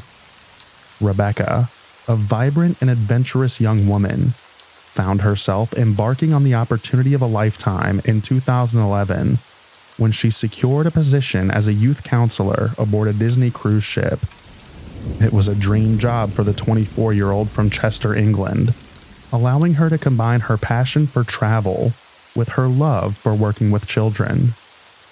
However, what began as a journey filled with excitement and promise soon took a chilling turn. On March 22, 2011, while the ship was sailing off the coast of Mexico, Rebecca vanished without a trace. The circumstances surrounding her disappearance are as baffling as they are distressing. Initial reports suggested that Rebecca was last seen on the ship's deck, talking on the phone, her demeanor appearing troubled. However, conflicting accounts emerged, with some crew members recalling seeing her in good spirits earlier that day. One of the most puzzling aspects of the case is the alleged CCTV footage that purportedly captured Rebecca in a distressed state shortly before she disappeared. However, the footage has not been publicly released, leaving many questions unanswered. As news of Rebecca's disappearance spread, a massive search effort was launched, spanning both the ship and the surrounding waters. Despite the extensive search and rescue operations conducted by maritime authorities, no sign of Rebecca was found. It was as if she had simply vanished into thin air. In the wake of Rebecca's disappearance, theories and speculation ran rampant. Some suggested that she may have fallen overboard, a tragic accident that would account for her sudden disappearance. Others, however, entertained darker possibilities, hinting at the potential involvement of foul play. Rebecca's family, devastated by her disappearance, refused to give up hope. They tirelessly campaigned for answers, calling for a thorough investigation into the circumstances surrounding her vanishing. Private investigators were enlisted to aid in the search for clues, yet the truth remained frustratingly elusive. As the years passed, the case of Rebecca Corium's disappearance continued to captivate the public's attention, featured in documentaries and news reports that sought to shed light on the mystery. Yet, despite the passage of time, no conclusive answers have been found. To this day, the fate of Rebecca Corium remains unknown, her disappearance serving as a haunting reminder of the mysteries that lie hidden beneath the surface of the sea. Until the truth is uncovered, her family and loved ones continue to cling to hope, their hearts filled with the bittersweet memories of a young woman whose light was extinguished far too soon.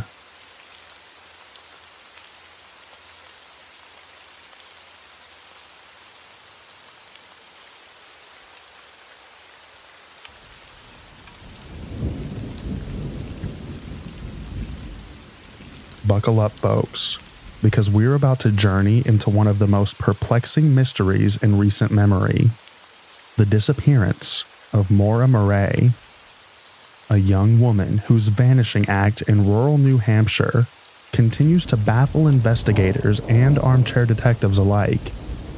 In February of 2004, Maura, a 21-year-old nursing student at the University of Massachusetts Amherst, seemingly vanished into thin air after crashing her car on a desolate stretch of road in Haverhill, New Hampshire. What began as a routine drive quickly spiraled into a baffling enigma that has left countless of questions in its wake. The events leading up to Maura's disappearance are shrouded in mystery and speculation. On the evening of February 9th, Maura borrowed her father's car and set off on a journey north, ostensibly to take a spontaneous trip to the White Mountains. However, her plans took a dark turn when she lost control of her vehicle and crashed into a snowbank along Route 112. Witnesses report seeing Maura at the scene of the accident, seemingly unharmed but visibly shaken. Strangely, when police arrived just minutes later, Maura was nowhere to be found. It was as if she had vanished into the wintry night, leaving behind no trace of her whereabouts. The subsequent search for Maura spanned days, weeks, and eventually years, as investigators combed through the rugged terrain of New Hampshire's wilderness in search of clues. Despite extensive efforts, no sign of Maura was found, leading to a myriad of theories and speculation about her fate. Some believe that Maura, distraught and disoriented after the accident, may have wandered into the woods and succumbed to the elements. Others entertain the possibility of foul play, suggesting that she may have encountered someone with ill intentions in the remote wilderness. Compounding the mystery are several puzzling details surrounding Maura's disappearance. In the days leading up to the incident, she exhibited behavior that some describe as erratic, including sending cryptic emails and withdrawing money from her bank account in what appeared to be preparation for an extended absence. As the years have passed, the case of Maura Murray has garnered widespread attention, inspiring countless armchair detectives to delve into the details in search of answers. Documentaries, podcasts, and online forums have all sought to shine a light on the mystery, but the truth remains elusive. To this day, the fate of Maura Murray remains unknown, her disappearance serving as a haunting reminder of the mysteries that lie hidden in the shadows. As the years stretch on, her family and loved ones continue to hold out hope for answers, clinging to the belief that one day, the truth will finally be revealed.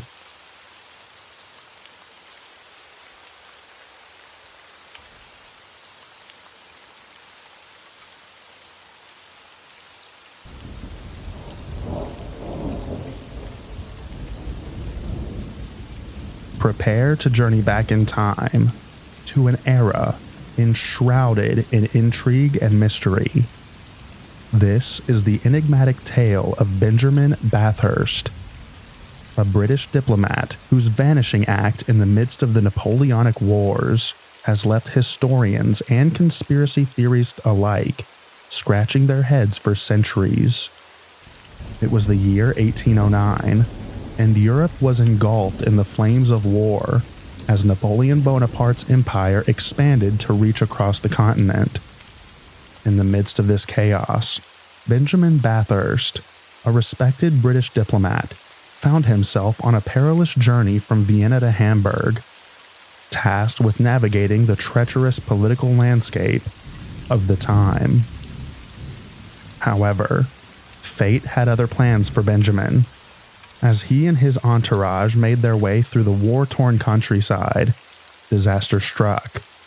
In the small town of Perleberg, Germany, Benjamin disappeared without a trace, leaving behind nothing but speculation and conjecture. The circumstances of Benjamin's disappearance are as mysterious as they are perplexing. Some suggest that he fell victim to habits, or enemy spies, abducted in the dead of night and spirited away to an unknown fate. Others entertained the possibility of more nefarious forces at play, suggesting that Benjamin may have stumbled upon a dark conspiracy that led to his untimely demise. Adding to the intrigue are the accounts of eyewitnesses who claimed to have seen Benjamin in the days and weeks following his disappearance. Some reported sightings of a disheveled and disoriented man wandering the countryside, while others claimed to have heard rumors of a British diplomat being held captive in a nearby castle. Yet, despite the passage of time and the tireless efforts of historians and amateur sleuths alike, the truth behind Benjamin Bathurst's disappearance remains elusive. His fate remains one of the greatest unsolved mysteries of the Napoleonic era, a riddle wrapped in the fog of war and the whispers of history.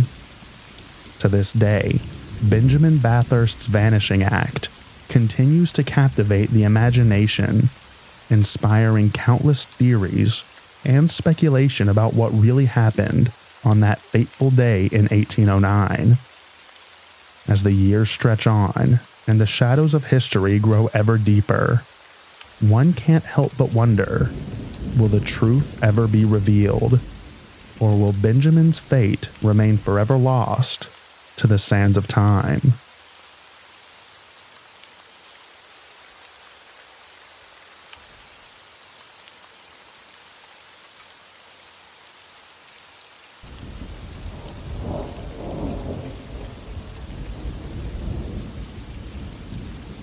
This is the perplexing story of Joan Risch, a young mother whose disappearance from her suburban home in Lincoln, Massachusetts, continues to haunt investigators and armchair detectives alike. It was the year 1961, and Joan Risch was living the quintessential American dream: a devoted wife, a loving mother, and a pillar of her community. But on a seemingly ordinary October day, that dream took a nightmarish turn.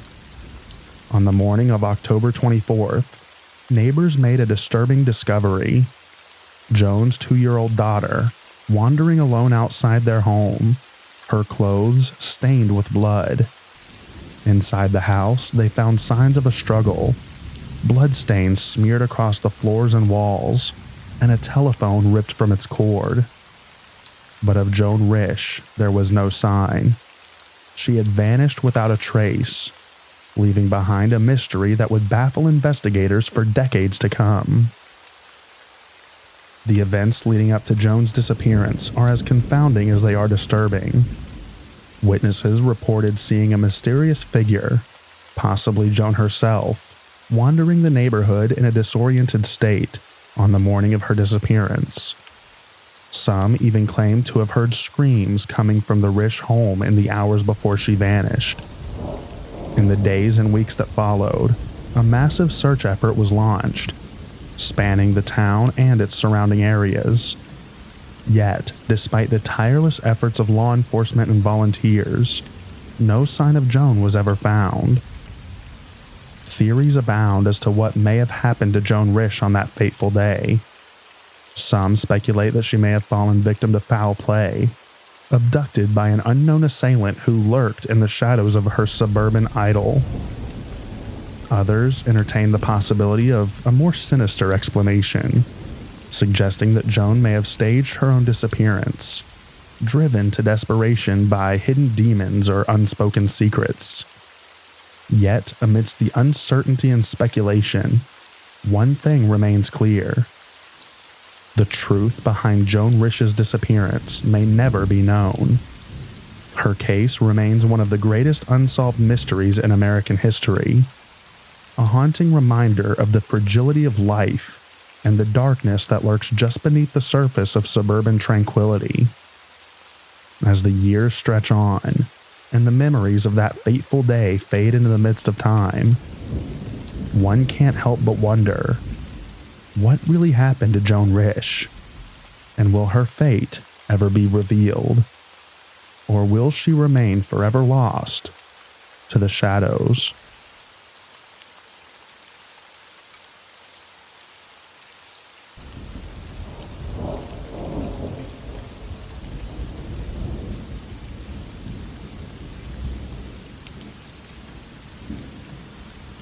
This is the chilling story of the Jameson family, whose mysterious disappearance in the rugged wilderness of Oklahoma has left investigators scratching their heads and sparked countless theories about their fate. Bobby, Sherilyn, and their young daughter Madison seemed like the picture-perfect American family, but in October of 2009, their lives took a dark and unexpected turn when they vanished without a trace while on a trip to the Sandboys Mountains in eastern Oklahoma. What began as a routine outing soon became a nightmare of uncertainty and fear. The family's abandoned truck was discovered on a remote forest road, its doors unlocked and their belongings scattered inside. But of the Jameson family themselves, there was no sign. As news of their disappearance spread, search parties scoured the rugged terrain of the Sandboys Mountains, hoping to find some clue as to their whereabouts. Yet despite their efforts, no sign of the Jamesons was ever found. The circumstances surrounding their disappearance are as perplexing as they are disturbing. Friends and family members reported that the Jamesons had been acting strangely in the days leading up to their disappearance, with Bobby and Sherilyn expressing fears of being watched and leaving behind cryptic messages about evil spirits and demons. Investigators delved into the family's background, uncovering a tangled web of financial troubles, strained relationships, and whispers of paranormal activity. Some speculated that the family may have fallen victim to foul play, while others entertained the possibility of a more supernatural explanation, suggesting that they may have encountered something otherworldly in the remote wilderness. As the years have passed, the case of the Jameson family has only grown more perplexing, with theories and speculation swirling like the leaves in the autumn breeze. Yet despite the efforts of law enforcement and amateur sleuths alike, the truth behind their disappearance remains elusive. To this day, the fate of the Jameson family remains one of the greatest unsolved mysteries in American history, a haunting reminder of the darkness that lurks just beyond the edge of civilization. As the years stretch on and the memories of that fateful day fade into legend, one can't help but wonder, what really happened to the Jameson family? And will their fate ever be revealed? Or will they remain forever lost to the wilderness?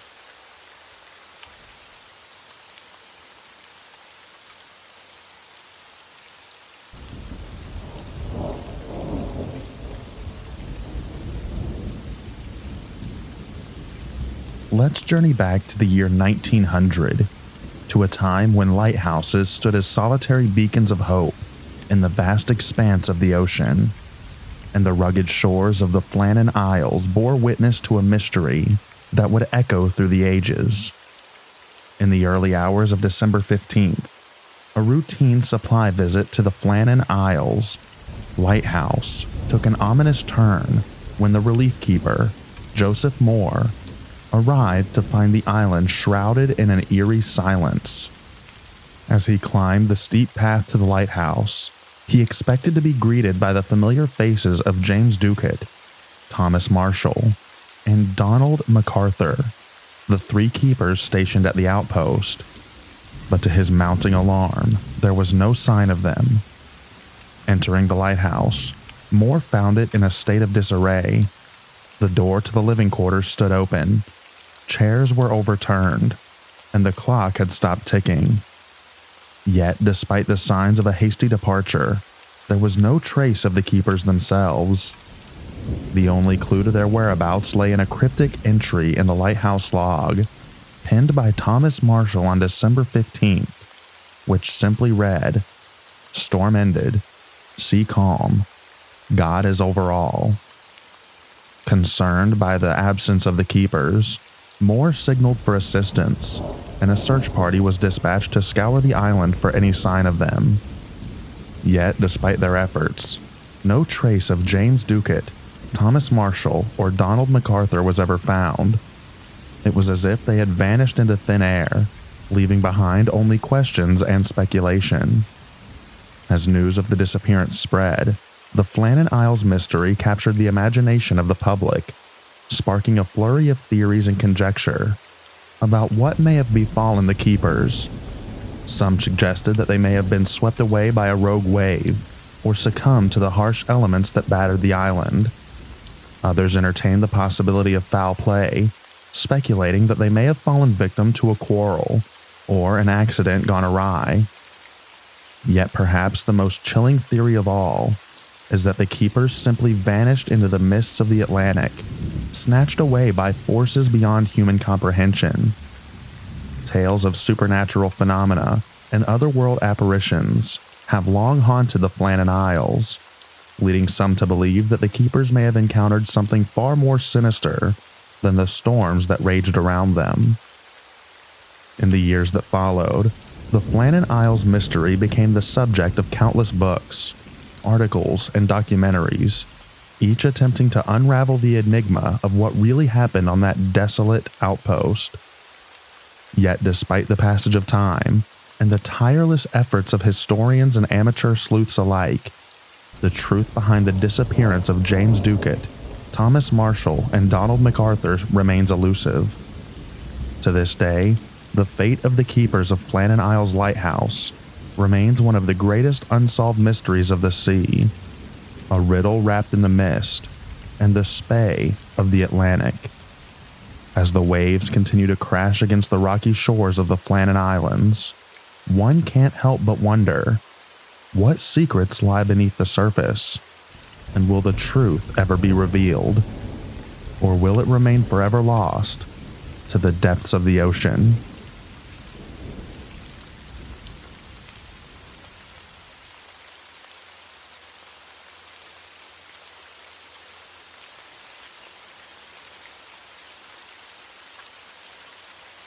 Ray Gricar's disappearance is a perplexing enigma that has puzzled investigators and intrigued the public for years.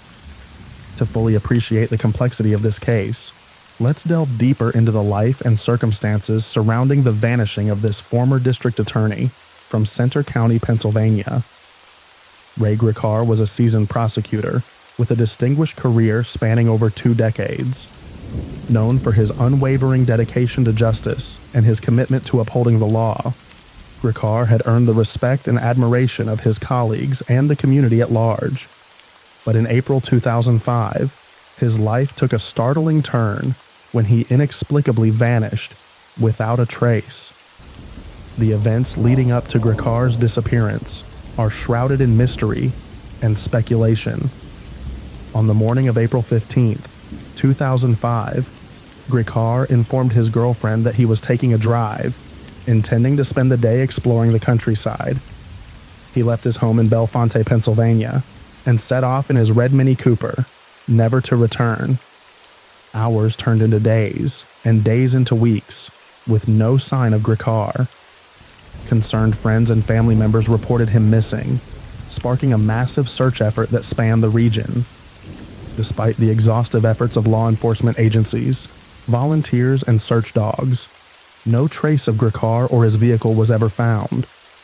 The discovery of Gricar's car added a perplexing layer to the mystery. On April 16, 2005, his red Mini Cooper was located in a parking lot near the Susquehanna River in Lewisburg, Pennsylvania, about 50 miles away from his home. The car was unlocked, and Gricar's cell phone and laptop were missing.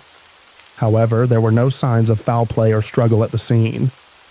As investigators combed through Gricar's personal and professional life for clues, they uncovered a series of puzzling details that only deepened the mystery. Prior to his disappearance, Gricar had exhibited behavior that some described as erratic or unusual. He had reportedly searched the internet for information on how to destroy a hard drive and had expressed concerns about being followed or surveilled.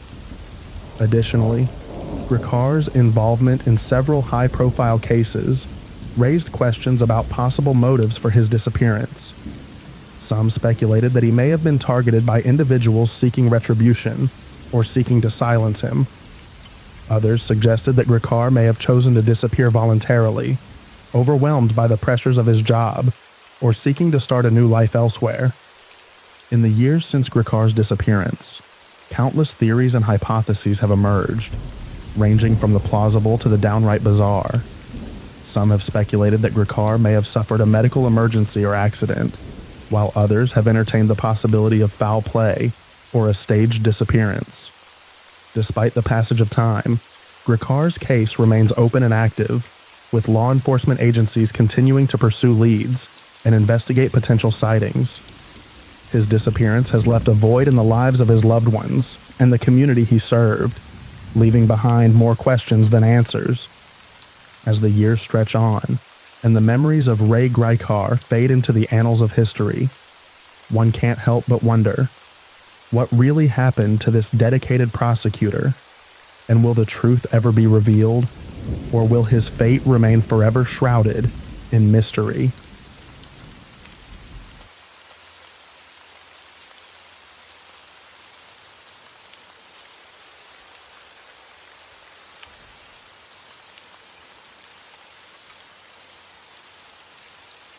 Picture this. It's February 2013, and Elisa Lam, a 21-year-old student from Vancouver, Canada, checks into the Cecil Hotel in downtown Los Angeles. Now let me tell you a little something about the Cecil. It's got a reputation, and not the good kind. This place has seen more than its fair share of dark and twisted happenings over the years, from self-unalivings to murders, and everything in between. But Elisa, unaware of the hotel's sordid past, settles into her room, excited to explore the city.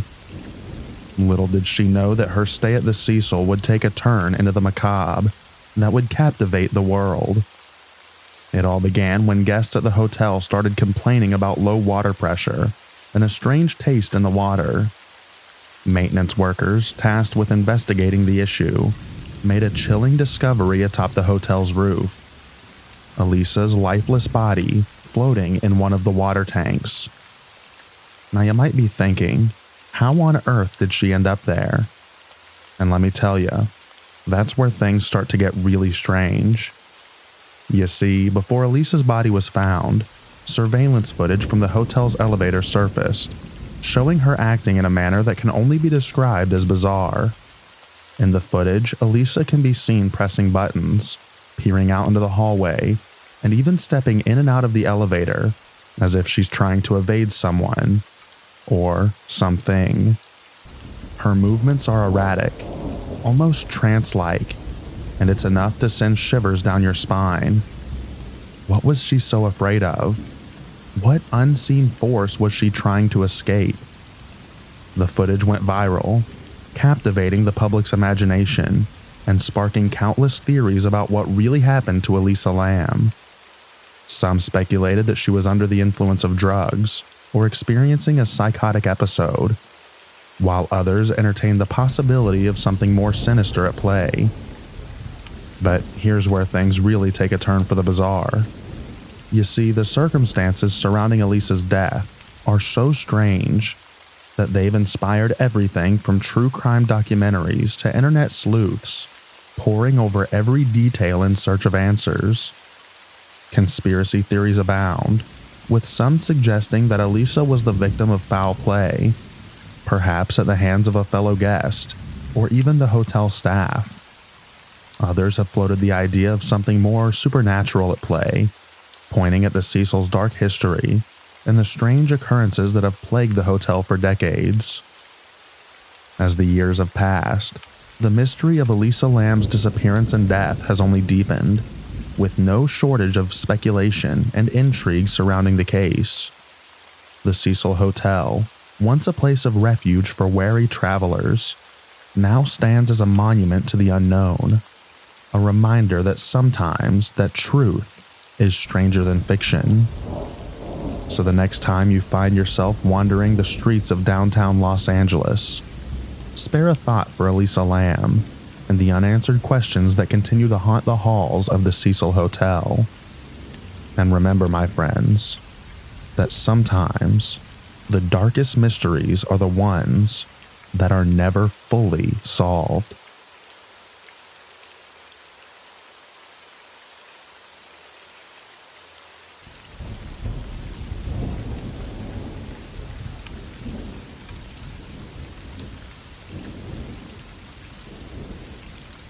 This is the story of Diane Auget, a disappearance marked by eerie clues and unsettling mysteries that have left investigators scratching their heads for decades.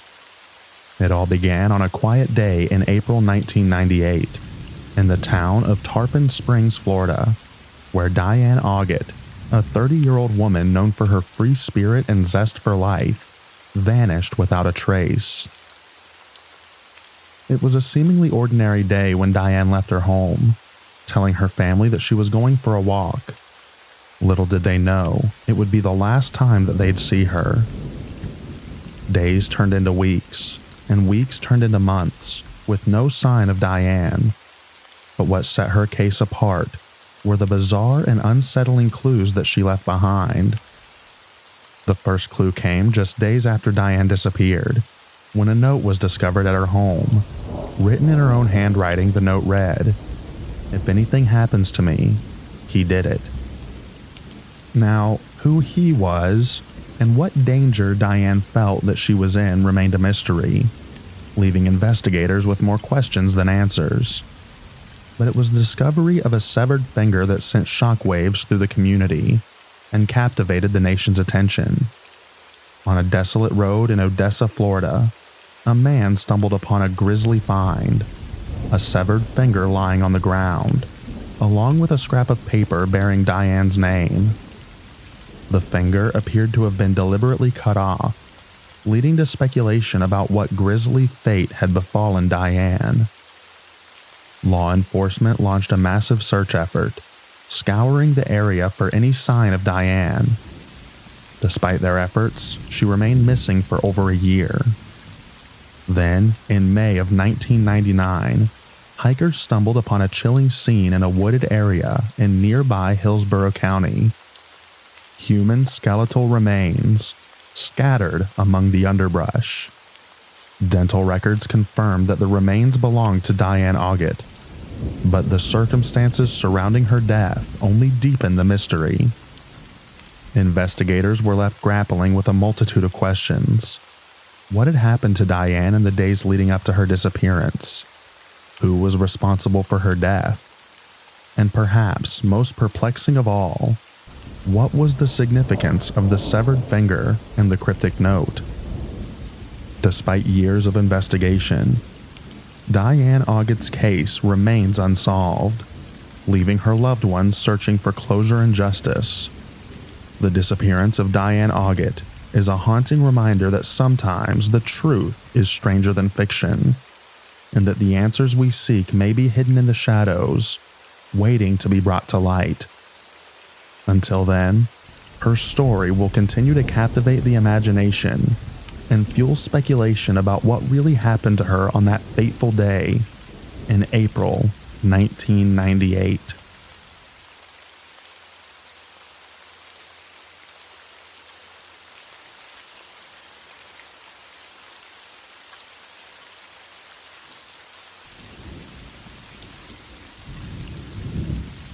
This is the story of Jennifer Keese, a young woman whose vanishing from Orlando, Florida has left investigators and her loved ones grappling with a multitude of unanswered questions and unsettling mysteries.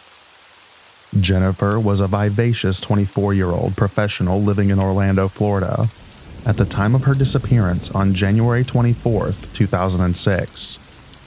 She was a dedicated and ambitious individual, known for her warmth, intelligence, and strong work ethic. Her sudden disappearance sent shockwaves through the community and left her family and friends reeling with disbelief and anguish. The day of Jennifer's disappearance started like any other. She left her apartment in the morning to head to work, ready to tackle the day ahead. But as the hours passed and Jennifer failed to return home, concern grew among her family and colleagues. When she didn't show up for work and couldn't be reached by phone, alarm bells began to ring. The discovery of Jennifer's abandoned car only deepened the mystery surrounding her disappearance. Her black Chevy Malibu was found parked haphazardly in a nearby apartment complex parking lot, approximately 1 mile from her own apartment. Surveillance footage captured an unidentified individual parking the car and walking away. But despite extensive efforts by law enforcement and the community, the person's identity remains unknown to this day. In the wake of Jennifer's disappearance, a massive search effort was launched, with volunteers combing the area and law enforcement agencies conducting interviews and following up on leads. But as days turned into weeks and weeks turned into months, Jennifer remained missing, leaving her loved ones grappling with fear and uncertainty. Despite the passage of time, Jennifer's case has never been forgotten. Her disappearance garnered national attention, with media coverage and appeals for information reaching far and wide. But despite the spotlight on her case, answers have remained elusive, and Jennifer's fate remains unknown. Over the years, numerous theories and hypotheses have emerged, each adding another layer of complexity to the mysteries surrounding Jennifer's disappearance. Some speculate that she may have been the victim of a random abduction or a targeted attack, while others entertain the possibility of foul play or a staged disappearance.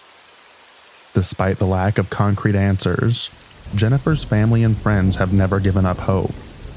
They continue to advocate for her, tirelessly pushing for answers and justice, determined to unravel the truth of what happened to their beloved daughter, sister, and friend.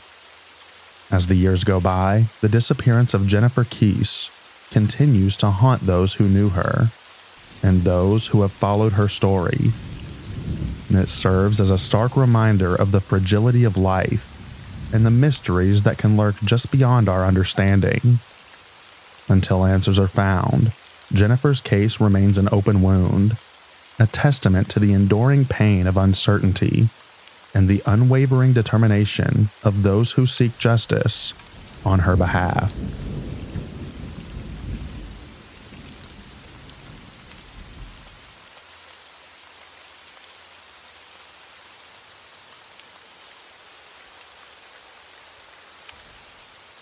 The disappearance of Kyron Horman is a haunting and complex tale that has gripped the hearts and minds of people across the nation for over a decade.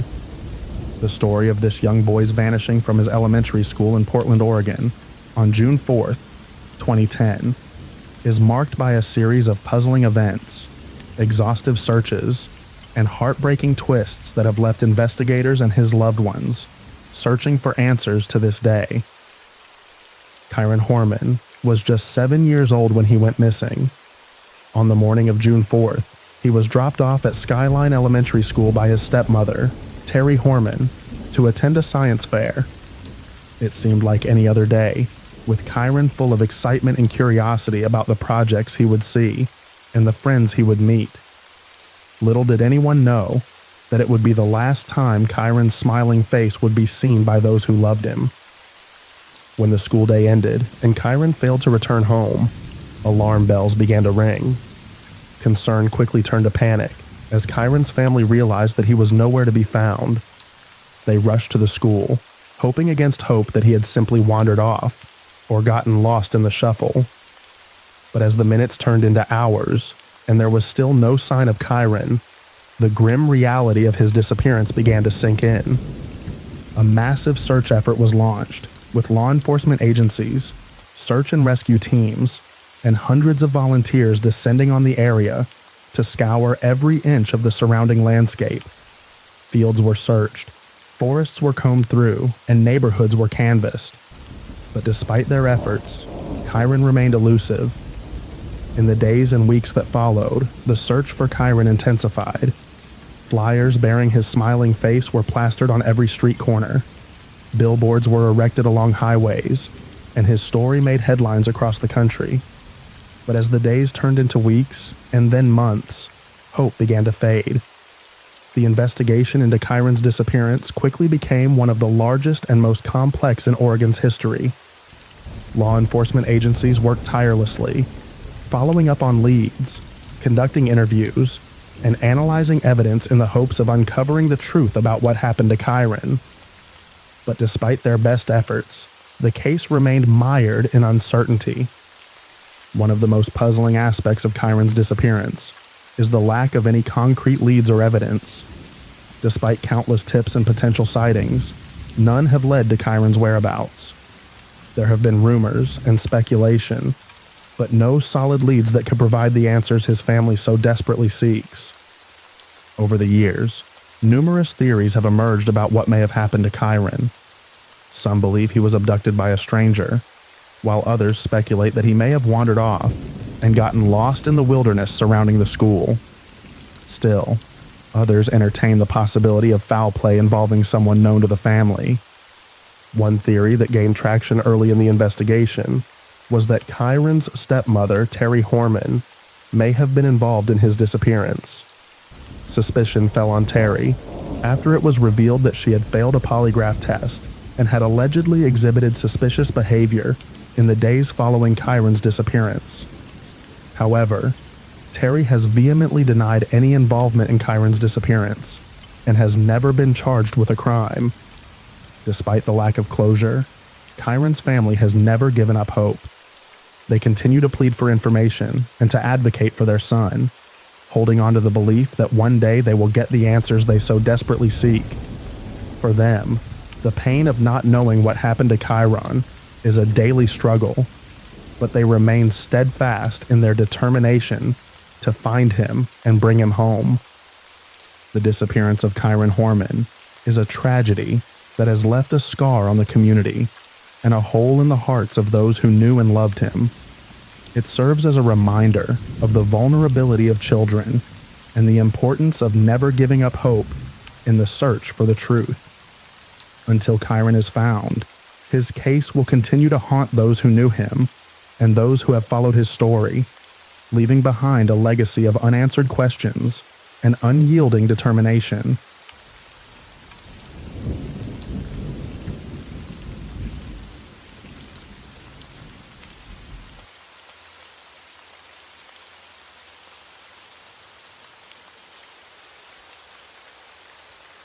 Lars Matank, a 28-year-old man from Germany, embarked on what was supposed to be an ordinary vacation with his friends in Golden Sands, Bulgaria, in June of 2014.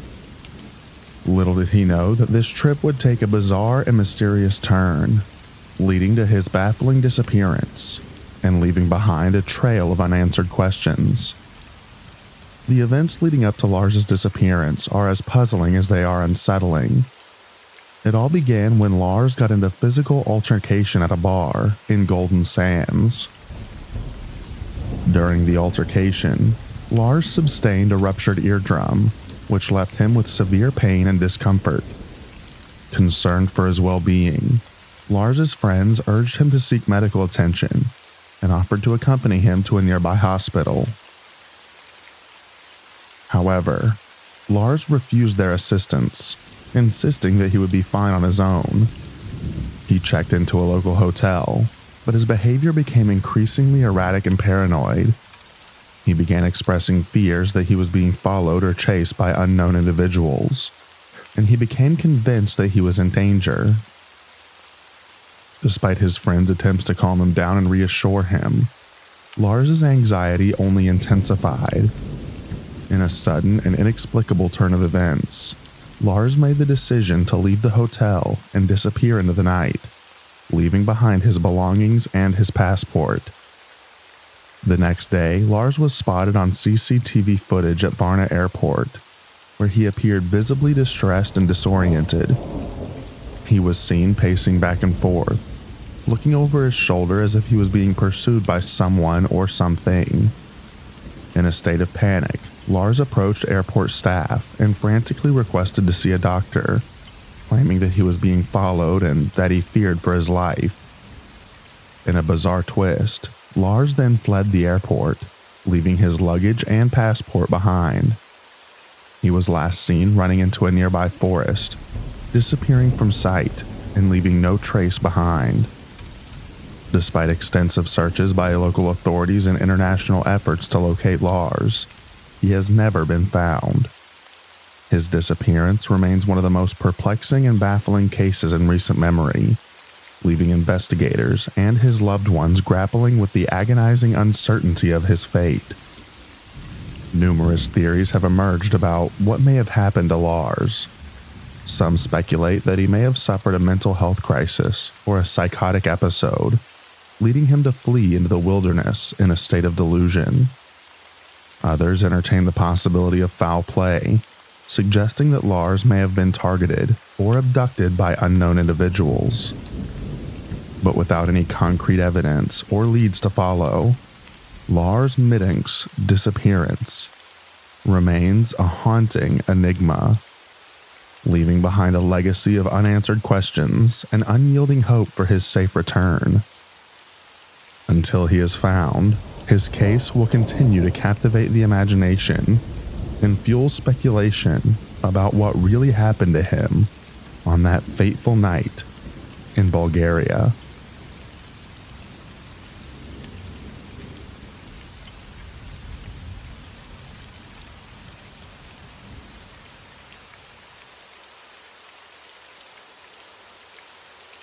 Brian Schaefer was a 27-year-old medical student at Ohio State University when he disappeared on the night of March 31st, 2006. It was supposed to be a night of celebration with friends, as Brian and his girlfriend were planning to leave for a vacation in Miami the following day.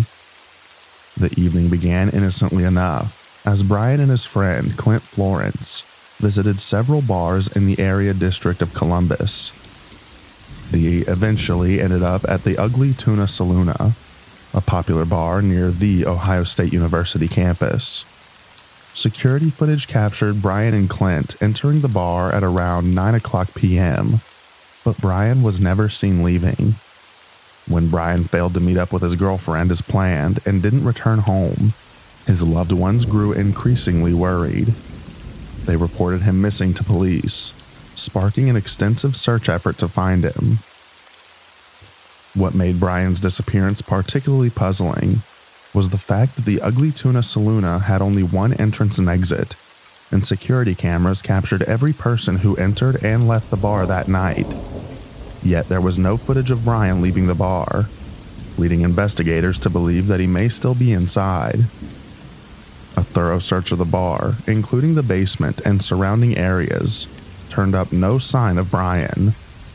Despite interviewing patrons and employees and reviewing hours of surveillance footage, investigators were unable to determine what happened to him. As the days turned into weeks and then months, the search for Brian continued, but no new leads emerged. His family and friends were left grappling with the agonizing uncertainty of his fate, wondering if they would get the answers they so desperately sought. Over the years, numerous theories have emerged about what may have happened to Brian. Some speculate that he may have met with foul play inside the bar, while others entertain the possibility that he staged his own disappearance and assumed a new identity. However, without any concrete evidence to support these theories, Brian's case remains unsolved. Despite the passage of time, Brian Schaefer's disappearance continues to haunt those who knew him and those who have followed his story. It serves as a stark reminder of the mysteries that can lurk just beyond our understanding and the enduring pain of not knowing what happened to a loved one. Until Brian is found, his case will remain an open wound, leaving behind a legacy of unanswered questions and unyielding hope for resolution.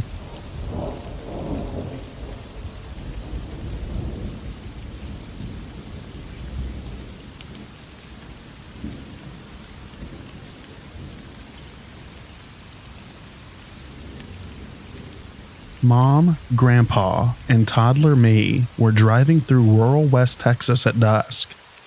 Mom noticed the road looked like it was moving, and something was crunching under the tires. She asked what it was. He told her that she didn't want to know. She insisted. My grandpa turned on the bright lights to reveal that it was a tarantula migration.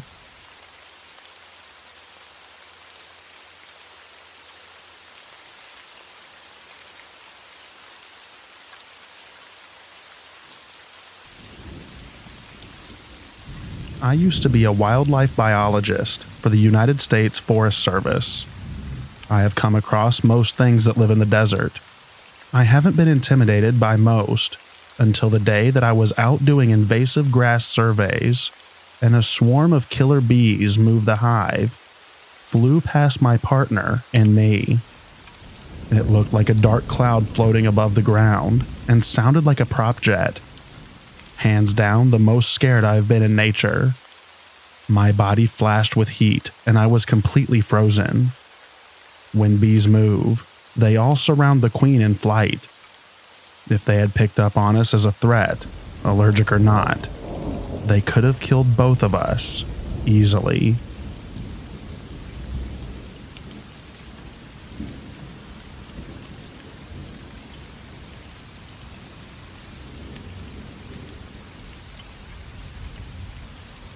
The most scary thing that I've seen out in the sands is probably the Salton Sea. From a distance and overhead, it looks like any other refreshing lake or reservoir, an oasis in the desert sands. But it is landlocked with no outgoing river, so the salts and minerals just keep building up every year. You head toward the beach. There is a beach of sand and ancient crushed-up shells, and the blueness of the water gets darker and darker until you realize that the blueness is just the reflection of the sky, and the water itself is black as tar, and the smell like rotten fish and spoiled eggs. There's dead fish everywhere, and flies. You don't even want to get close to the water nowadays. But if you did swim in it, you would float, because the salt in it is so concentrated.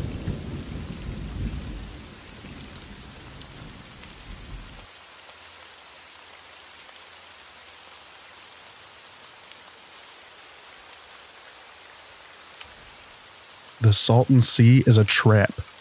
I was looking on an old map and saw a huge body of water in Southern California. Weird that I had been living out there for a few years and had never heard of it, so I drove out there. Apparently, there used to be resorts and such out there at one time. It was eerie seeing all of the abandoned buildings and such, but everything was cool until I went to the edge of the lake. The sand was crunchy.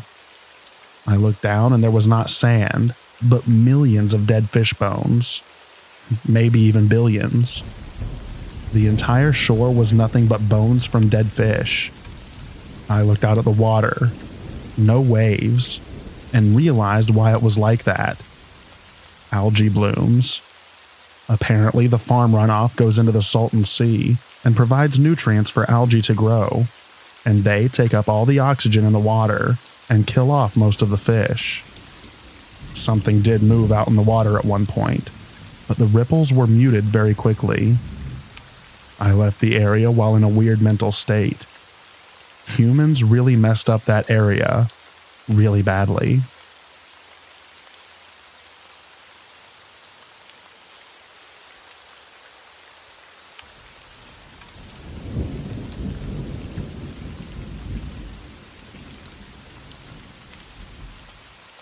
One night, my friends and I got to the desert for a 2-night camping trip. On the way there, we were hit by heavy rainfall. By the time we got into the desert, it was cool and damp. We ended up going for a walk in the dark, and at one point, my friend says I can hear a snake. I say to him it just sounds like the wind.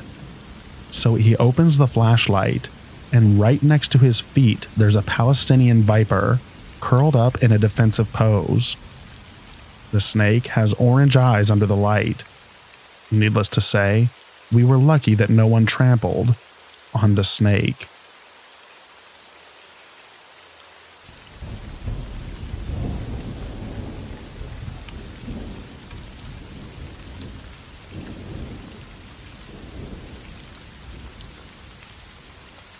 This might not sound so scary until you've seen it in person, but I was out camping in the desert, and some idiot in the campground left a large cooler of beer unlocked. Javelinas got into the cooler and proceeded to get drunk on the beer. Wild pigs are not the nicest creatures, And when they get drunk, they don't get happy drunk. They get angry drunk. They rampage through the campground, tearing apart everything they could find, squealing like tortured banshees. They all collapsed in a heap in the middle of the campground, passed out. It was a very scary 10 minutes.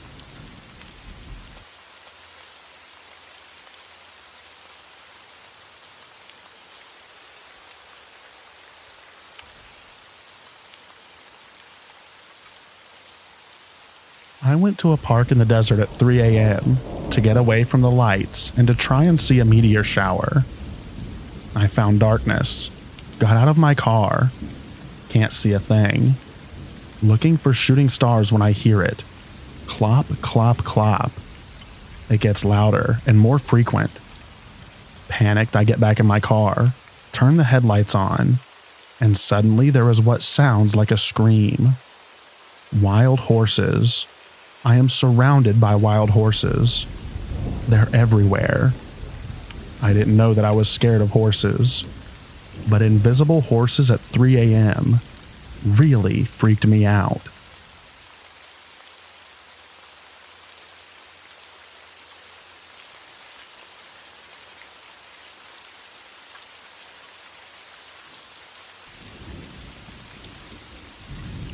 Once, on a remote dirt road in Joshua Tree, I saw a decomposing rattlesnake in the road, so I pulled over to inspect it. It was 3 to 4 feet long and had been dead perhaps a week, so it was pretty much intact to tell its story. The snake had been run over, and I found him with his neck turned sharply, biting his body. I was in Butte Valley a few months after the Death Valley Germans disappeared, and explored some of the places they went. It was a shame because there were 2 well-equipped cabins they passed less than an hour walk where they could thrive for months if necessary. In the other direction, the wash is soft and sandy, and walking it was like walking down an escalator on the few steep parts. It intersects the road eventually, and the lights of the distant town of Shoshone are visible along the canyon as well. Instead, it turned out they made a grueling hike over an extremely difficult mountain range, expecting to run into guards patrolling the remote military base they saw on a map. It's actually a seldom used bombing range, protected by remoteness and inaccessibility. It's really remote out there, and occasionally spooky at night by yourself. Also in that area was the cabin where Charles Manson hid and was finally captured. The bathroom cabinet he was found hidden in was tiny, like the size of a laundry hamper. It made me think of those pictures of a little kid managing to get stuck inside a claw machine. The next time I went through the area, someone had pried this out of the tiny bathroom, leaving nails and holes in the plaster. Sometime after this, the whole cabin was burnt down. Very anticlimactic as Wild West famous places go. I've explored many interesting but quite dangerous mine shafts. An old silver and borax mine in the Calico Mountains had 2 to 3 foot trunks as timbers, holding up the hanging wall where the ore was removed. Over time, the weight caused a few of these to crush and splinter in the middle. There were 3 rickety 20-foot tall ladders to a lower level, which had rails and a low 5-foot roof. One time, I was taking my young teen nephews out to a remote but well-known desert canyon for a weekend of quadding and exploring. A ragged woman was walking down the road, which was almost a mile from the canyon mouth to the paved road. Not in distress, but apparently grown bored with whatever party was happening in the hills, and going to hitch a ride back to Barstow, where the party favors are never running low. There was no room to drive around her, so I slowed down and stopped a distance away.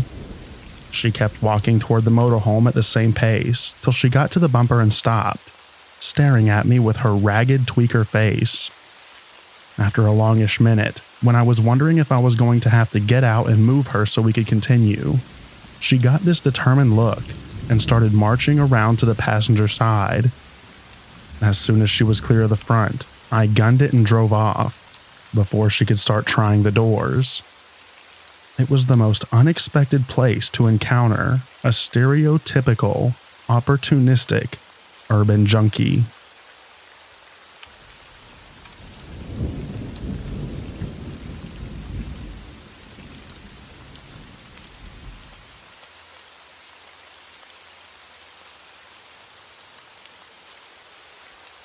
The scariest thing that I've seen out in the sands would honestly probably be what I call to this day the Mirage Man. Note, I wasn't living there, but broke down there. I was somewhere in the California desert when my friend's car died. Neither of us had smartphones, and even then there was no guarantee that we would have a signal. My friend wanted to walk. I said it was a really bad idea.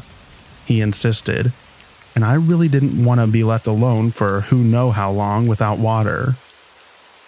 We started to walk, and every so often we would look back in case a car went by.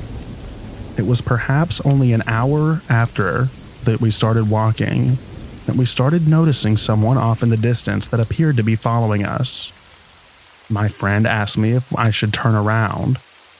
I thought this was too strange. We were in the desert while the sun was up, basically in the middle of nowhere. Why would someone else be walking? My friend wasn't entirely convinced and suggested the person might have struck his car and was also walking into tow. I pointed out that we had been walking for an hour, and this was the first we had seen of him. It was too monumental of a coincidence that someone could hit a parked car on the side of the road and catch up to us this fast. Long story short, we keep walking, but that figure is closing the distance. We were getting genuinely creeped out. We quickened up our pace as much as we dared in the heat, and every glance back the man was getting closer and closer. Not exponentially so, but noticeable. We found a truck stop not far off, and moved just shy of a jog to sit down and get water from the vending machines. My friend kept watching, and pointed out the man was now holding steady and not getting any further away or closer. My friend asked a driver for a ride after calling his motor club to bail him out. Our eyes were on the man, still there. We got the gas and kept our eyes on the man in the distance. The driver didn't see him. The closer we got to the dead car, now the further the man seemed to be. We made it to the car, with our pursuer nowhere to be seen. Never saw it again. My friend thinks that it was death itself, and had we not gotten to the truck stop, then it would have gotten us.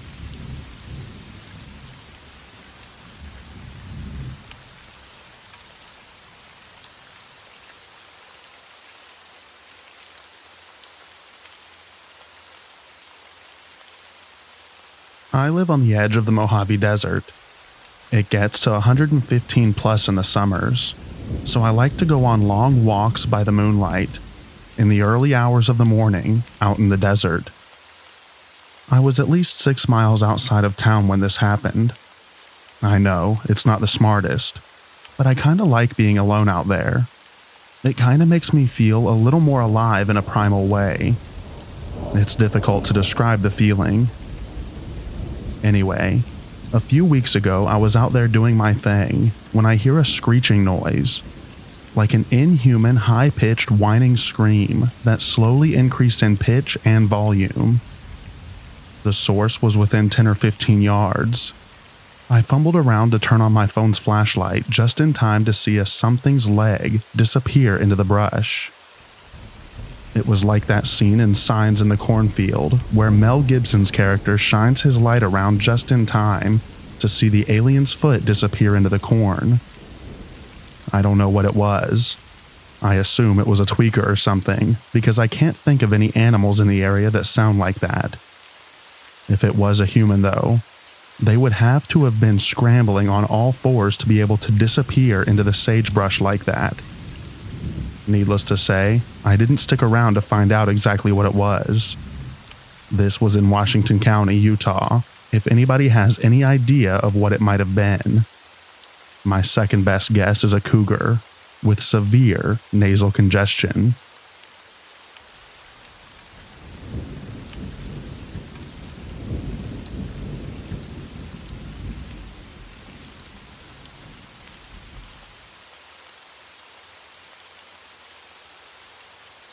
The scariest thing that's ever happened to me was the 7.3 Landers earthquake in 1992. We were only 2 miles from the epicenter. The experience was the scariest part, but seeing how much the road split, so much that we couldn't drive over it and had to turn around. Scariest event of my life. The sound was insane. We were in a 1-room tiny cabin. It wakes us up. My friend's dad is yelling at us to take cover. It's so loud that we can't hear him, and he's only 15 feet away. We couldn't even stand up. The shaking was so violent.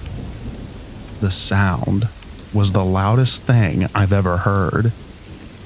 After it stops, the front door is stuck and we can't open it.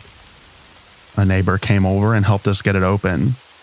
We go outside and the surrounding valley is silent, with an eerie dust cloud hovering around the local vistas and boulder mountains. Basically small mountains that are piles of huge boulders. We pack up and get the heck out of there and head home 3 hours away. We stop off the highway, which is between Palm Springs and the backside of Big Bear Mountain.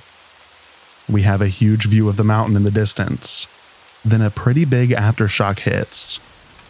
Within seconds, the entire mountain becomes engulfed in a huge dust cloud from all the shaking.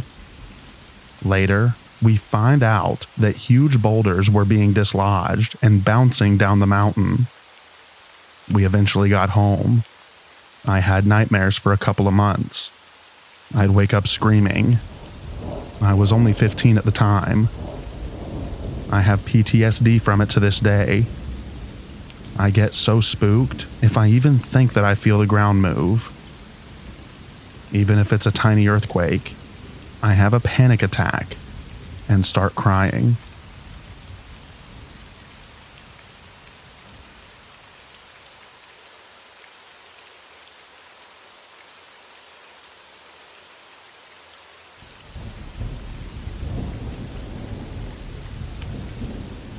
I was in the desert in southern Colorado, staying at the Great Sands Dunes National Park. There's a full view of the dunes from the campsites. It was really spectacular. I left my tent to go to the bathroom at maybe 10 p.m. It was summer, so hadn't been dark for very long. When I looked out towards the dunes, I saw what I can only describe as what looked like the circle of light that an old non-LED flashlight makes if you were to hold it up to a wall. Except it was huge and purple and more dim, as if the source of the light was very far away.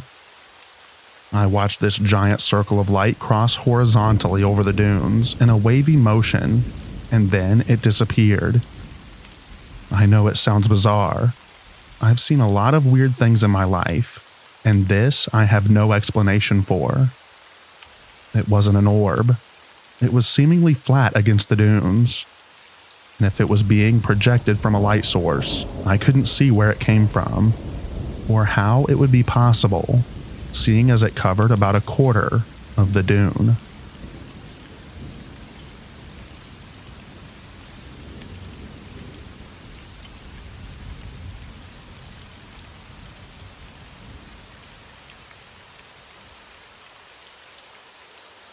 So I've spent a lot of time in the desert, in addition to many other answers here relating to the flora and fauna and crazy people.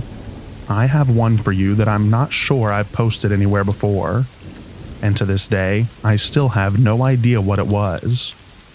You see a lot of crazy stuff in the desert, but for me, this one took the cake. Story time. We used to go out camping on the weekends and sit around the campfire at night while rock climbing and hiking during the day. One particular night, some friends and I were hanging out on top of one of the nearby rocks before turning in for bed a bit a ways away from the campfire and tents. Just stargazing and chatting about whatever. All of a sudden, every single star in the sky rapidly moved and created a perfect circle, a ring of stars within a second. It stayed there for maybe 1 to 2 seconds, collapsed in on itself, then popped back to their own position in the sky. The few of us that were stargazing all collectively went, "Whoa," and confirmed with each other that we just saw what we just saw. We never saw anything like that again. Never heard or read of any similar accounts. It was weird stuff. I feel like it is important to mention that none of us were under the influence of any drugs or alcohol, or whatever, since people I've told were like, "Oh my God, how high were you? You crazy desert people in your peyote." Like, nah dude, not my thing. Anyone who's spent long enough in the desert will tell you that there's lots of stuff you can see that's crazy to explain. Ball lightning, crazily behaving shooting stars, those scary moments when all of the coyotes just stop howling and everything gets dead quiet. It's eerie when that happens. The desert can be a loud place at night. Usually that means something bad is nearby, like a mountain lion or something. Over the years, I've seen lots and lots of strange things.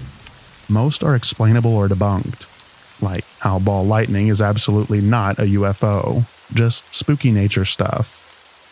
But that star circle thing was the only one that I can't really figure out. Bonus, if you ever get lucky, what's known as heat lightning in the desert is really cool to watch. Perfectly natural, but man, is it neat.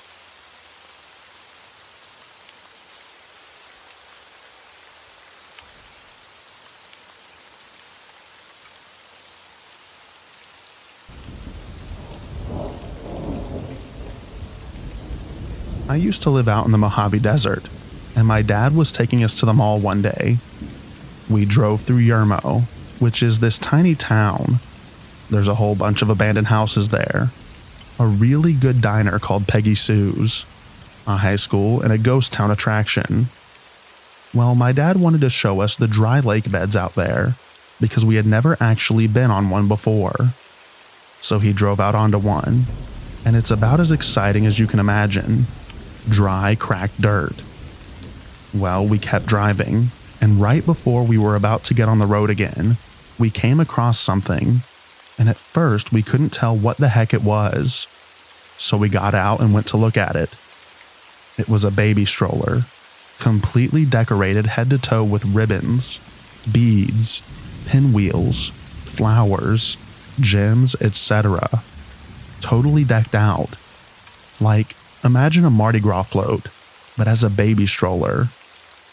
Not sure if it was the stroller of a baby that had passed away that was decorated in memoriam, or if it was an art piece, or maybe a homeless person's way of carrying around their belongings that they decorated.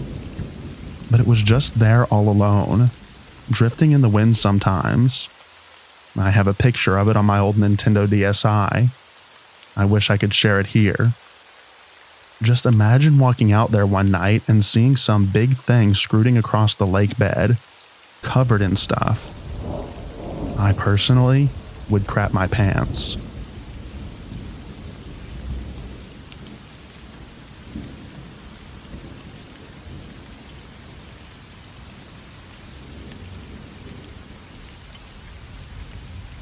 The weirdest thing I've ever seen was when family friends from the Midwest visited us and wanted to see a real ghost town. None of that commercialized stuff. So after some research on my mom's end, we end up taking them to this ghost town that took a 4-hour drive in a tiny rental car up the side of a mountain with a sheer drop to get to. After an eternity, we get to this ghost town. It's on the top of this mountain, and it was tiny. It lived up to its name and looked real run down. It's so small that we basically can see the whole thing from the car. So we loop around and stop in front of this run-down house to decide if we will get out or just leave. Before we can really discuss it, this man in pants that were rolled down at the waist and rolled up in the pant legs so much that it looked like a diaper runs out of the house flailing his arms and yelling. He asks us what we're doing here, and we said we were looking for the ghost town. He perks up and says that it's $5 for admission, and then turns to me and my friend, who were both 12 at the time, and says, "Kids get in for free," with a menacing expression. He says us gals can go for a swim in his cement pond, and starts rambling about how great the pool is, especially on a hot day. We seemed to be all in agreement that we would not like the tour or to swim in the pool, so we leave. We drive forward to see that the pool was actually a really small pond that was concretely green on the top.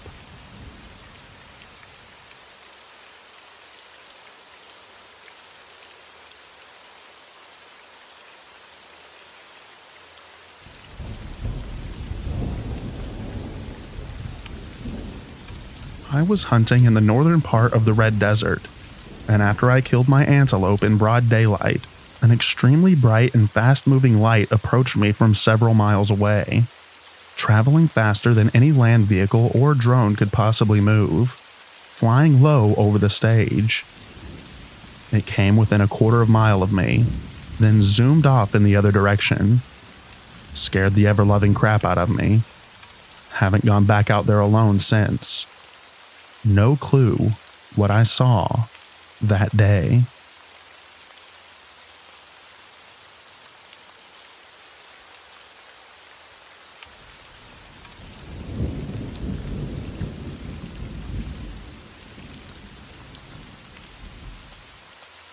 This happened in the Sonoran Desert while I was 16 or younger. I was walking around right after sunset in my neighborhood and heard a loud squeal. In the small light, I saw a javelina staring right at me when I turned around. I was once out in a neighbor's Jeep off-roading as a kid and saw a jaguar or bobcat trying to chase us down as we were on a stretch of flat ground up against some hills. There's a part of the Salt River that we called Chalk City that's in an eastern suburb of Phoenix. I grew up in the neighborhood connected to a farm that owned the land next to it, so would often spend time in the river during dry seasons. One time, while exploring on the opposite side, where most people are, a group of people decided to start shooting at the side of the riverbed. I heard the bullets zoom right past above my head.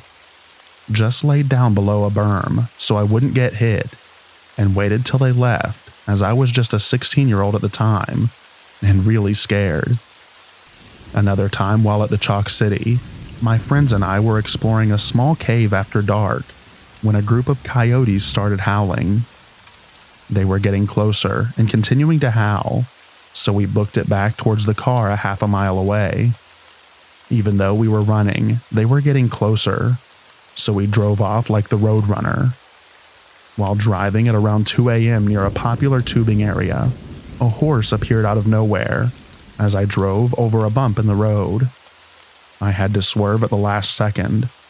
The horse couldn't have been in a less visible spot. And not technically a desert story, but as a kid there was a cornfield behind our house, and one of my friend's backyard was connected to it, so we spent a lot of time in it. There were also cattle on the other side of the neighborhood that had a citrus patch connecting. While in the middle of the field at midnight, we heard what sounded like an angry bull and saw the corn moving right by us. The second it started approaching us, we ran back to his backyard wall and jumped back over, nearly crapping ourselves. And to finish it off, there was a reservation across the street from my childhood neighborhood. The Salt River went through it, so we would often walk onto it. Saw a bunch of cops and a helicopter nearby, so we investigated, only to find out that 2 bodies were laying at the bottom of the dry river on the reservation.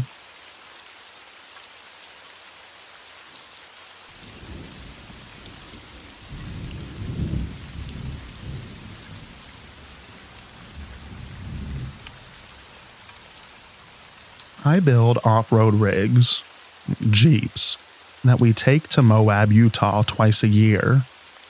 Long story short, a buddy and I went wheeling one night towards this trail called High Dive. Mind you, he's on crutches with a broken foot. It's 3 a.m. We are by ourselves, and I flip the Jeep. We smash our radio antenna, and unfortunately the hood caved in due to the wreck and cracked our battery. No cell phone service. Jeep is dead in the water. I decide to start walking back to the nearest road by myself. Pitch black, and my phone is on 6%. Within a mile of the walk, I hear something. Something is running around me. I see light bars off in the distance, so I start jogging towards it. Every 30 seconds to a minute, I hear it again. I cannot tell for the life of me what it was. I finally make it to the road and start hauling butt at this point. A Suburban pulls up with some locals in it. I tell them the situation, and I hop in and start going towards my Jeep. Once in the Jeep, I explain to them what I've been hearing. Their faces light up. We turn onto the dirt road that leads to the trailhead. And lo and behold, what's 50 to 60 feet in front of the car? A huge mountain lion. This thing has been sizing me up the whole 3-mile walk. And I'm getting goosebumps just typing this.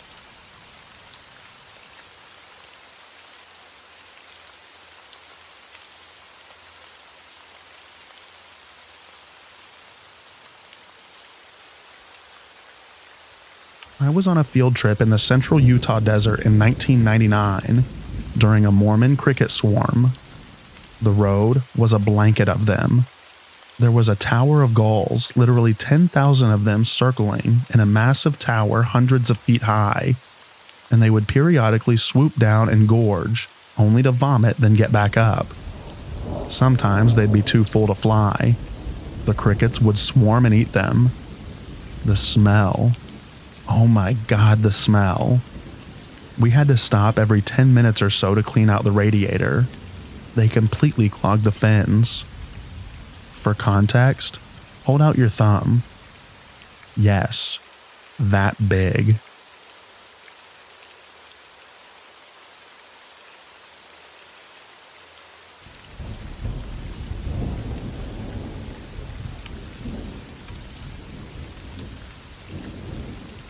I live in Phoenix, Arizona. I'm walking down a small mountain one night. They're scattered around town. I step on something in the dark that feels like a person's arm. Then I hear the rattle. Oh God, I'm about to be bitten by a rattlesnake. I can't run. The terrain is walkable with care, but a guaranteed fall otherwise. So I keep walking, waiting for the bite. But I never ended up getting bitten, after all.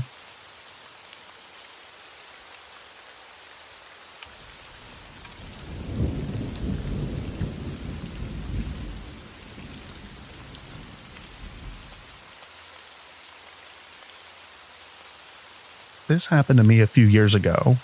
I live in Arizona, by the way, in the mighty Mojave. I was on my patio, having just finished dragging 2 full trash cans of weeds and dead branches from my backyard. My dog, my little buddy, was, as usual for him, following me around like my shadow.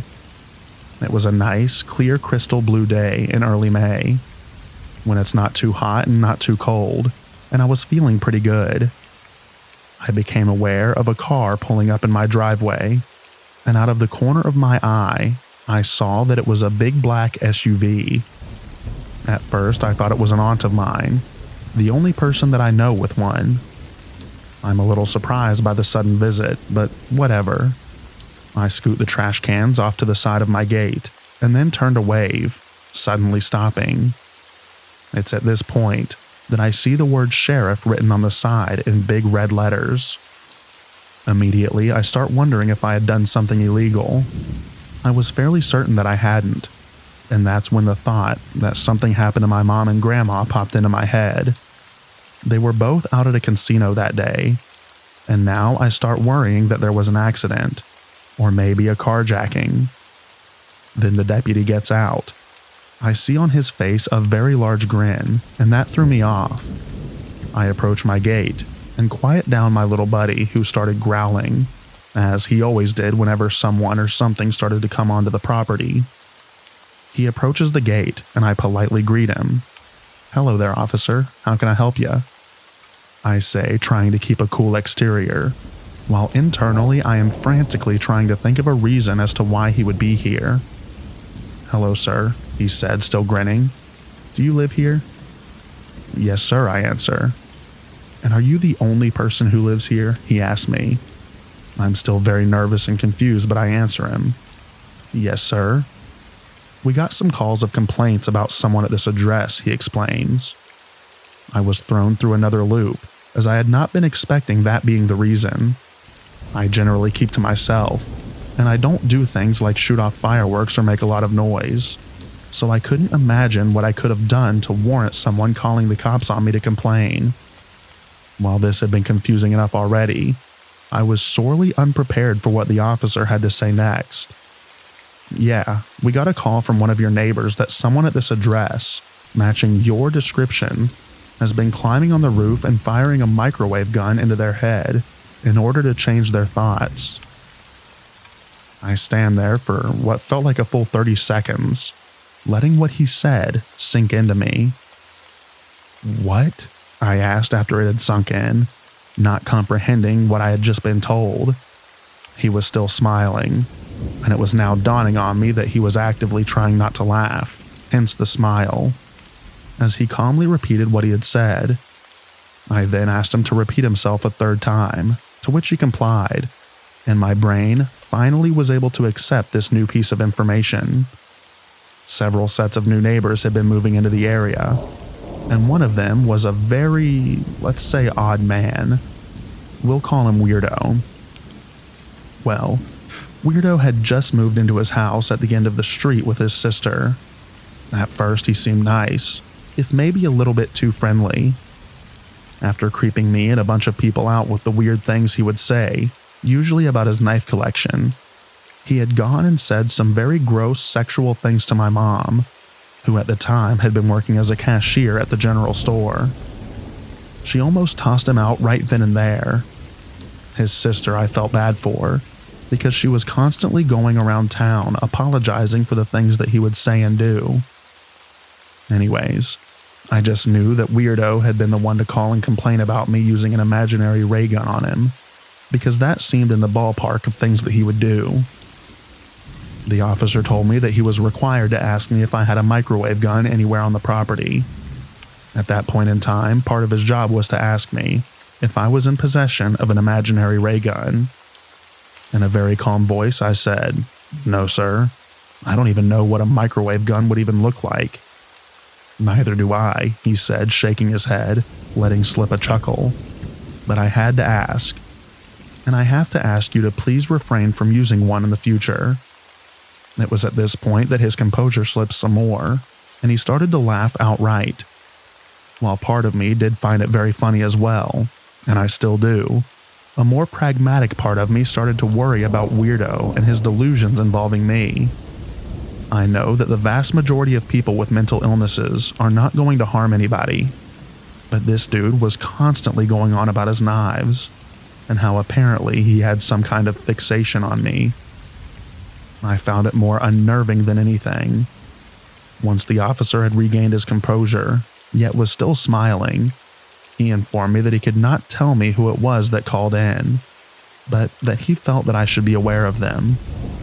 I told him that I had a pretty good idea of who it was, and pointed down the street toward Weirdo's house. He stopped me, and said that he was going somewhere else on the street, and that I really should pay attention as to where he goes next. I nodded, and after he got back in his vehicle and backed out, I watched and waited for him to go to Weirdo's house. He doesn't. He pulls into the driveway of the house right across the street from mine. I am absolutely dumbfounded, as the man who had moved in I had never spoken 2 words to, or even met before.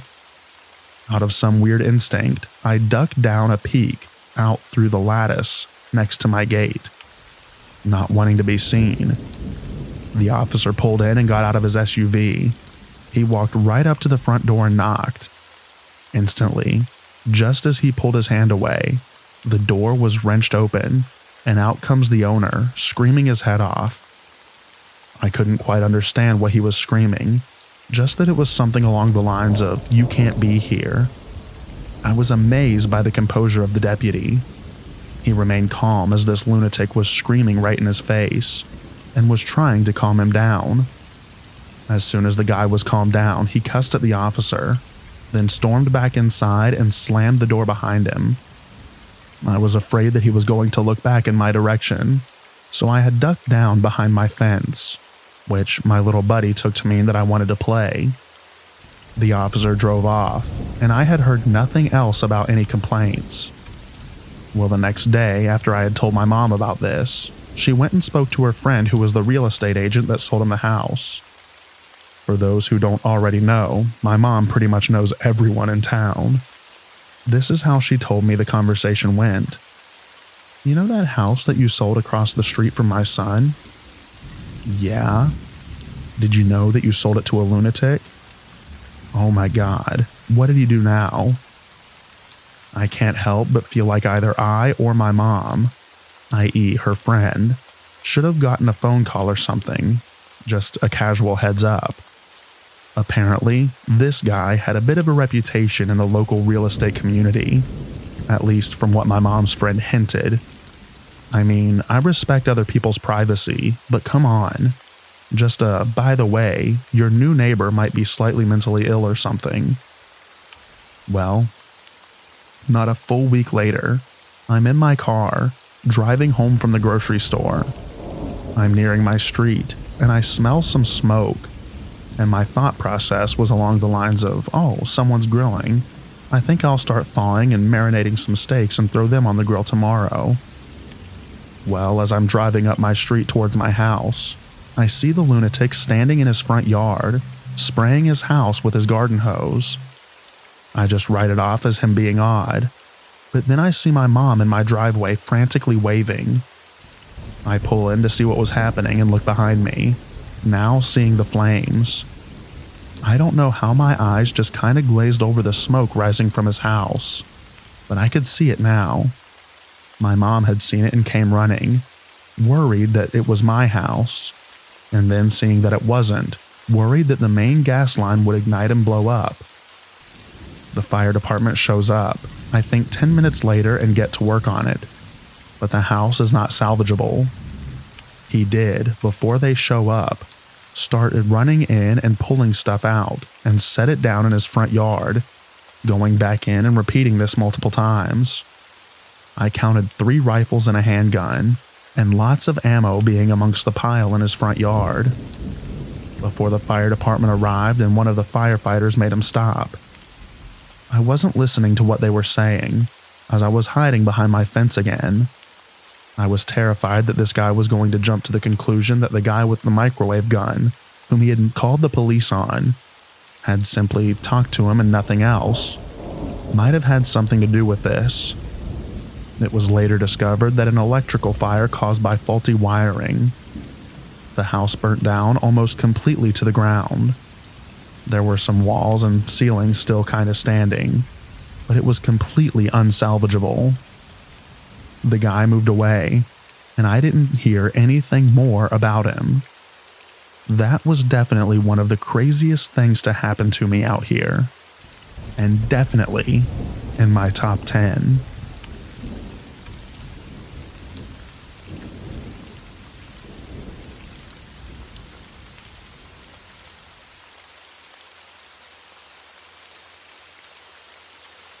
When I was a young child, we lived in a very sparsely populated part of the Mojave Desert called Lake LA. When I was around the age of 3, my mother would often be awoken at night to hear me crying. First, let me explain the layout of my room, because this is relevant later. My room was in the front of the house, with a big window facing the front yard. Opposite the window was a closet with mirrored sliding doors. My bed was directly under the big window facing the front yard. Anyway, when my mom would come into my room to see why I was crying, I would tell her that there was an Indian in my closet. She thought that it was just me having nightmares, and she would comfort me until I fell back asleep. One night, the same thing happens. She hears me crying in the room. This has happened multiple times, with me claiming to see the Indian. One night when she enters my room, she sees a native man looking through my window. I was seeing his reflection in the closet door opposite the window. He ran off and the encounter stopped. My mom reminded me of this years later when I was a teenager. I recounted the story to a friend who grew up in the same area of the desert, and she said that both her and a friend had the same experience of a native man looking in their window.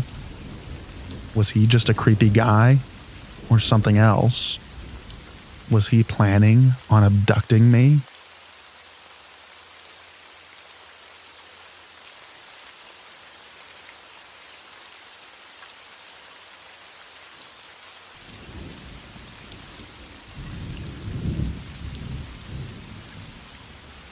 I live in a small town in Arizona. It's in the Mojave Desert, and it is beautiful. Sparse, wide open spaces, but just gorgeous. At least to me. When I was 15, I was walking my dog in the summer at 9 in the morning. I was followed by a big white truck. It looked a little beat up. But at first, I just figured that it was someone new to town and lost. I stopped and waited for them to pull up to next to me, presumably to roll down the window and ask me for directions or something. But no, they just stopped and stayed there. I was creeped out, but I was on my street, so I figured I could just go home and call the cops if something happens. I keep walking. My dog is just happily jogging about, marking his territory with glee. As I turn us into our driveway, the car speeds up and pulls right up next to me. The window rolls down, and a man with a brown beard and sunglasses on leans over the passenger seat to shout at me.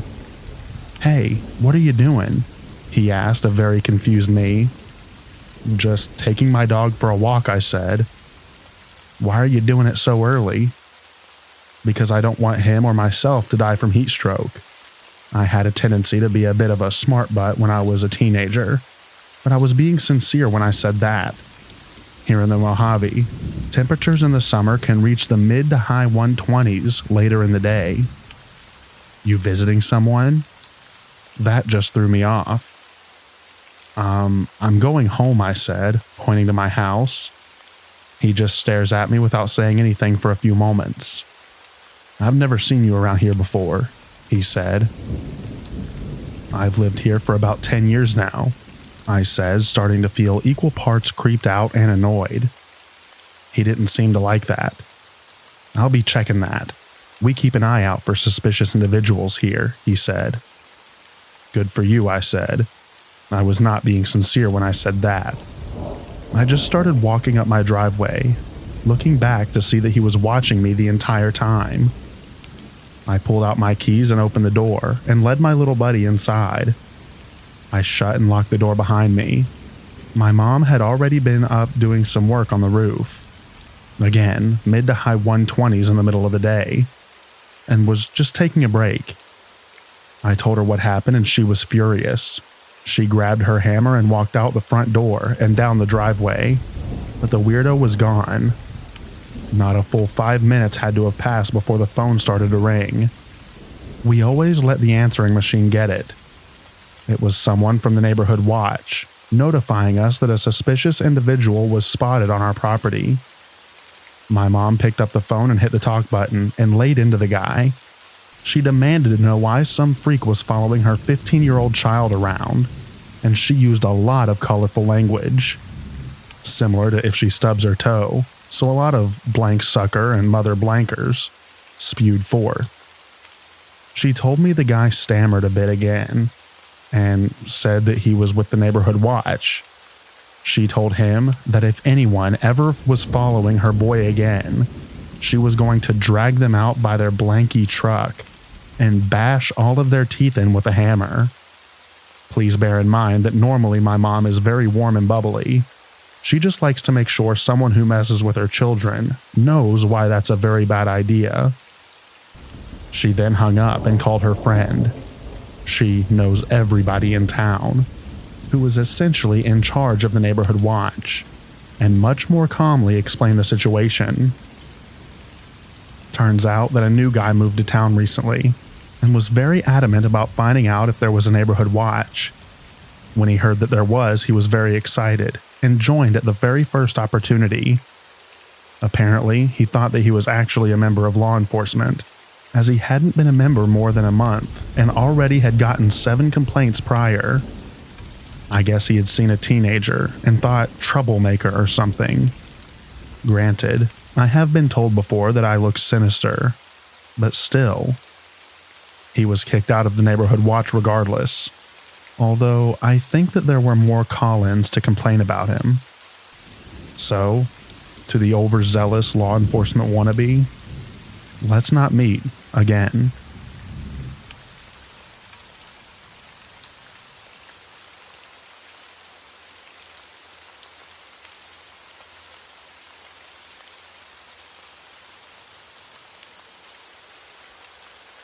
This story happened over 20 years back when I was 16.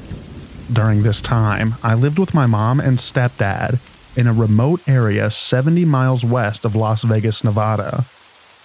I had gone out to visit with my friends, being allowed to drive by myself for the first time ever. I had a lovely time watching a movie and getting food together, until it was time for me to head home. The curfew I was given was 10 p.m., with the caveat that if I was running late for any reason to find a payphone and call. The night wrapped around me and my old 71 Chevy pickup, as there were no streetlights or houses for most of my way home.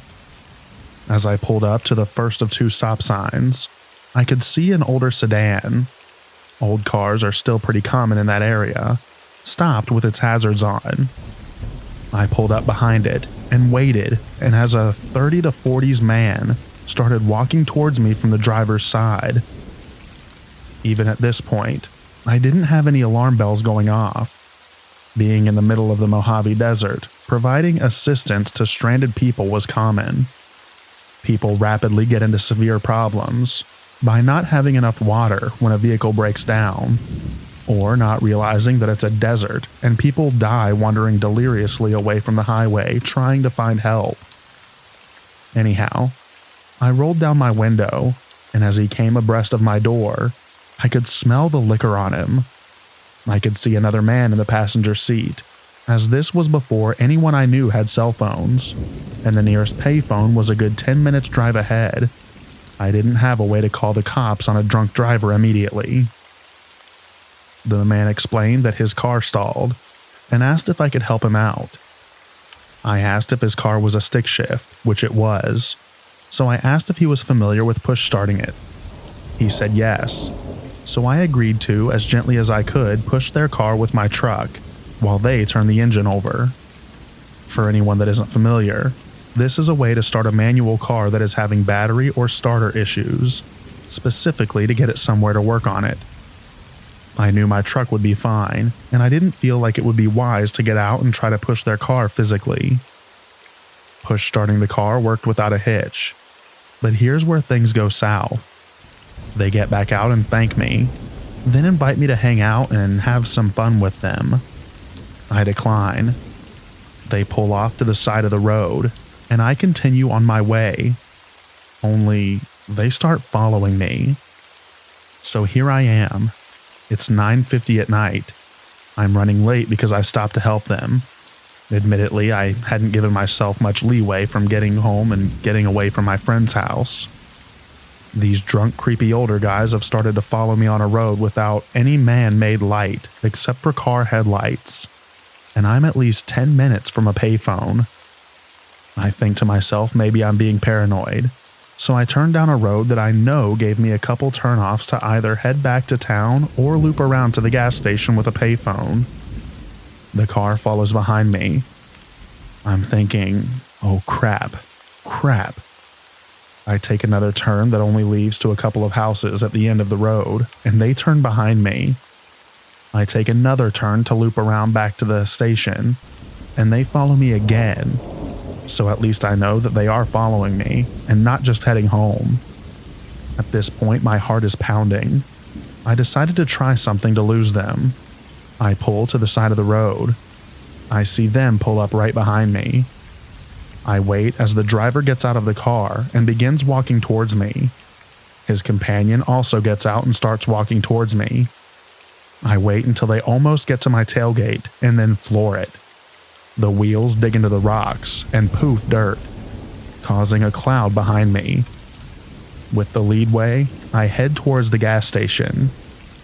The gas station is deserted, but the payphone is showered in light from the gas pumps. I call home and explain what happened and why I was running late. My stepdad asked if the gas station worker could be seen, and I let him know that I couldn't see him behind the counter. He was probably in the back. I wasn't in trouble, but I was asked to hurry home. So, to the two drunk idiots that wanted to mess around with me, a 16-year-old on my first night driving by myself, let's not meet again.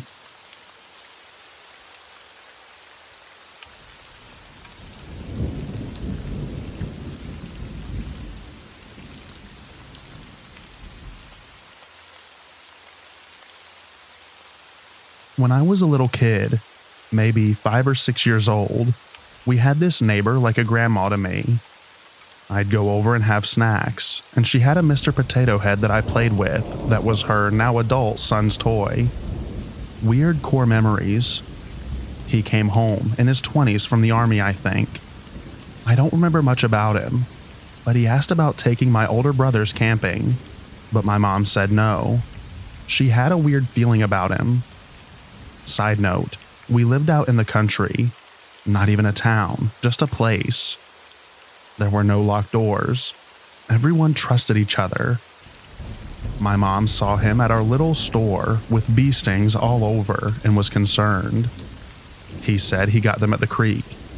She thought that was weird because that's just not a thing where we went all the time. But okay.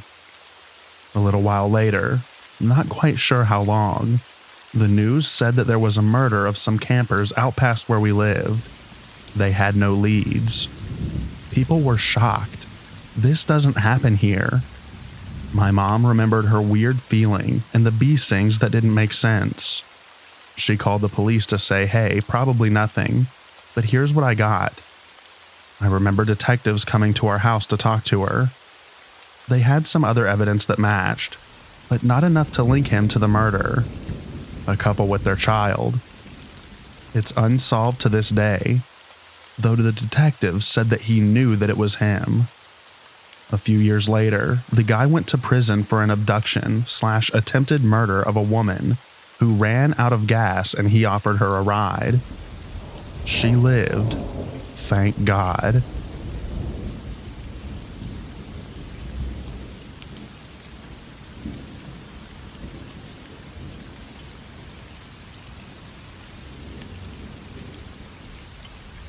My college girlfriend called me one night.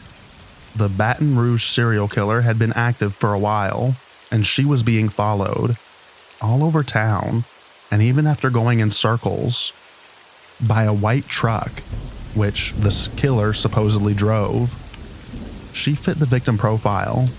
She was brunette, living in, house sitting for her aunt, a wealthy neighborhood. My roommate and I drove over, and we filed in line behind her in the truck. She lived essentially on the LSU grounds, so I assumed it was a stupid student prank or something. She parks at her aunt's house. Truck stops one house short of her aunt's, and we pull in behind her. I explain that I'm going to go defuse the situation. Walk over to the truck. The FBI says the killer is a white guy. This man is African American. Explain that no one is upset, but he's freaking out my girlfriend. He needs to leave. He looks side-eyed at me and drives off. I see the guy again a few months later, on the cover of the Baton Rouge paper. He's been arrested. He was the killer.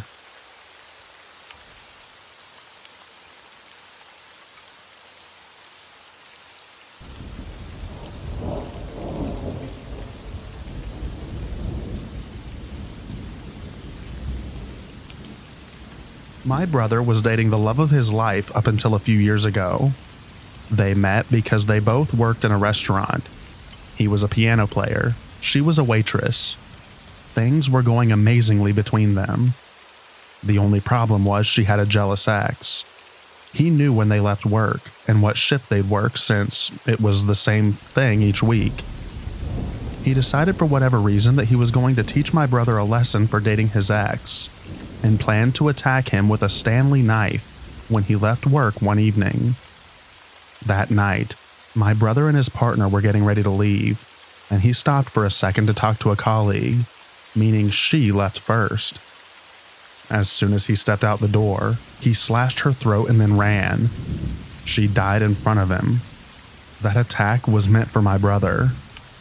He's gone through a lot of therapy and down some very dark paths since then, but is finally coming out of the other side of it. But it's terrifying how close I came to losing my little brother, and how much he lost as a consequence, because of some deranged nut job. If I could get my hands on that guy, I'd get locked up myself. But he's in prison for a long time, and so far, he's staying there.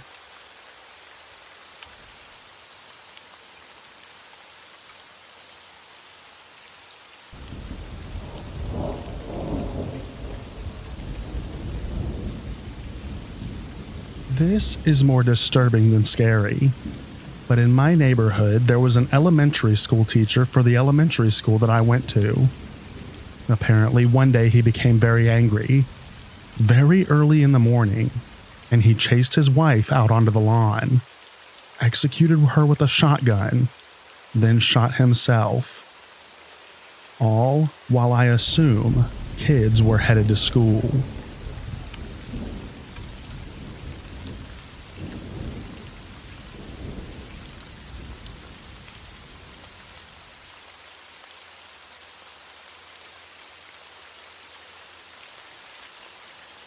My mom answered the door to a young guy who was scared to death. He was crying and couldn't contain himself and asked to use a phone.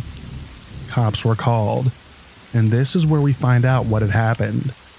He apparently was taken hostage and tied up in his basement, and one of his parents was murdered beside of him. He got away when they left and ran to the first house with the lights on.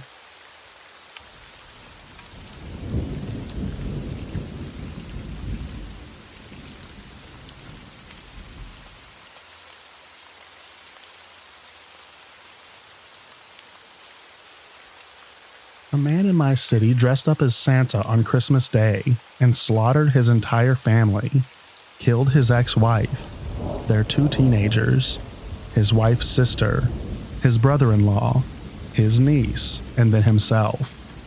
Apparently he was having huge financial problems, and the stress on his marriage made him snap.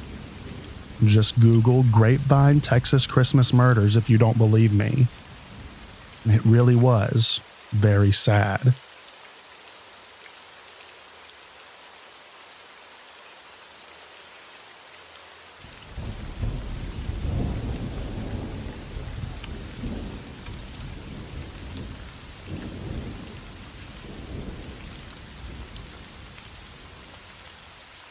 There was a homeless couple staying in the woods. Out of nowhere, this guy showed up and started attacking them with an axe. They tried fleeing, but he caught and killed the boyfriend. The girlfriend made it to a nearby Walmart parking lot to call for help. As she called 911, she saw the killer walk out of the woods with the bloody axe. He just stood there at the edge of the clearing staring at her, before returning to the woods. Thankfully, they caught him. But honestly, could you imagine if they didn't?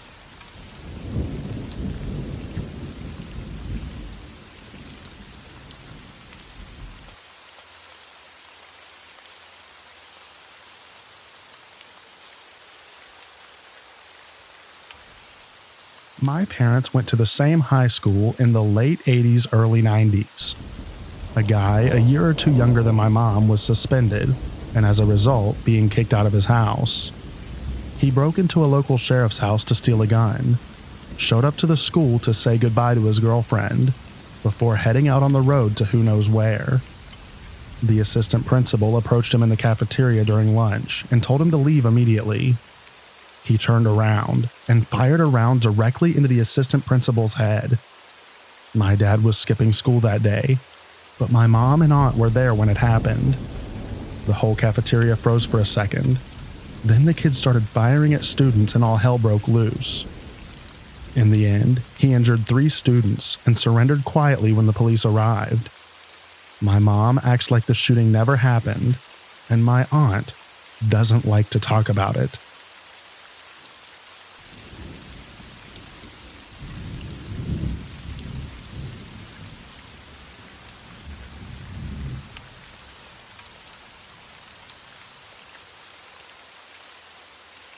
This is a terrifying but true story that I experienced when I was 12. I moved to my dad's when I was 10 and didn't know anyone in the area except for the family that my dad was friends with. It was a single mom with 3 kids. Luckily, there was a girl a couple of years older than me, 12 at the time, and we got to know each other a little over a couple of years. We weren't close, but ended up having the same friends. One night, my friend Rob was hanging out with her and her younger brother. They happened to be in the house alone because my friend's mom was at work, which is where this gets terrifying and sad. Her mother has been helping this one lady through her work and got to know her fairly well. She found out her sister was in a mental institution and was let out recently. The night Rob is hanging out with my friend, they get a knock on the door. My friend thought it was just their mom. She knocked a certain way when coming in and answered it without thinking. Rob wasn't supposed to be there, and he took off through the window to his house down the road. He never thought twice about it. It wasn't her mom. It was the sister of the lady her mom was helping, and she figured out through talking to her where her family lived and her mom's working schedule. She came in, and this is where I don't know the details, and to be honest, I'm glad I don't. My friend's younger brother got away to the neighbors to call the police. The lady brutally murdered my friend a week from Christmas, decapitated her, and left her body naked in a bathtub. Hid her head. They had to look through the presents, and I don't know where they found it, but they did. I wasn't allowed to go to her funeral.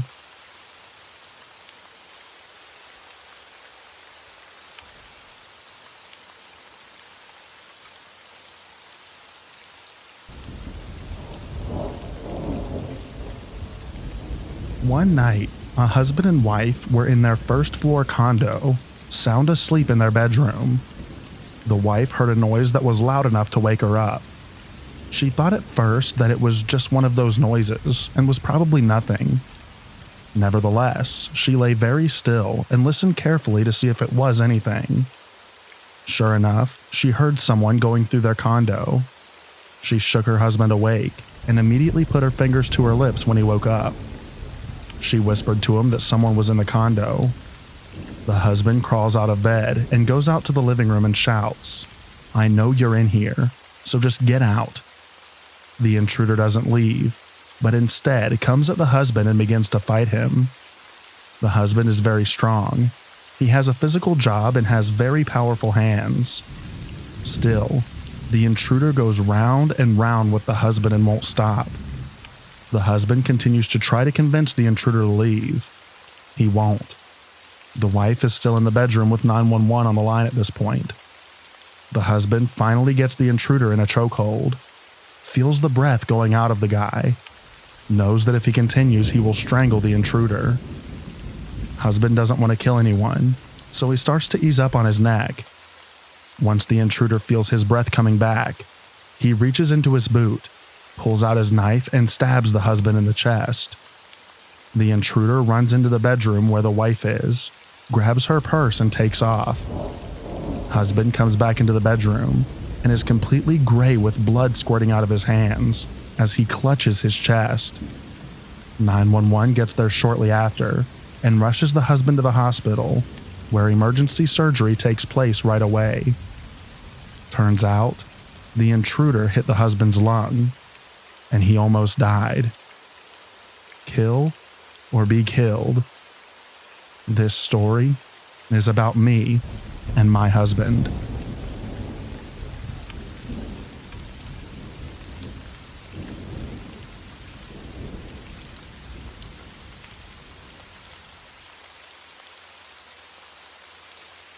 I worked as a house cleaner in Minneapolis for most of 2019.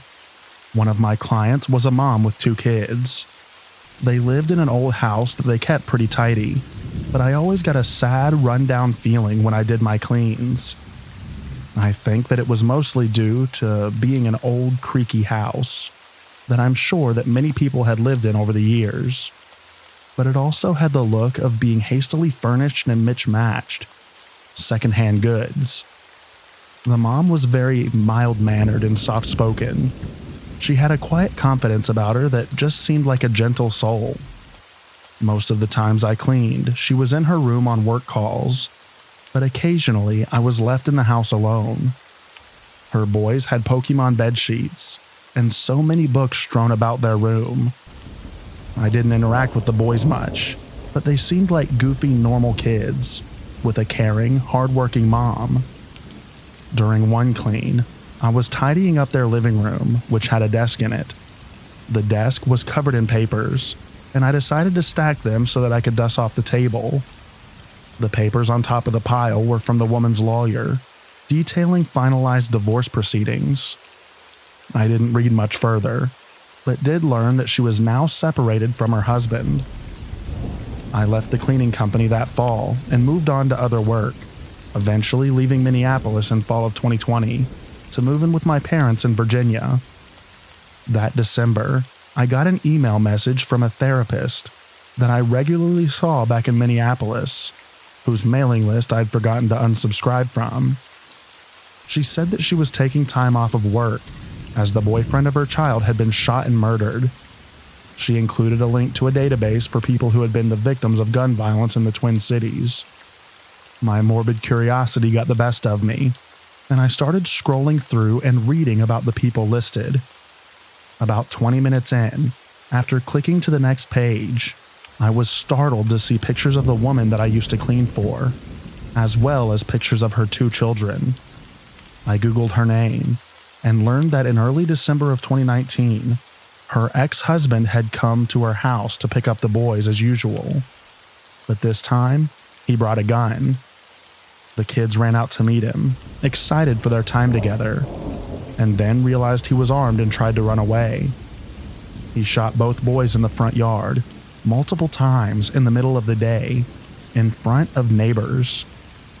He then went inside and shot and stabbed their mom, before shooting and unaliving himself. He allegedly left a note, but it has not been publicly released.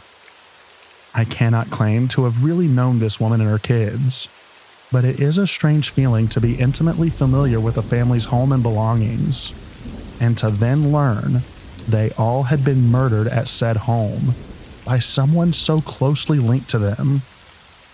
Suffice it to say that I've spent a lot of time learning about their murder, reading about family annihilation, and trying to understand how people can get to the point where they feel that that is the right and necessary thing to do. I wish her family as much peace as possible to feel after something so incomprehensible and violent.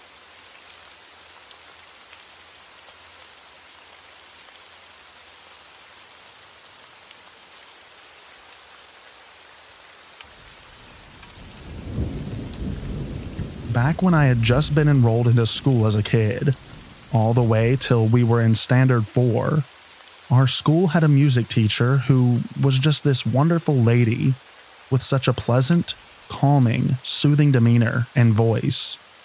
She was a wonderful music teacher, and thanks to her, I had taken up a great passion in music since school. She was in her 40s, but was most probably single, we thought. It is important to mention that in my country, women are still ashamed and looked down upon if they choose to stay unmarried post their 40s. Also, for some reason, most of our teachers were married and would talk about family and would try to convince the single teachers to find someone, which is happening to me as of now as I hit my 30s. Therefore, a lot of teachers would try to set her up. So, she once said, "I'm married to my music and to God." The teachers murmured amongst themselves, but never brought up the hitching thing again, at least in front of us, the students. She had a strikingly comforting and warm smile, with a very pleasant voice and soft tone, but was a woman of few words, who mostly liked to mind her own business. She would spend the day sitting in the music room, practicing, or in between class, or at the piano in the auditorium.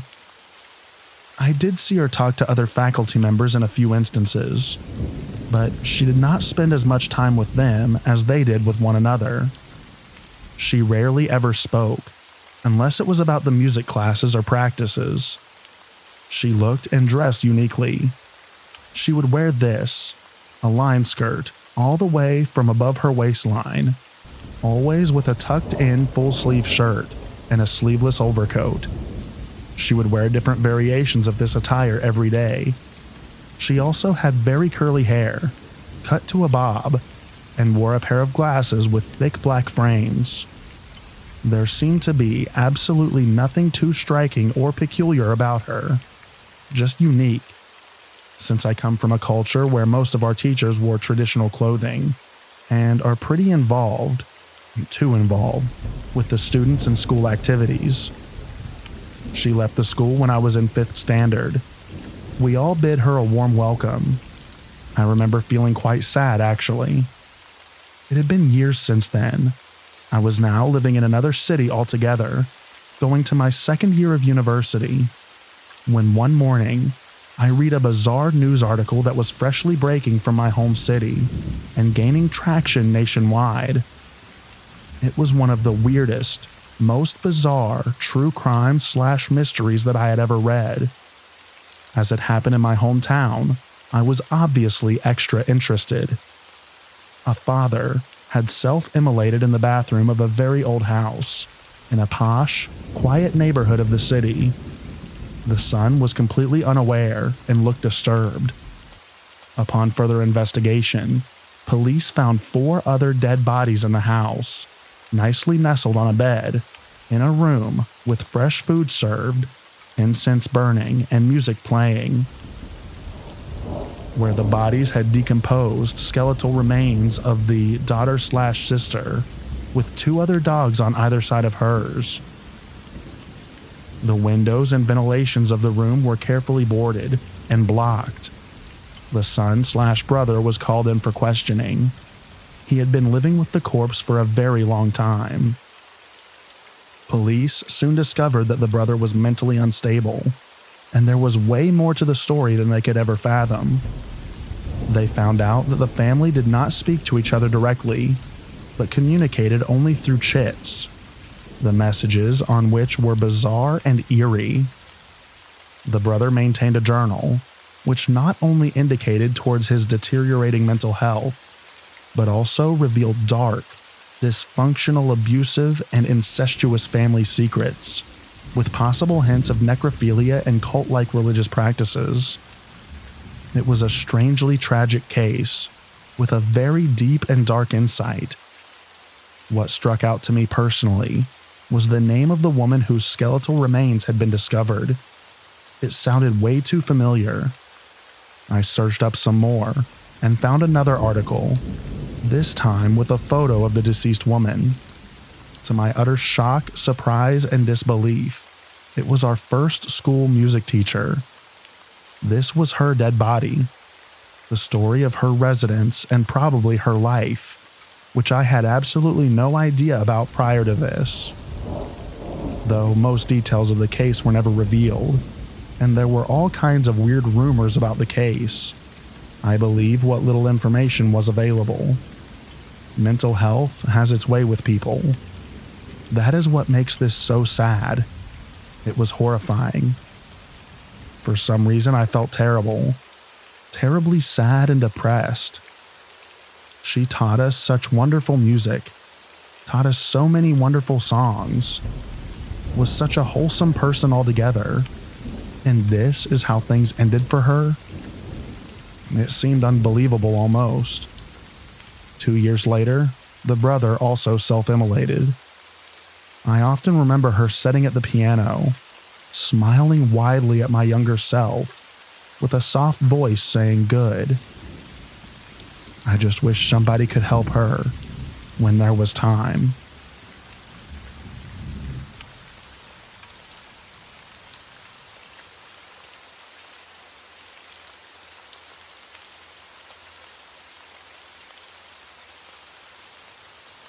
I had gotten out of an 8-year abusive relationship and met someone on a popular online dating app.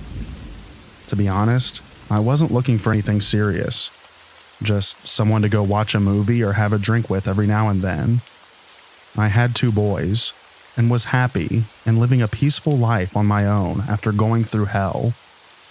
So I met this guy who was just a couple years older than me, and he had turned his life around. When he was younger, he used to be in gangs and drugs, and now he was into working out and staying really fit and doing family stuff. I guess you can say that I felt protected by him. He was a hard worker, self-sufficient, had a son, and he loved going to the gym every day. I myself had kind of a crazy past, but overcame, and so we seemed like a perfect fit. We would go to dinner, movies, normal dating stuff, but he eventually wanted to spend more and more time together, and I was having trouble giving up all my free time for him, and he would get very, very angry about this. After being with a controlling, possessive jerk for so long, this was obviously a red flag, and after 3 months, I told him I didn't want to see him anymore. He said that he needed to confess something to me. He admitted to me that he was using steroids, and that was the reason for his mood swings. He cried and said that he was sure that was the reason, and was willing to stop if it meant that he could have another chance, and I obliged, but only under the condition that we remain friends. Things were okay for a while. We saw each other maybe every other week, and he started wanting to see me every week, to which I told him that I was not interested in being anything other than friends at the moment, since I was not ready for a relationship. He tried talking me into giving him another chance, but I just didn't find myself interested in him in a romantic way, and so I insisted that we just be friends. I stopped talking to him because I got mad at his insistence that we still talk every day, since he said that's what friends do. He would always ask about my whereabouts, and ask for pictures of who I was hanging out with, and I told him that that is not what friends do, and he just insisted that he innocently wanted to see what I was up to. Fast forward 6 months later, and I hadn't spoken to him at all within that time. I was happy and living my life, and on one particular night, when my youngest son was at his dad's, I went out to a local bar with friends. My oldest son, who was 13 at the time, was home alone, so I left a little early to make it home at around 10 p.m. I lay down in bed and go to sleep. So, a little info on my living situation. I had been living in my condo for almost a year now, and we lived in a great, safe community, and I would leave my patio sliding glass door open with the screen closed to get a breeze in at night. No biggie.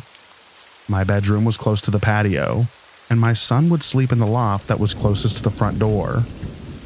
I'm dead asleep when I suddenly feel someone slowly sit on my bed. I'm laying in bed, wondering why my son would come sit on my bed so slowly. He wouldn't. I turn around and it's not him. It's Mario, not his real name, laying down in bed next to me. I sit up and ask him how he got in. He's not answering me. He says, "I needed to talk to you." I said, "Okay. When you need to talk to someone, you don't sneak into their room. You call them. You leave a note for them. Literally anything but this." I'm thinking I'm going to kill my kid for letting him in. He said, "I didn't have your number anymore. I needed to talk to you before it's too late." I didn't even entertain the "before it's too late" bit because I was livid, but something told me to keep my cool. I sit up and say, "Look, I really want to talk to you too, but not like this. Please just leave, and I promise we will talk tomorrow. Call me tomorrow."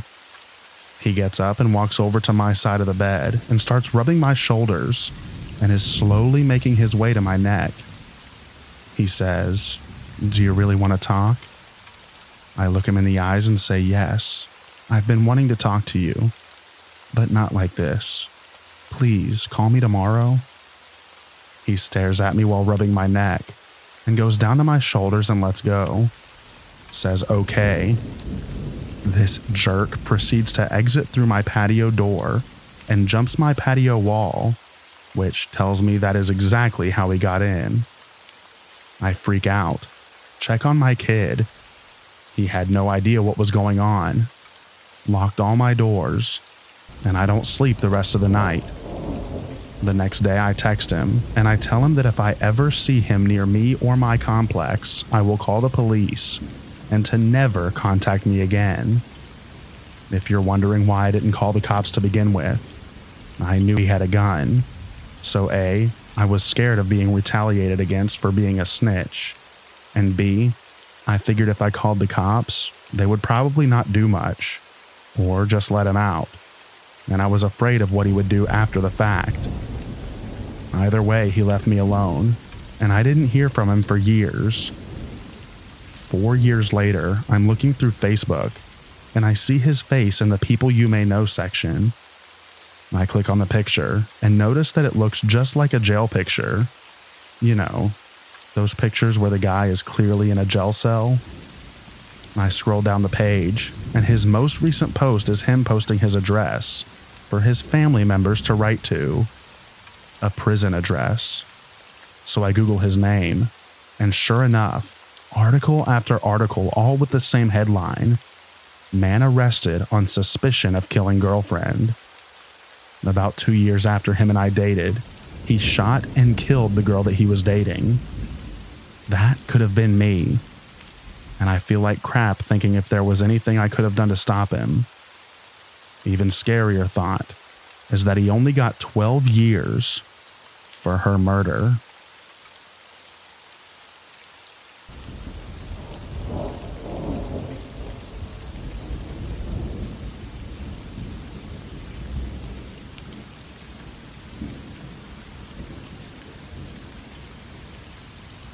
I'm not sure if I've been traumatized or if I'm just overreacting, but my mom's neighbor was murdered recently, and I'm really struggling to cope. The thing about this is I grew up in my mom's house for 18 years and moved back recently to an apartment 5 minutes away, so I'm over at her house often. I grew up with these neighbors and got somewhat strange vibes from all of them, but really liked one of them. The dad. He was always very kind and very likable. He and his wife had issues, and they had 4 kids, one of whom was mentally unstable and was living with her parents well into adulthood. I always got eerie vibes from her, but I always just chalked it up to a manageable dose of anger and severe mental illness. She had also gone through a severe trauma in her teen years that kind of explained the instability. Well, I showed up at my mom's house on a Thursday. The daughter was outside, appearing to have a full-on mental breakdown, laughing nonstop and talking to herself quickly and strangely in between laughs. It seemed like she never even paused for a breath. I was afraid, I won't lie, but I knew another neighbor had called the police, so I thought that it was going to be handled. I will never forget the look on her face, though. She had been laughing all day long for hours on end, and her face had changed a strange color of bright red and orange. At one point, she was laughing and talking to herself while looking directly at me. By the end of the evening, she was inside, and the house was quiet, and I stupidly assumed in her state that it had somewhat lessened. You would think I would know how bad it was, and how dangerous she was from the description. But if it's someone you know, or even just see regularly, somehow you just don't consider that they can be as dangerous as what you hear on true crime podcasts. The next day, police and ambulance came and taped off the house. I assumed that it was a self-unaliving at first, and I was only a little surprised. Then we found out that she had murdered her father. He was a sickly and frail older man who had been taking care of her alone out of compassion. The photo of her crazed mugshot with scratch marks on her face from him fighting for his life. The image of seeing the two of them together, seemingly happy and normal. The image of her red and orange face. And the idea of his horrific last moments haunt me. I can't process it. I can't find a lot of info about a neighbor being murdered. And I don't know if I'm just overreacting or if this was trauma.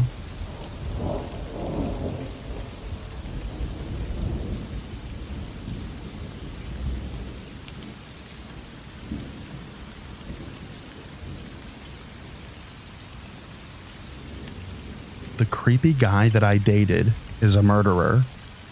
As a teenager, I waited tables in a local restaurant to pay for the gas for my car. I met Mr. Creep there. In my naive mind, he seemed normal at first, despite the fact that he was 20 and wanting to date a 17-year-old. Leaving my job after dark scared me, so I taught myself to get in my car, shut the door, and lock it in one fluid motion.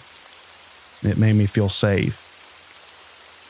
One night I was leaving work, and had just gotten into my car when Mr. Creep seemed to just appear out of nowhere, yanking my door handle to try and open it. I looked into his eyes in the split second before he smiled, and what I saw absolutely chilled me to my bones. I don't know how to describe the evil that I saw. From then on, I was terrified of him. But I didn't let on because I was afraid of what he might do if I told him that I never wanted to see him again. After this, he constantly lied to try to impress me and tried to invent ways of being alone with me. But my instinct was to run, so I avoided him. About 2 weeks after this incident, the restaurant got robbed, and there was significant evidence against Mr. Creep, just not the kind that allowed the cops to charge him. I sent all of my text conversations with Mr. Creep to the police chief, in hopes that it would help. Mr. Creep slithered away after that, but I always looked over my shoulder. About 5 years ago, he messaged me on Facebook out of the blue. He went on about his top secret military clearance, as well as a huge acreage that he owned. It made me nervous, and I felt like he was trying to spring a trap or something, but I tried to put it out of my mind. Then today, I was looking at posts about an unsolved murder when I saw his mugshot. He is now facing murder charges, as well as 2 other violent felony charges. I am so glad to know that he's locked up, but so overwhelmed about how correct my instincts about Mr. Creep were. I feel like I escaped him, and thank you for reading.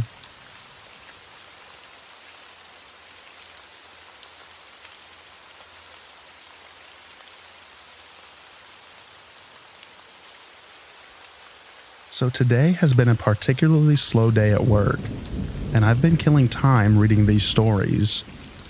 Maybe enough time has passed and I can share mine. I had this friend who was really into the occult. Unfortunately, I was the one who got him turned on to it. We had a mutual appreciation of the paranormal and all things weird, so I thought the subject would interest him. He started going deep into the subject to the point where he wouldn't talk about anything else. He would actually interrupt a conversation and force the subject back to occult matters. Rude, but sometimes people go through phases where their interest is all they want to talk about.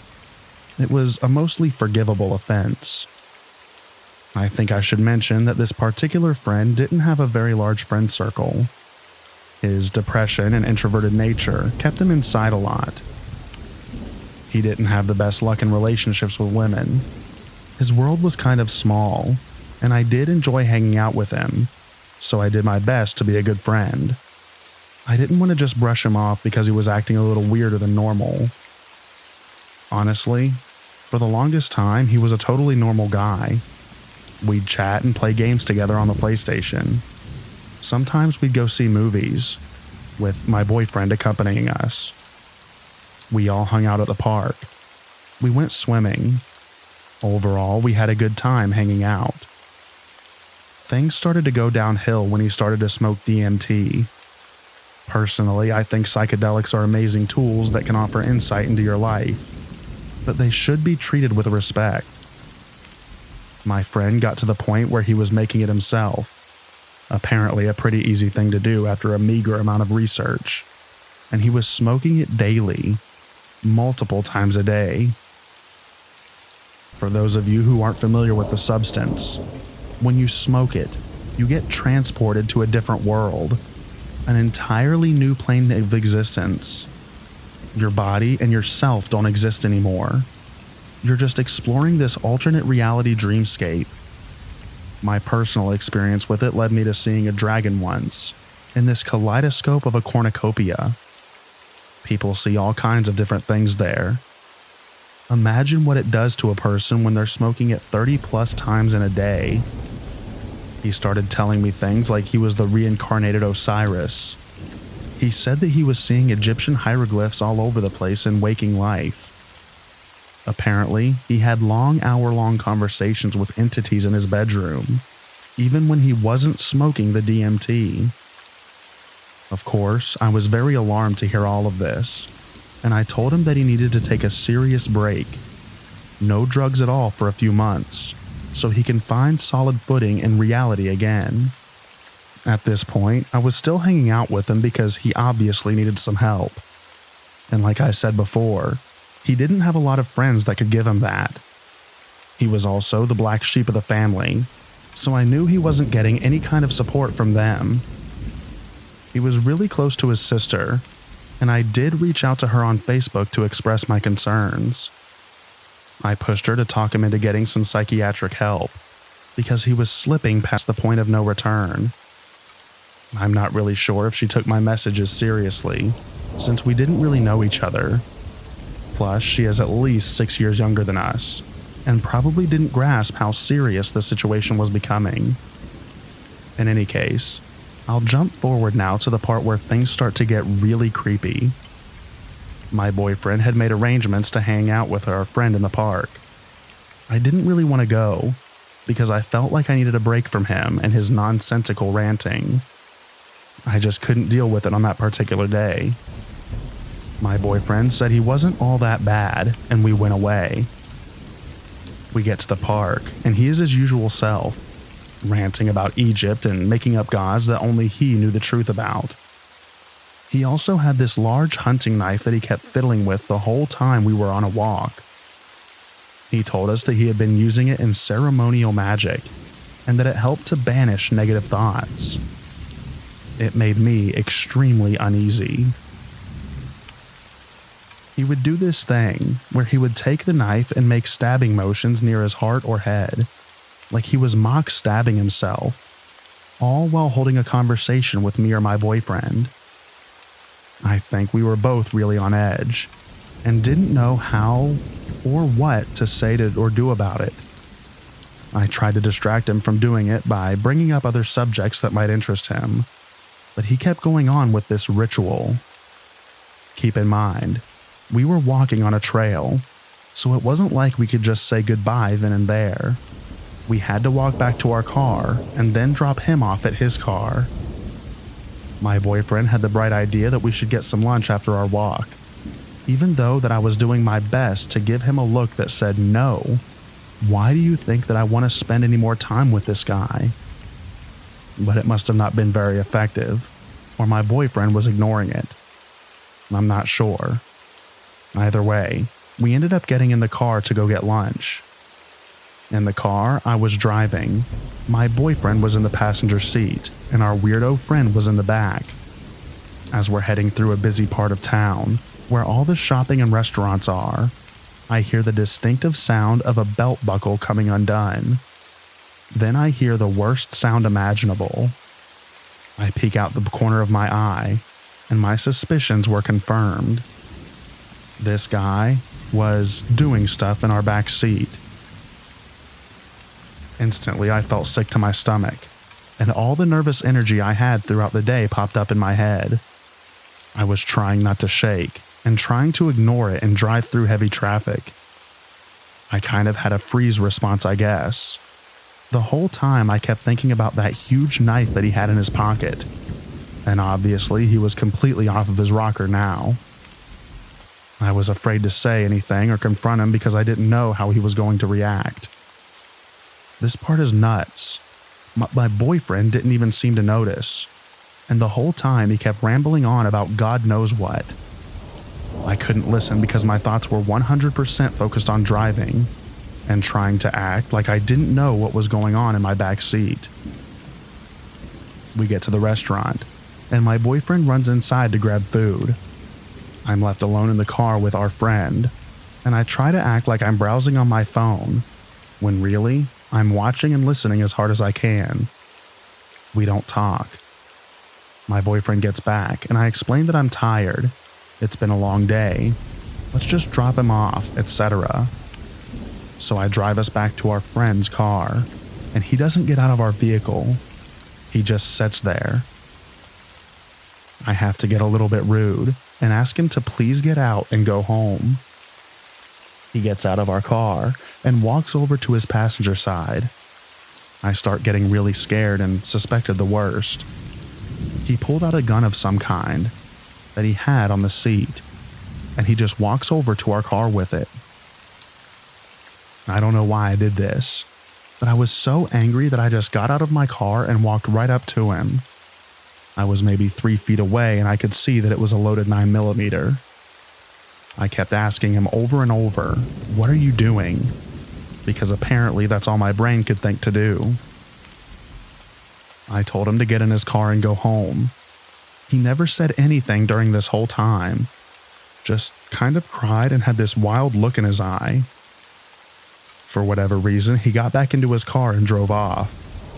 I told my boyfriend obviously we are never hanging out with him again, and that I didn't even want him to talk to him anymore. No contact. Nada. A few months pass and he occasionally messages me through the PlayStation or texts my phone. He says a lot of random stuff and I just ignore it. It turns out he moved down to Tennessee near Nashville.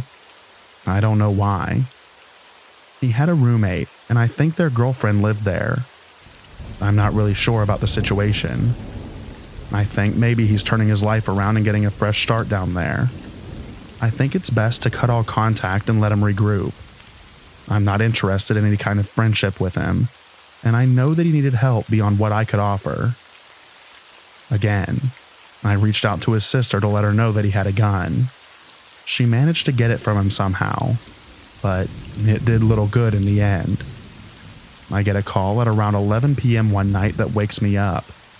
It's a man claiming that he's a detective down in Gallatin, Tennessee, and my heart skips a beat.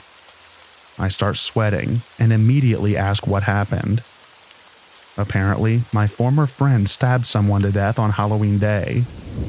I don't know all the details, and the articles about it are kind of sparse. The whole thing is really surreal, and I'm just left feeling like I'm lucky that I didn't get shot last summer. This whole thing turned out way longer than I meant it to be, but that's the story. I'm still feeling creeped out by the whole ordeal, and I'm kind of feeling sick after writing all of this.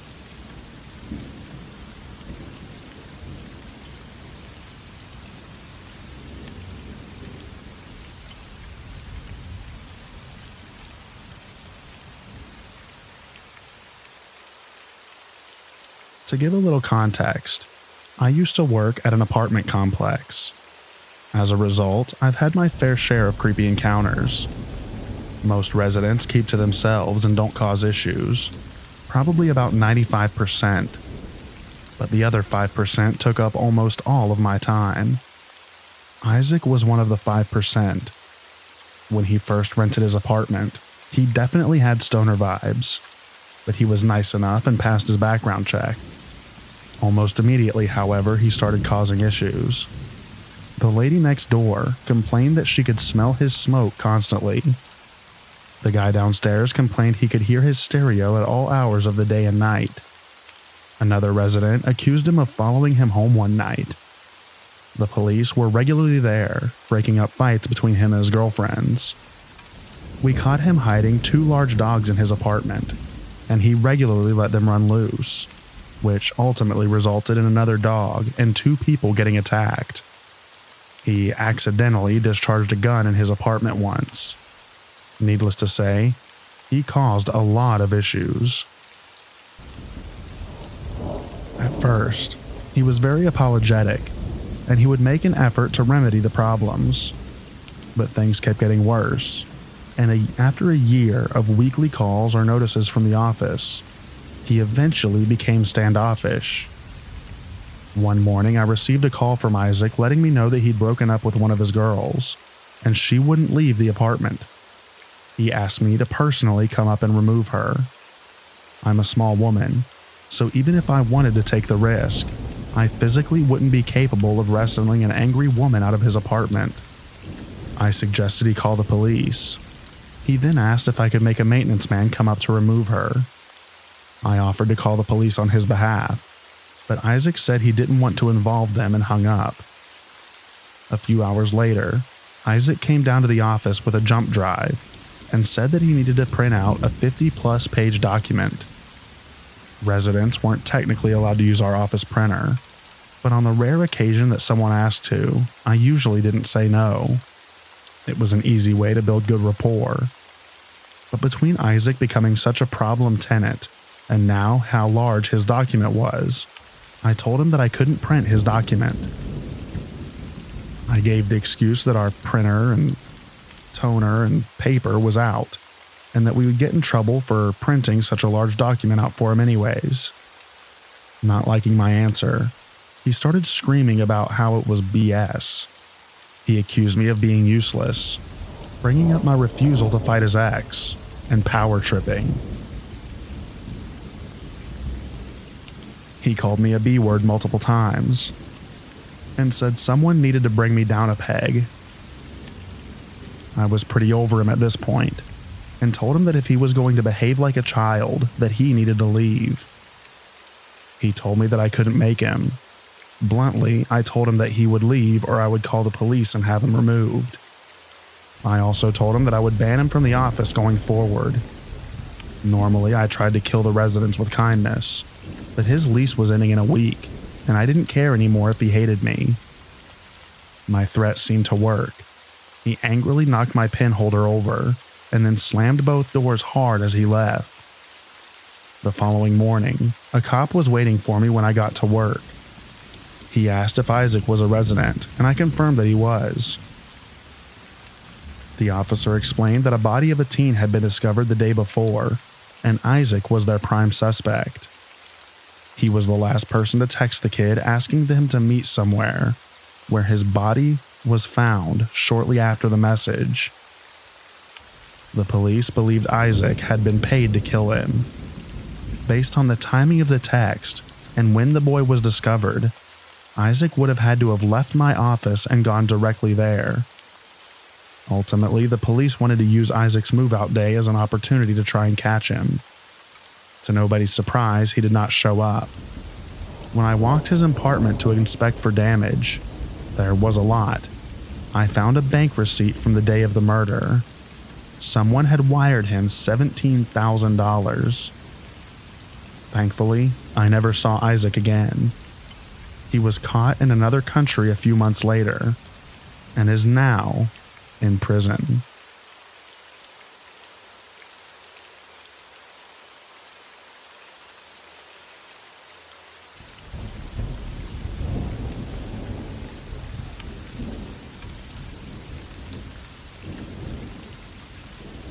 I'm just looking to see if anyone else has experienced anything similar, or if people could possibly have any explanations. The other night, me and a couple of friends were camping, and at around 4 a.m, with me being restless, I was awake, and on the side of the tent I see 2 dim lights. I thought nothing of it at the time, thinking that it was my friend's phone that could have turned on in his sleep, with it being so dim, so I tried going back to sleep. Later that morning, both of my friends talked about seeing those same lights at around the same time, and how no one had any idea what they were. I've thought about it too, and to my best knowledge, there was no other camper or even campsites in the area. and especially not in the directions that the lights were. The road was also in the opposite direction, and the woods were pretty forested, and it was cloudy, so I doubt that it was moonlight. I don't know if it's important to the story, but in the stream about 100 feet away from the campsite the morning after, me and one of my friends found a pretty big piece of what I think was obsidian in the stream. I never left or looked outside of the tent, so I have no idea what it could have been. So I'm open to any ideas. And thank you for the help.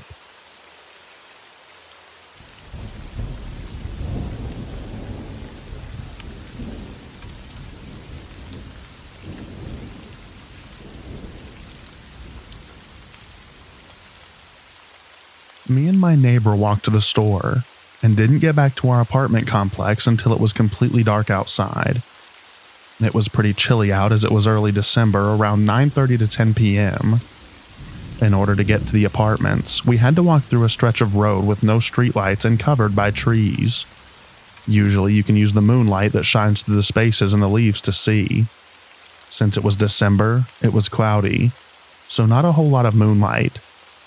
There's a small entrance to the trails that lead up to the cemetery behind the apartments.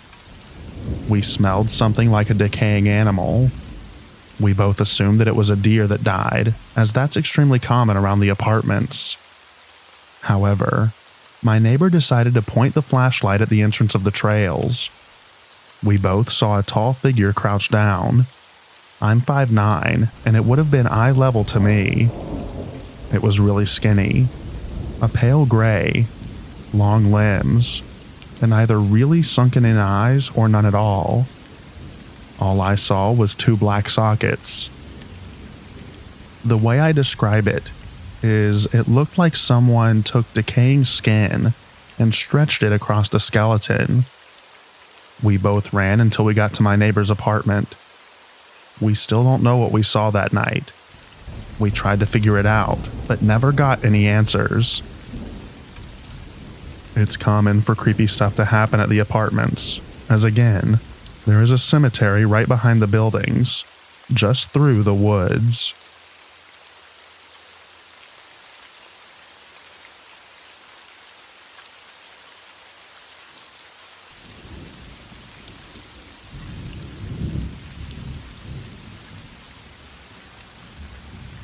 When I was younger and more ambitious in my early teens, I loved to explore the mountains of my home village and the gates of the Arctic National Park. I knew about how dangerous the caves could be in the mountains, and never liked to go near them.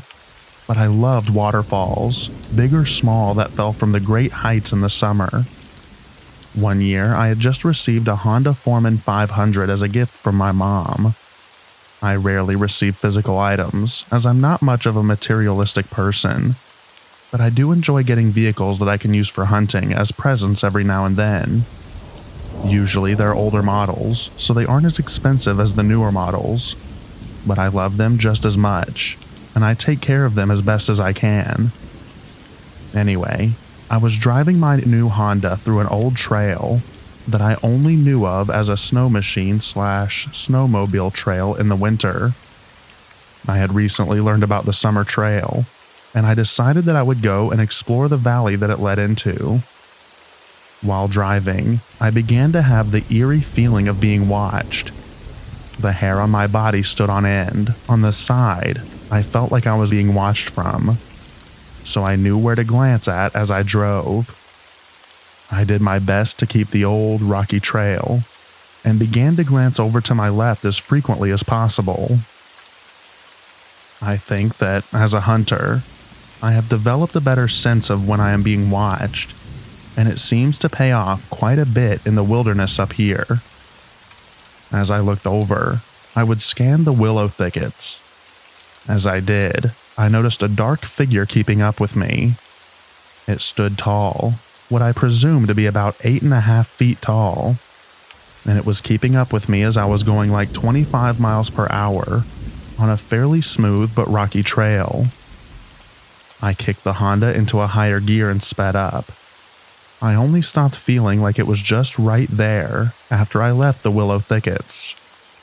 When I was able to, I looked back and watched the willows again. Keep in mind, these are diamond willows that stand about 10 feet tall, and I started to see the figure again. It was nearly as tall as the willows, and it brushed through them with ease, as if it was phasing through them or something. I haven't returned to that trail in quite some time, but I would like to return to my cousin's to see if we can get some videos and pictures of whatever it was.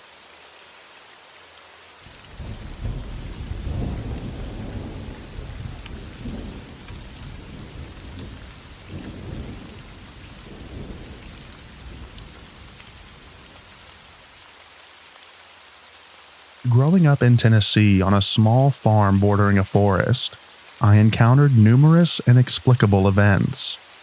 But one series of occurrences remains a mystery to this day. Around the age of 12 or 13, I started having recurring dreams set in the forest, a place that I frequently visited.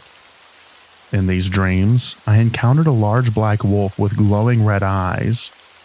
Strangely, each sighting of this wolf preceded a death on the farm within a day or two, typically involving a chicken falling prey to a predator. During my final dream involving the wolf, a woman's voice accompanied its presence in the forest. I could hear her, but she always remained just out of my line of sight. Though her words are now hazy in my memory, I recall her saying, "Do not fear the wolf," among other things. As the wolf circled me, I didn't feel fear, but rather a deep sense of respect for its ancient power. After that last encounter, I never saw the wolf again, but the dreams felt more vivid than reality. Since then, I've wondered about the identity of the wolf and the woman in the forest. These dreams marked the beginning of my fascination with the paranormal, leading to many more inexplicable experiences. I've often wondered if I connected with a forest spirit or a Native American presence during those encounters. Anyway, thank you for reading.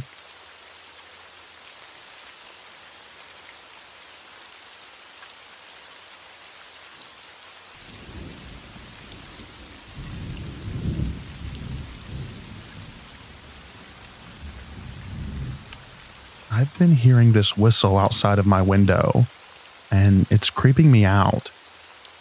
So I've been hearing this creepy bird-like whistle since 18. For context, we live at the countryside, and there's a sugarcane field at the back of our house, and behind the field was the woods. The field was wide, so it was a bit far from our house. I don't know when exactly I started hearing it, but as I remember, I've started to hear it at the age of 18. I'm 20 now, so it's been 2 years. At first, I paid it no mind, but I noticed that I've been hearing it near my apartment I'm staying at for college.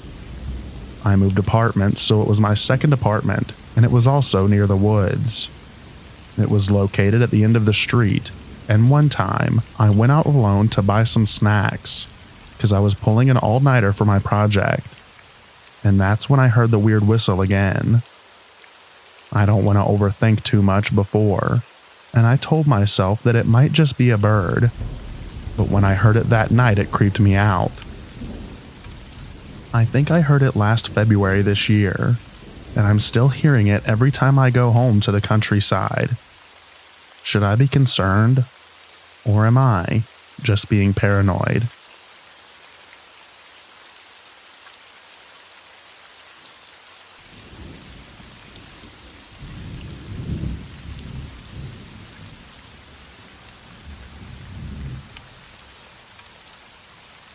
I received a strange response to whistling in the woods. For context, most people have probably heard the shave and a haircut 2 bits jingle/knock before. A few years ago in college, I worked the opening shift at a coffee shop.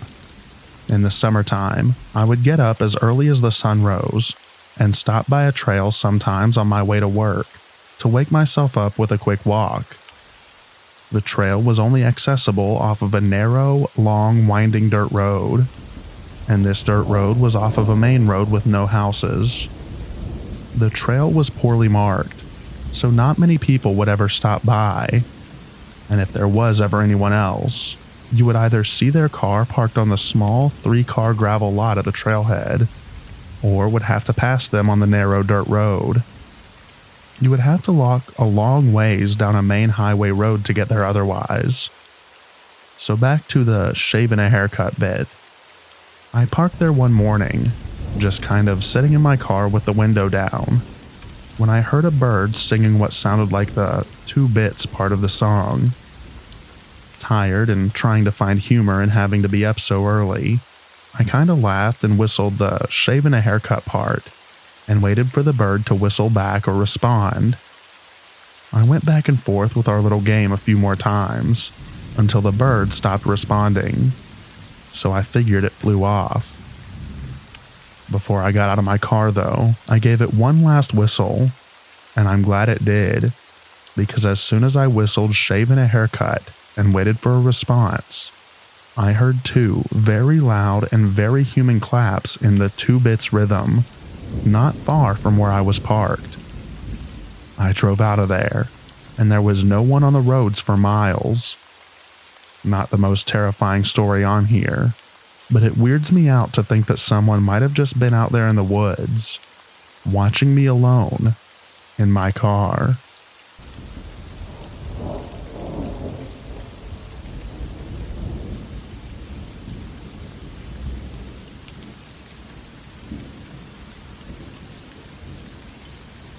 I had some more really weird stuff happen last night. I took my 2 dogs for walks. I normally walk Finn toward the park, where I've had these experiences, and I walk Booger the other direction towards downtown. On my walk with Finn, about a block away in the direction that I was headed, I saw 3 or 4 deer calmly walking toward the park. Most nights where something weird happens to me start like this. The deer seemed completely unbothered by me as I approached. They kept walking toward the park, but stopped every few times to look back at me, as they wanted me to follow them. Then, as Finn and I reached where the deer were, I noticed about 10 or more other deer waiting as well. They all start walking together calmly, but still looking back at me every few feet. On the way toward the park, I smelled the stench of rotting meat. I know the smell very well, as I used to be a butcher. It was strong, like something plugged my nostrils with rotting ground meat or something. At the same time I smell this stench, I get the chills. Finn's hair stands up, and he gets more nervous. I can feel the air around me get colder. As we continue walking, I look down an alleyway that cuts the block in half. And if you would walk down the park alley, you would spot where I would eventually walk back home. I was 2 blocks away from the park. When you reach the park, you can either turn around and walk down the same road, you can continue into the park, or you can continue on the road which turns left. Looking down that alleyway, you are looking at the part of the road that continues left, which is the way that I take every night on my way back home. What I saw, I tried to convince myself wasn't real. Or maybe I just saw something else, and my brain tried to convince me that it was this. It was a large, muscular, pale, hairless creature that was moving fast. So fast that I could barely see it. I saw the motion down the alley about 2 blocks away. The exit of the alley on that side has a streetlight directly above it. It wasn't standing still. It was moving, and it was moving fast. The only reason that I'm positive what I saw wasn't a deer or something normal is because of something that I saw later that night that I'll write about when I talk about my walk with Booger. It solidified that what I saw was something I wasn't supposed to see. In the meantime, I convinced myself that I was making stuff up and being a scaredy cat. As we approached the tree line of the park, the large group of deer moved to the side of the street where the neighborhood is, while I'm on the side with the tree line. I noticed something in the clearing, a lone deer separate from the large group across the street staring directly at me. I have my flashlight pointed at him, and I even hung up my call with my wife to use my phone to take video of this moment. This lone deer doesn't even have micro movements from breathing. The other deer across the street were constantly readjusting. You might be thinking to yourself, oh yeah, deer do that with bright lights shining at them. Deer in headlights always act like that. Just wait. Finn starts to pull very hard and acts anxious, nearly knocking me over. I turn to look across the street towards the large group of deer for at most 3 seconds, before quickly turning to face the lone deer again. In those 3 seconds, that lone deer is easily 30 feet closer to me, still not moving, staring directly at me. I have this on video. I have pictures. I felt weird. I felt unsafe. I've lived in rural Iowa my whole life. I am and have always lived outdoors. This doesn't feel normal.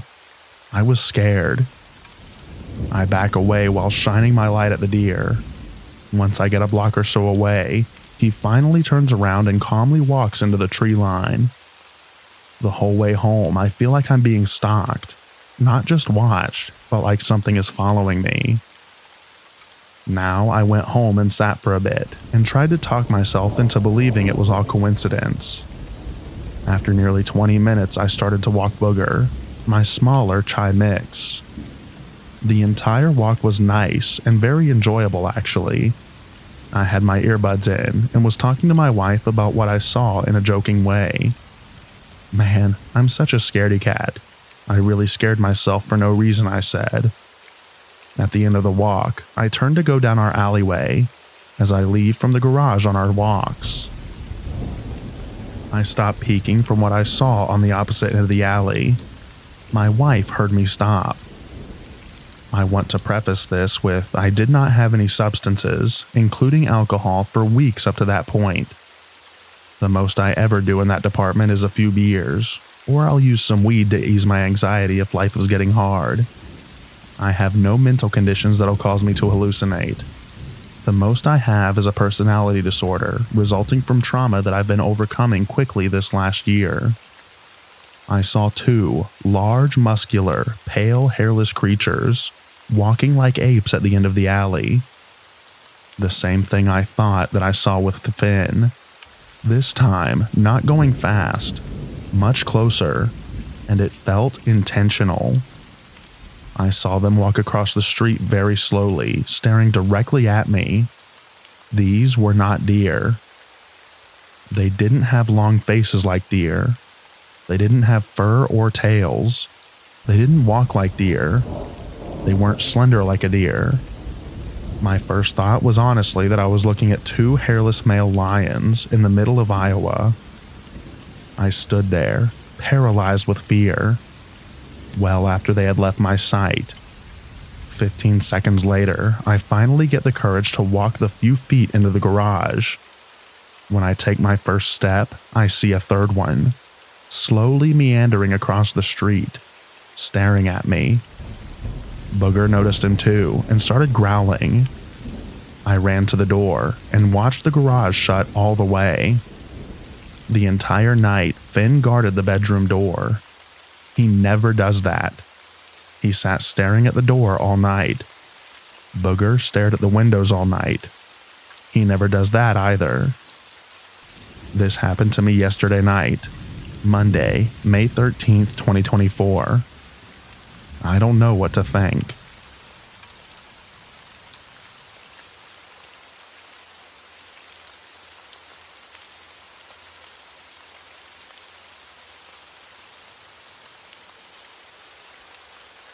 As the title says, I'm from remote Alaska.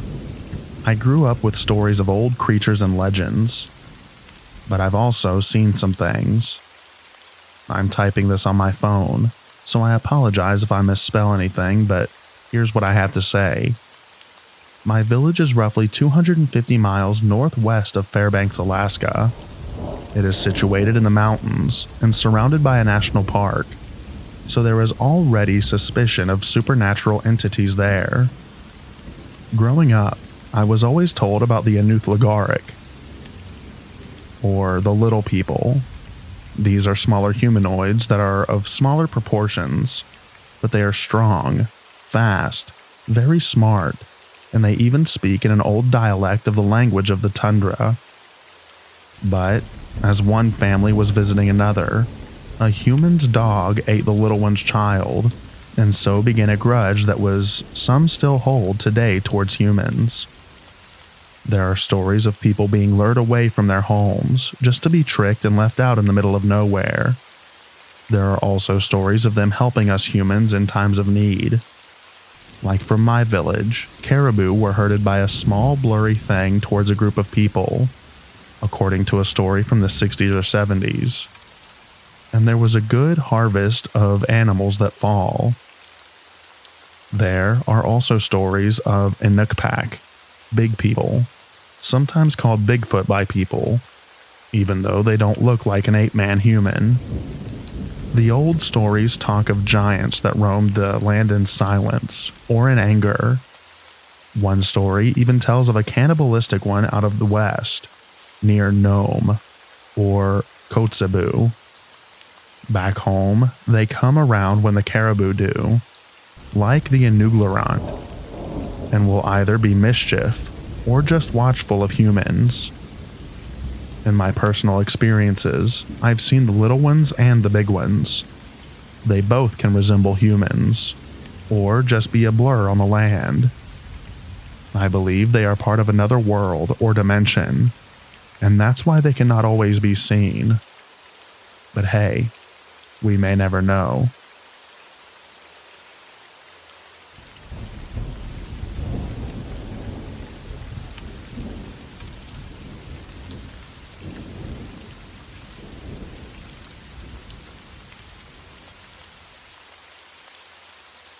In the fall of 2018, I was going to be leaving for a while. So the night before I was due to leave, I visited my cousins and my deaf aunt one last time for the year. We talked/signed about a lot. From our lives then to what it may be like when I return and be in their kids' lives as their uncle. Relationships in indigenous communities are different than Western systems, and my cousins' kids will be and are my nieces and nephews. As the night grew on, and the sun faded beyond the horizon, we felt as if we were being watched.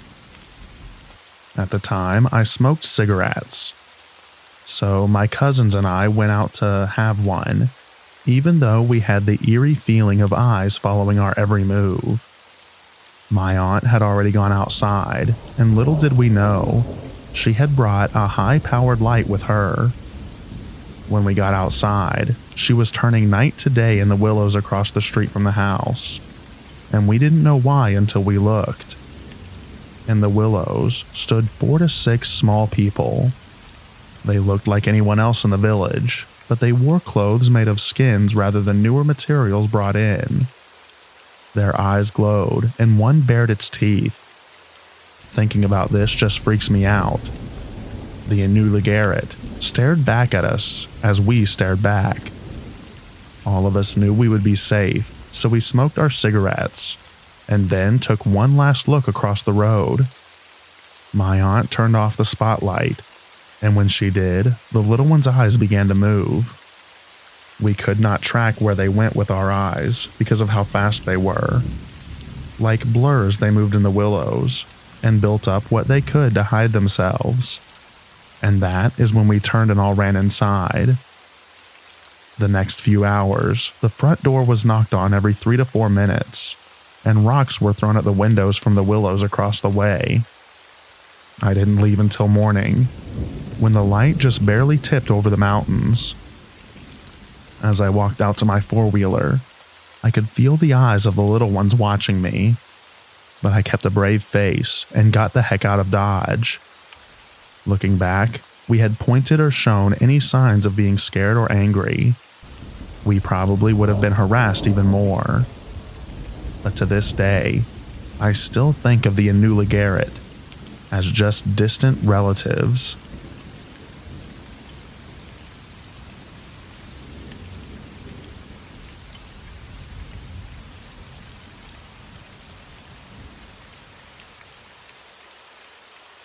I was in my hot tub behind my house, alone at around 11 p.m.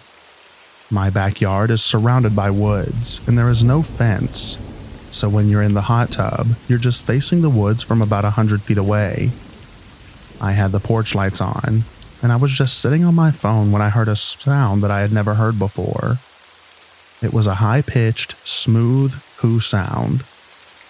It was almost like someone was singing the word who, but with a very elongated ooh noise. It only lasted about 2 to 3 seconds, and I immediately froze and got goosebumps. I know that you're not supposed to acknowledge stuff like that, so I called my brother and my mom so they could watch me walk back into the house. As I was on the phone, I heard it again. I didn't even want to get out of the hot tub. I have lived here my whole life, and I have never heard anything like it. I have heard all sorts of noises, coyotes, deers, owl, etc. I've been researching different kinds of animal noises, but none of it matches. Anyone else experience anything similar?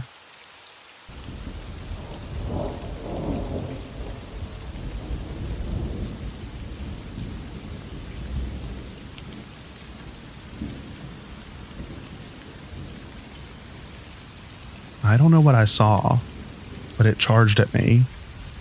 So last night I'm having some brews with my friend. It's around 10:30-ish. We head down to my local park. Typically during the day we'd go to this trail behind the park that is open to the public. After hanging around and talking with the normal vibe, we head back to go pee. So we decide let's just go down the trail entrance since it's dark and enclosed and use the bathroom down there. So we're walking, and as we're in the entrance area, we walked a little bit further into the trail, but close to the entrance. We're feeling very normal, laughing, and continue drinking. Although I remember it being a little ominous when looking down, completely pitch black path into the full trail. We didn't notice, but it was completely and oddly quiet. Out of nowhere, me and my best friend hear this brushing noise like tree branches moving, and we instantly look down the path where it's coming from. And it is as if some creature is darting towards us as fast as possible. I see the dirt from the trail being lifted into the air, and non-stop speed steps towards us. I was freaking out, thinking it's either a person running towards us as fast as possible, or it's some animal. Just had no idea. Fight or flight kicked in, and me and my friend felt concerned and weirded out that it was non-stop running towards us. I instantly turned around with my friend, and we ran out as fast as possible. Now, maybe I'm lost, but I'm from Cali in the Long Beach area. What animal rapidly runs towards two humans barely talking loud in this little trail? My friend didn't see the dirt up in the air like I saw, but he saw something dart at us and heard the brushing noise too.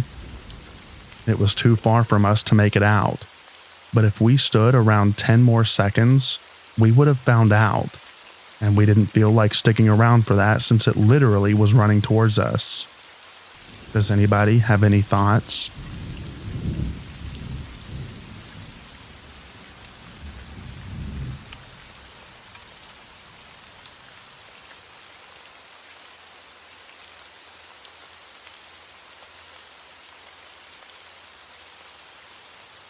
I have always been an avid mountain person. When people say they go to the beach for vacation, I respect it, but I prefer the mountains 100%. Something about these old giants has always fascinated me, as if I just cannot avoid but to be drawn towards them and be in awe when hiking on them.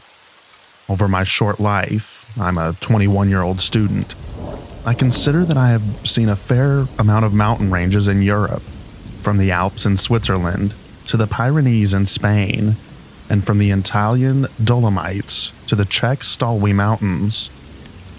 I have always hiked and camped outdoors a lot, with family and friends, but also by myself. Now, I went to the United States for college, and I have always been tempted to do a part of the Appalachian Trail. From the pictures I saw on the internet, I always wanted to see them in person. And I'm not gonna lie, I must say that the great amount of scary stories of these mountains always attracted me a little bit as well. I'm definitely not a person who likes scary movies or anything like that, but I enjoy reading fellow mountaineer experiences. And to be honest, I mostly just read stories about the Appalachian Trail to know how to prep myself for when I was going to do it. The scary stories just got my attention every now and a while. That being said, I decided to go this year and do a small part of the Appalachian Trail. I went to do a small part between the borders of Tennessee and North Carolina, with Clingman's Dome being the icing on the cake. I was a little bit hesitant to go by myself, since I'm not very familiar with both the geography as well as the wildlife in this part of the states. I wanted to go with a friend or my girlfriend who is from North Carolina herself, but both my friend from Germany as well as my girlfriend declined because they had to work. I had spring break. So, I decided I had to just go by myself since I'm graduating this year and will return back to Europe. I started at this place called Bryson City and walked along the Tuckasegee River until I reached the Noland Creek trailhead. From there on, I just followed the trail until I would reach Clingman's Dome, and from Clingman's Dome, I would follow the AT for about a week. I had prepared well for this trip.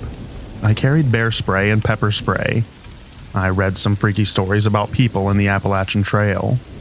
And I also brought this hunting knife and axe for wood. I had some canned food and lots of water, plus a water filter. And for the rest, just my tent and sleeping bag. So when I started walking away from Bryson City and I saw the beautiful aura this mountain range had, I couldn't be happier. I had been wanting to do this since I had arrived here in the United States, and I was finally doing it. I encountered some people on the Noland Creek trailhead who were friendly, but I had made up my mind that I would be better off alone than with strangers. I reached Clingman's Dome the same day and went a little further before I would set up camp. It was beautiful. At night, I slept a bit off the trail with a small campfire while I had dinner, and which I put out before I went to sleep. The first night went super well, as I also was exhausted from the hike up to Clingman's Dome. The next 2 days were just as beautiful, and I saw lots of breathtaking views. The people on the AT that I encountered were super polite as well. Then, on the third night, I feel like everything took a strange turn. I had set up my camp just as usual, around 160 feet from the trail. No one was camping close to me, or at least, not that I was aware of. While getting dinner, I just had this super weird gut feeling that I was not alone there. I felt like as if someone was looking at me from behind a tree or something like that. I tried to just convince myself that I was having an amazing time, that I was safe, and that it was just my mind playing tricks on me. I went to sleep and put out the fire as usual. Then, before it was daylight again, I woke up. I woke up with this same gut feeling that even though I was in my tent, someone was watching my tent from a distance. I did not hear a single bird, which was weird, because right before daylight is when they start chirping again. I only heard the wind and the leaves. It made me feel uncomfortable, a bit scared even. I didn't fall asleep again, and first thing in the morning, after having breakfast in my tent, I broke up camp and decided to continue my hike. During my hike, I encountered a few people, and again they were very nice, but I just stuck to myself. While walking on this part of the trail by myself, I felt being observed again. I even had the feeling as if someone or something was following me. So every now and then, I would stop dead in my tracks in order to hear if it was real. Now, obviously my mind could be playing tricks, but I would swear that I heard the steps stop a second after I had stopped. So according to me at that moment, something was following me. I looked around me the whole time, and I never saw anyone or anything, which made it even more weird. After the long day of hiking, I made camp. this time closer to the trail than usual, because for some reason I thought that it would be more safe. I again had this gut feeling of being watched while having dinner outside of my tent. So I decided to finish it up in my tent, and I went to the bathroom in a bottle because I did not want to go outside now. I tried to sleep by closing my eyes, but my mind just focused on hearing the whole time. And that is when I heard it for the first time. A knock, as if a branch was hitting a tree, or a small rock was getting thrown at a tree. Silence followed for what seemed like an eternity, but probably only 10 minutes. Then I heard it again, this time more clear. I was scared now, and had no idea where to go since it was dark already. I put on my flashlight in the tent and made myself as big as I could so that my shadow outside the tent would look bigger because of the light. I don't know why this was my reasoning at the time. I just thought of bears. And I held my hunting knife in my hand. The silence had followed the second knock, but now I shouted to pierce the silence in the dark. First I shouted that whoever was joking around, I was armed, and I was not wanting to be pranked. I thought this would scare them off, but it didn't.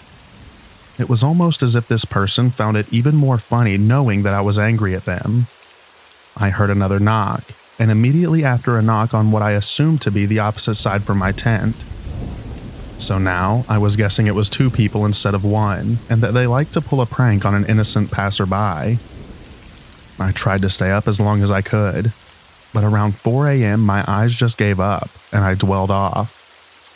I woke up at around 8 a.m. again, with the light of the sun being my savior. I first tried to hear if whoever was pranking me was still knocking. I did not hear anything. I shouted again, stating that I was now going to exit my tent with my knife in my hand, and that whoever had been joking around should make themselves known. I walked out of my tent and did not see anyone. I looked for tracks around my camp, but could not immediately make something out of it. I decided to get the heck out of there. The next part of my week basically continued being the same. At night, I'd hear knocks from different directions, and occasionally I heard what I would guess was a little bit of humming. Like as if a person was just humming a tune. Now, I never saw anyone except for the occasional hikers on the AT. So, I cannot say that I saw something weird, but I never shook off this weird gut feeling of being observed and followed during the rest of my hike on the Appalachian Trail. I am now back, and I told this story to my girlfriend. She says that it was probably my mind playing tricks on me, and I'm willing to believe her, because I never saw anything. But I still sometimes wake up in the middle of the night, thinking that I am in that tent in the middle of nowhere, and someone is watching me and knocking on a tree. And every time I wake up like this, the thought alone scares me.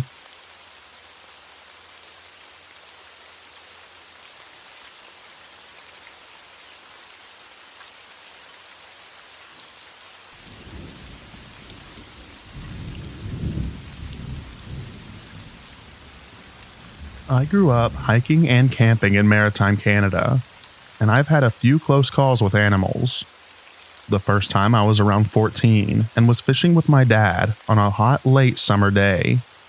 We didn't have any luck after around an hour, so we packed up our gear and headed up the hill that we came down to get to the creek. As we ascended the hill, suddenly a large black bear broke through the brush around 30 feet ahead of us, stood up and looked at us, then started running full tilt towards us. We started yelling and waving our arms as the bear bore down upon us at speed. I was sure that we were about to be mauled when it was around 10 feet from us, when it turned off to the left and ran away. My second close call, I was 16, solo camping on a cold moonlit night in December. So I was winter camping. That's probably what saved me. I was crouching, tending my fire, when I felt something watching me and knew that I wasn't alone. I then heard something run up rapidly behind me, cracking the ice crust on the snow from around 15 feet away. I jumped up and turned around, and I yelled in a primal rage like I never have before, and I heard whatever it was run back where it came from and far off to the side. And then I heard cracking coming from a distance on my other side. That's when I decided I was leaving and ditching most of my gear. I wore the pack out to provide back protection if something jumped on me. When I came back the next day, I knew what the tracks were as soon as I saw them. Coy wolf. In eastern Canada, the coyotes are much larger and more aggressive as they inbred with wolves. My third encounter, I was four-wheeling when I rounded a corner and there was a cow moose. It raised all the fur on its back and took a couple of steps forward, and then I revved the engine and that deterred it. Honestly, from my experience, humans are more dangerous though. I've never had to deploy bear spray on an animal yet, but once it saved me from a person. I was hammock camping, and I noticed there was a homeless-looking guy watching me from the bushes around 30 feet away, and I yelled over and asked him what he was doing, and told him that I wasn't comfortable and wanted him to move along. He came up enraged. I dare ask him to move along, and he pulled a little hatchet thing, and he was pretty much yelling incoherent stuff and waving it around. I then pulled the spray and doused him with the whole can, and then I got the heck out of there. The spray got me a little bit, but my eyes were only watering. The guy was incapacitated and wasn't even a threat anymore. He was screaming and grabbing his face and would walk around 10 feet, wipe his face a bit, and then walk again. I just wanted to tell my stories, and I also want to hear yours. Thank you for reading.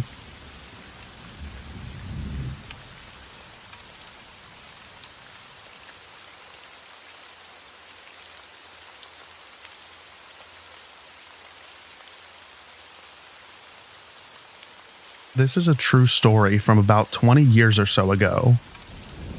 I had been living in the San Francisco Bay Area, but originally I was from the East Coast and had never truly been camping. My girlfriend at the time was from Cali and was used to camping, so I went with her a few times. This was my first time with her, and her young son of 5 came with us to Big Sur. It was cool and had been rainy, but this night was just misty and cold when we arrived. We drove to one of those camp places that has a small parking lot, which was empty except for us. So we set up the tent a little bit from the car and proceeded to try and get a fire started. She got mad because she asked me to get things started, and I had no idea what to do. Anyhow, so fire started. It was cold and wet, and after eating, we all crammed into a 2-person tent.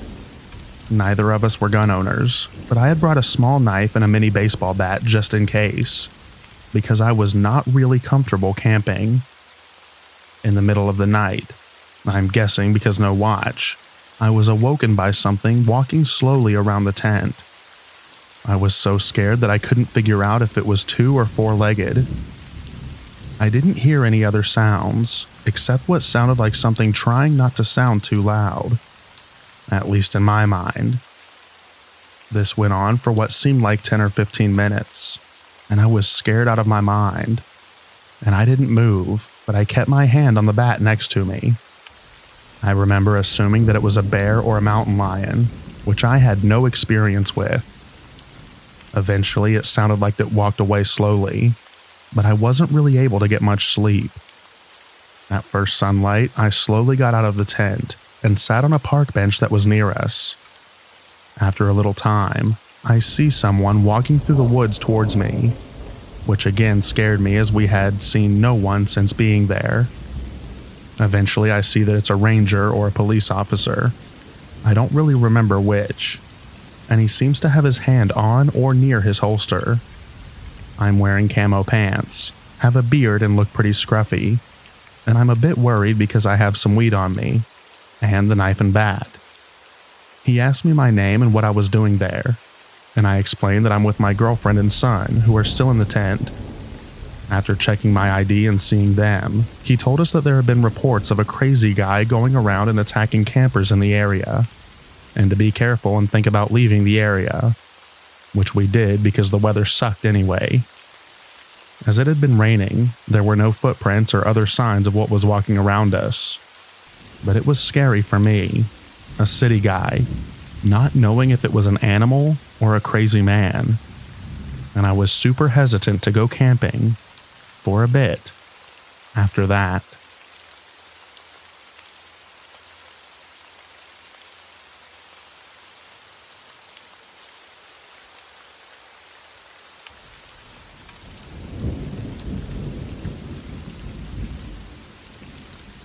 Once when I was a kid, my father and I were walking in the eastern Tennessee woods when we encountered a simply horrendous stench, a reeky mixture of skunk and putrefaction. My dad didn't seem fazed or particularly surprised by the smell, which he said indicated that a bear had eaten a skunk. According to him, bears don't mind the scent, and they were sloppy eaters. Okay, noted. I happily shared this bit of lore with my outdoor activities companions for years, lots of years, and never thought about it until I'd read enough accounts of skunk apes for it to penetrate my conscious mind that their BO reeked just like when a bear ate a skunk. So, it appears to me that this gives us a plausible, prosaic explanation for that skunk ape smell, one that doesn't involve a cryptid. On the other hand, it also suggests that people who have smelled what they took to be a bear may have encountered something else entirely.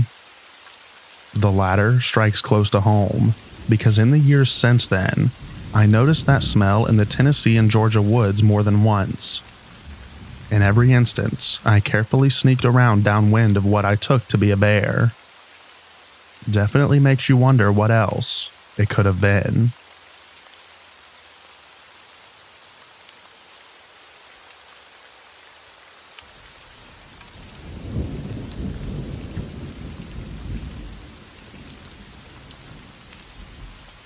I'll preface this with a question. Do you ever get a sinking feeling of impending danger? Because I did in the backwoods around Sulham Hill, Berkshire, UK. Just a feeling that the vibe of a place is completely rotten when moments ago it was almost idyllic. I've got the weekend to myself as my partner is away for a few days. Something I like to do is go for night drives and stop by somewhere in the sticks and go for a peaceful walk when not too many people are around. So I get in the car and put in the directions to a little car park in some woods about 10 miles out. As I drive down the motorway, the sun's very nearly set. It looked great, everything bathed in orange.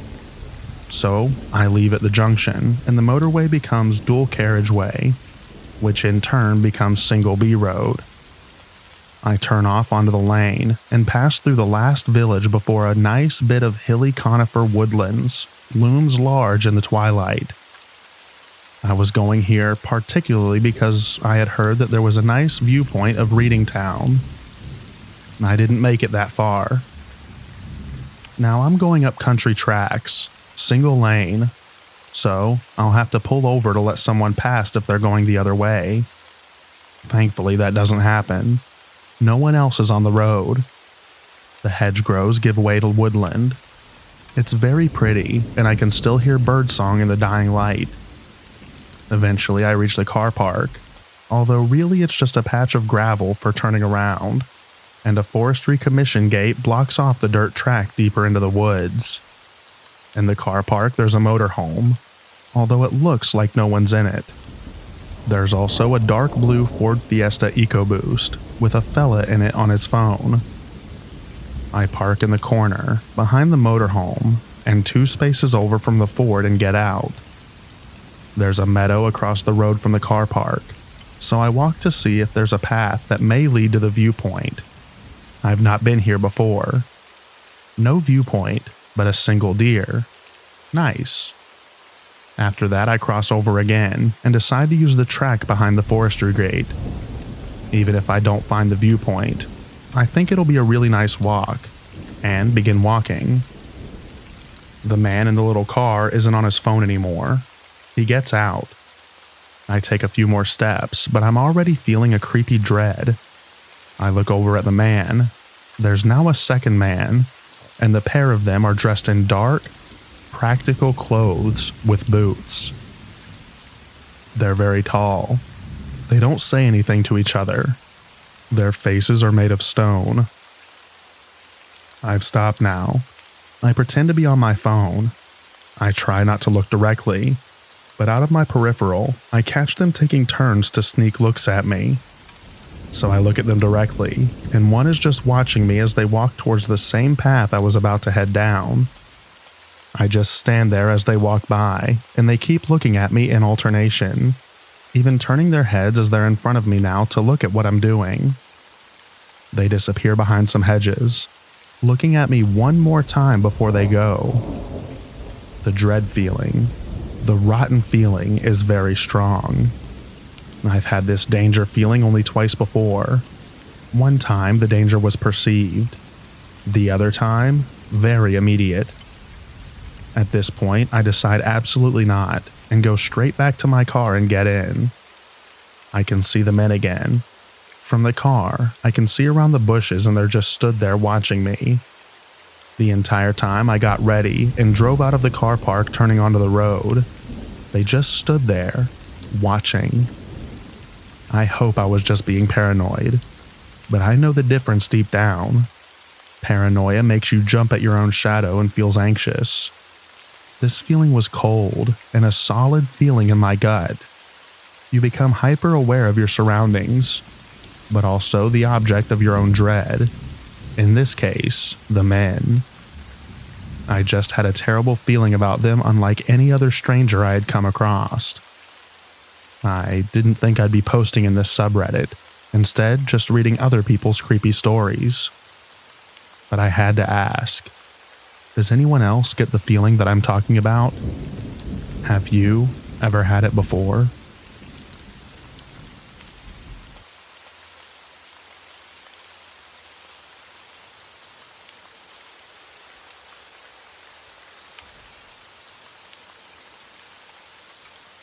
I'm from Lancaster, Pennsylvania.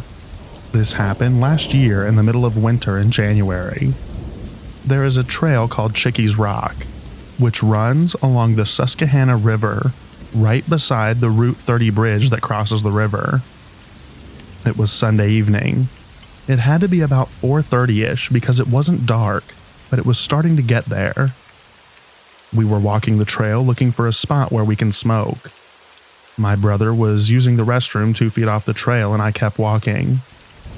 Let me say that there was no one else on the trail at all, and no cars in the lot, just ours. I looked down the trail, I'd say about 30 yards from us, and I saw what looked to be an animal that looked very odd. It looked like a mixture of a kangaroo or a greyhound fox and a deer. It was grayish in color, had to have really light fur, and the way it walked was strange. I still remember the hoppy steps it would take, and it looked like it would stand on its feet. I called out to my brother, and he was able to catch a look of it. The strangest thing was that whatever it was coming our way. Once we looked at it, it darted off into the woods. Mind you, it was winter, and no leaves or bushes were present. We couldn't see it anymore, and it was unexplainable how it vanished just like that. It wasn't heavily wooded, so we were able to clearly see between trees. We tried to justify it, and we never talk about it anymore.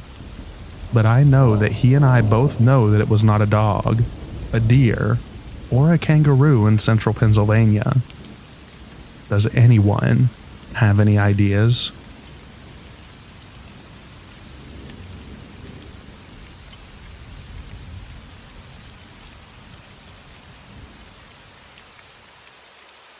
Thank you so much for listening to all of the stories in this video.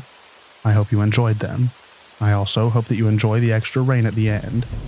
Get a good night's sleep, everyone, and I'll read to you in the next video. Bye-bye now.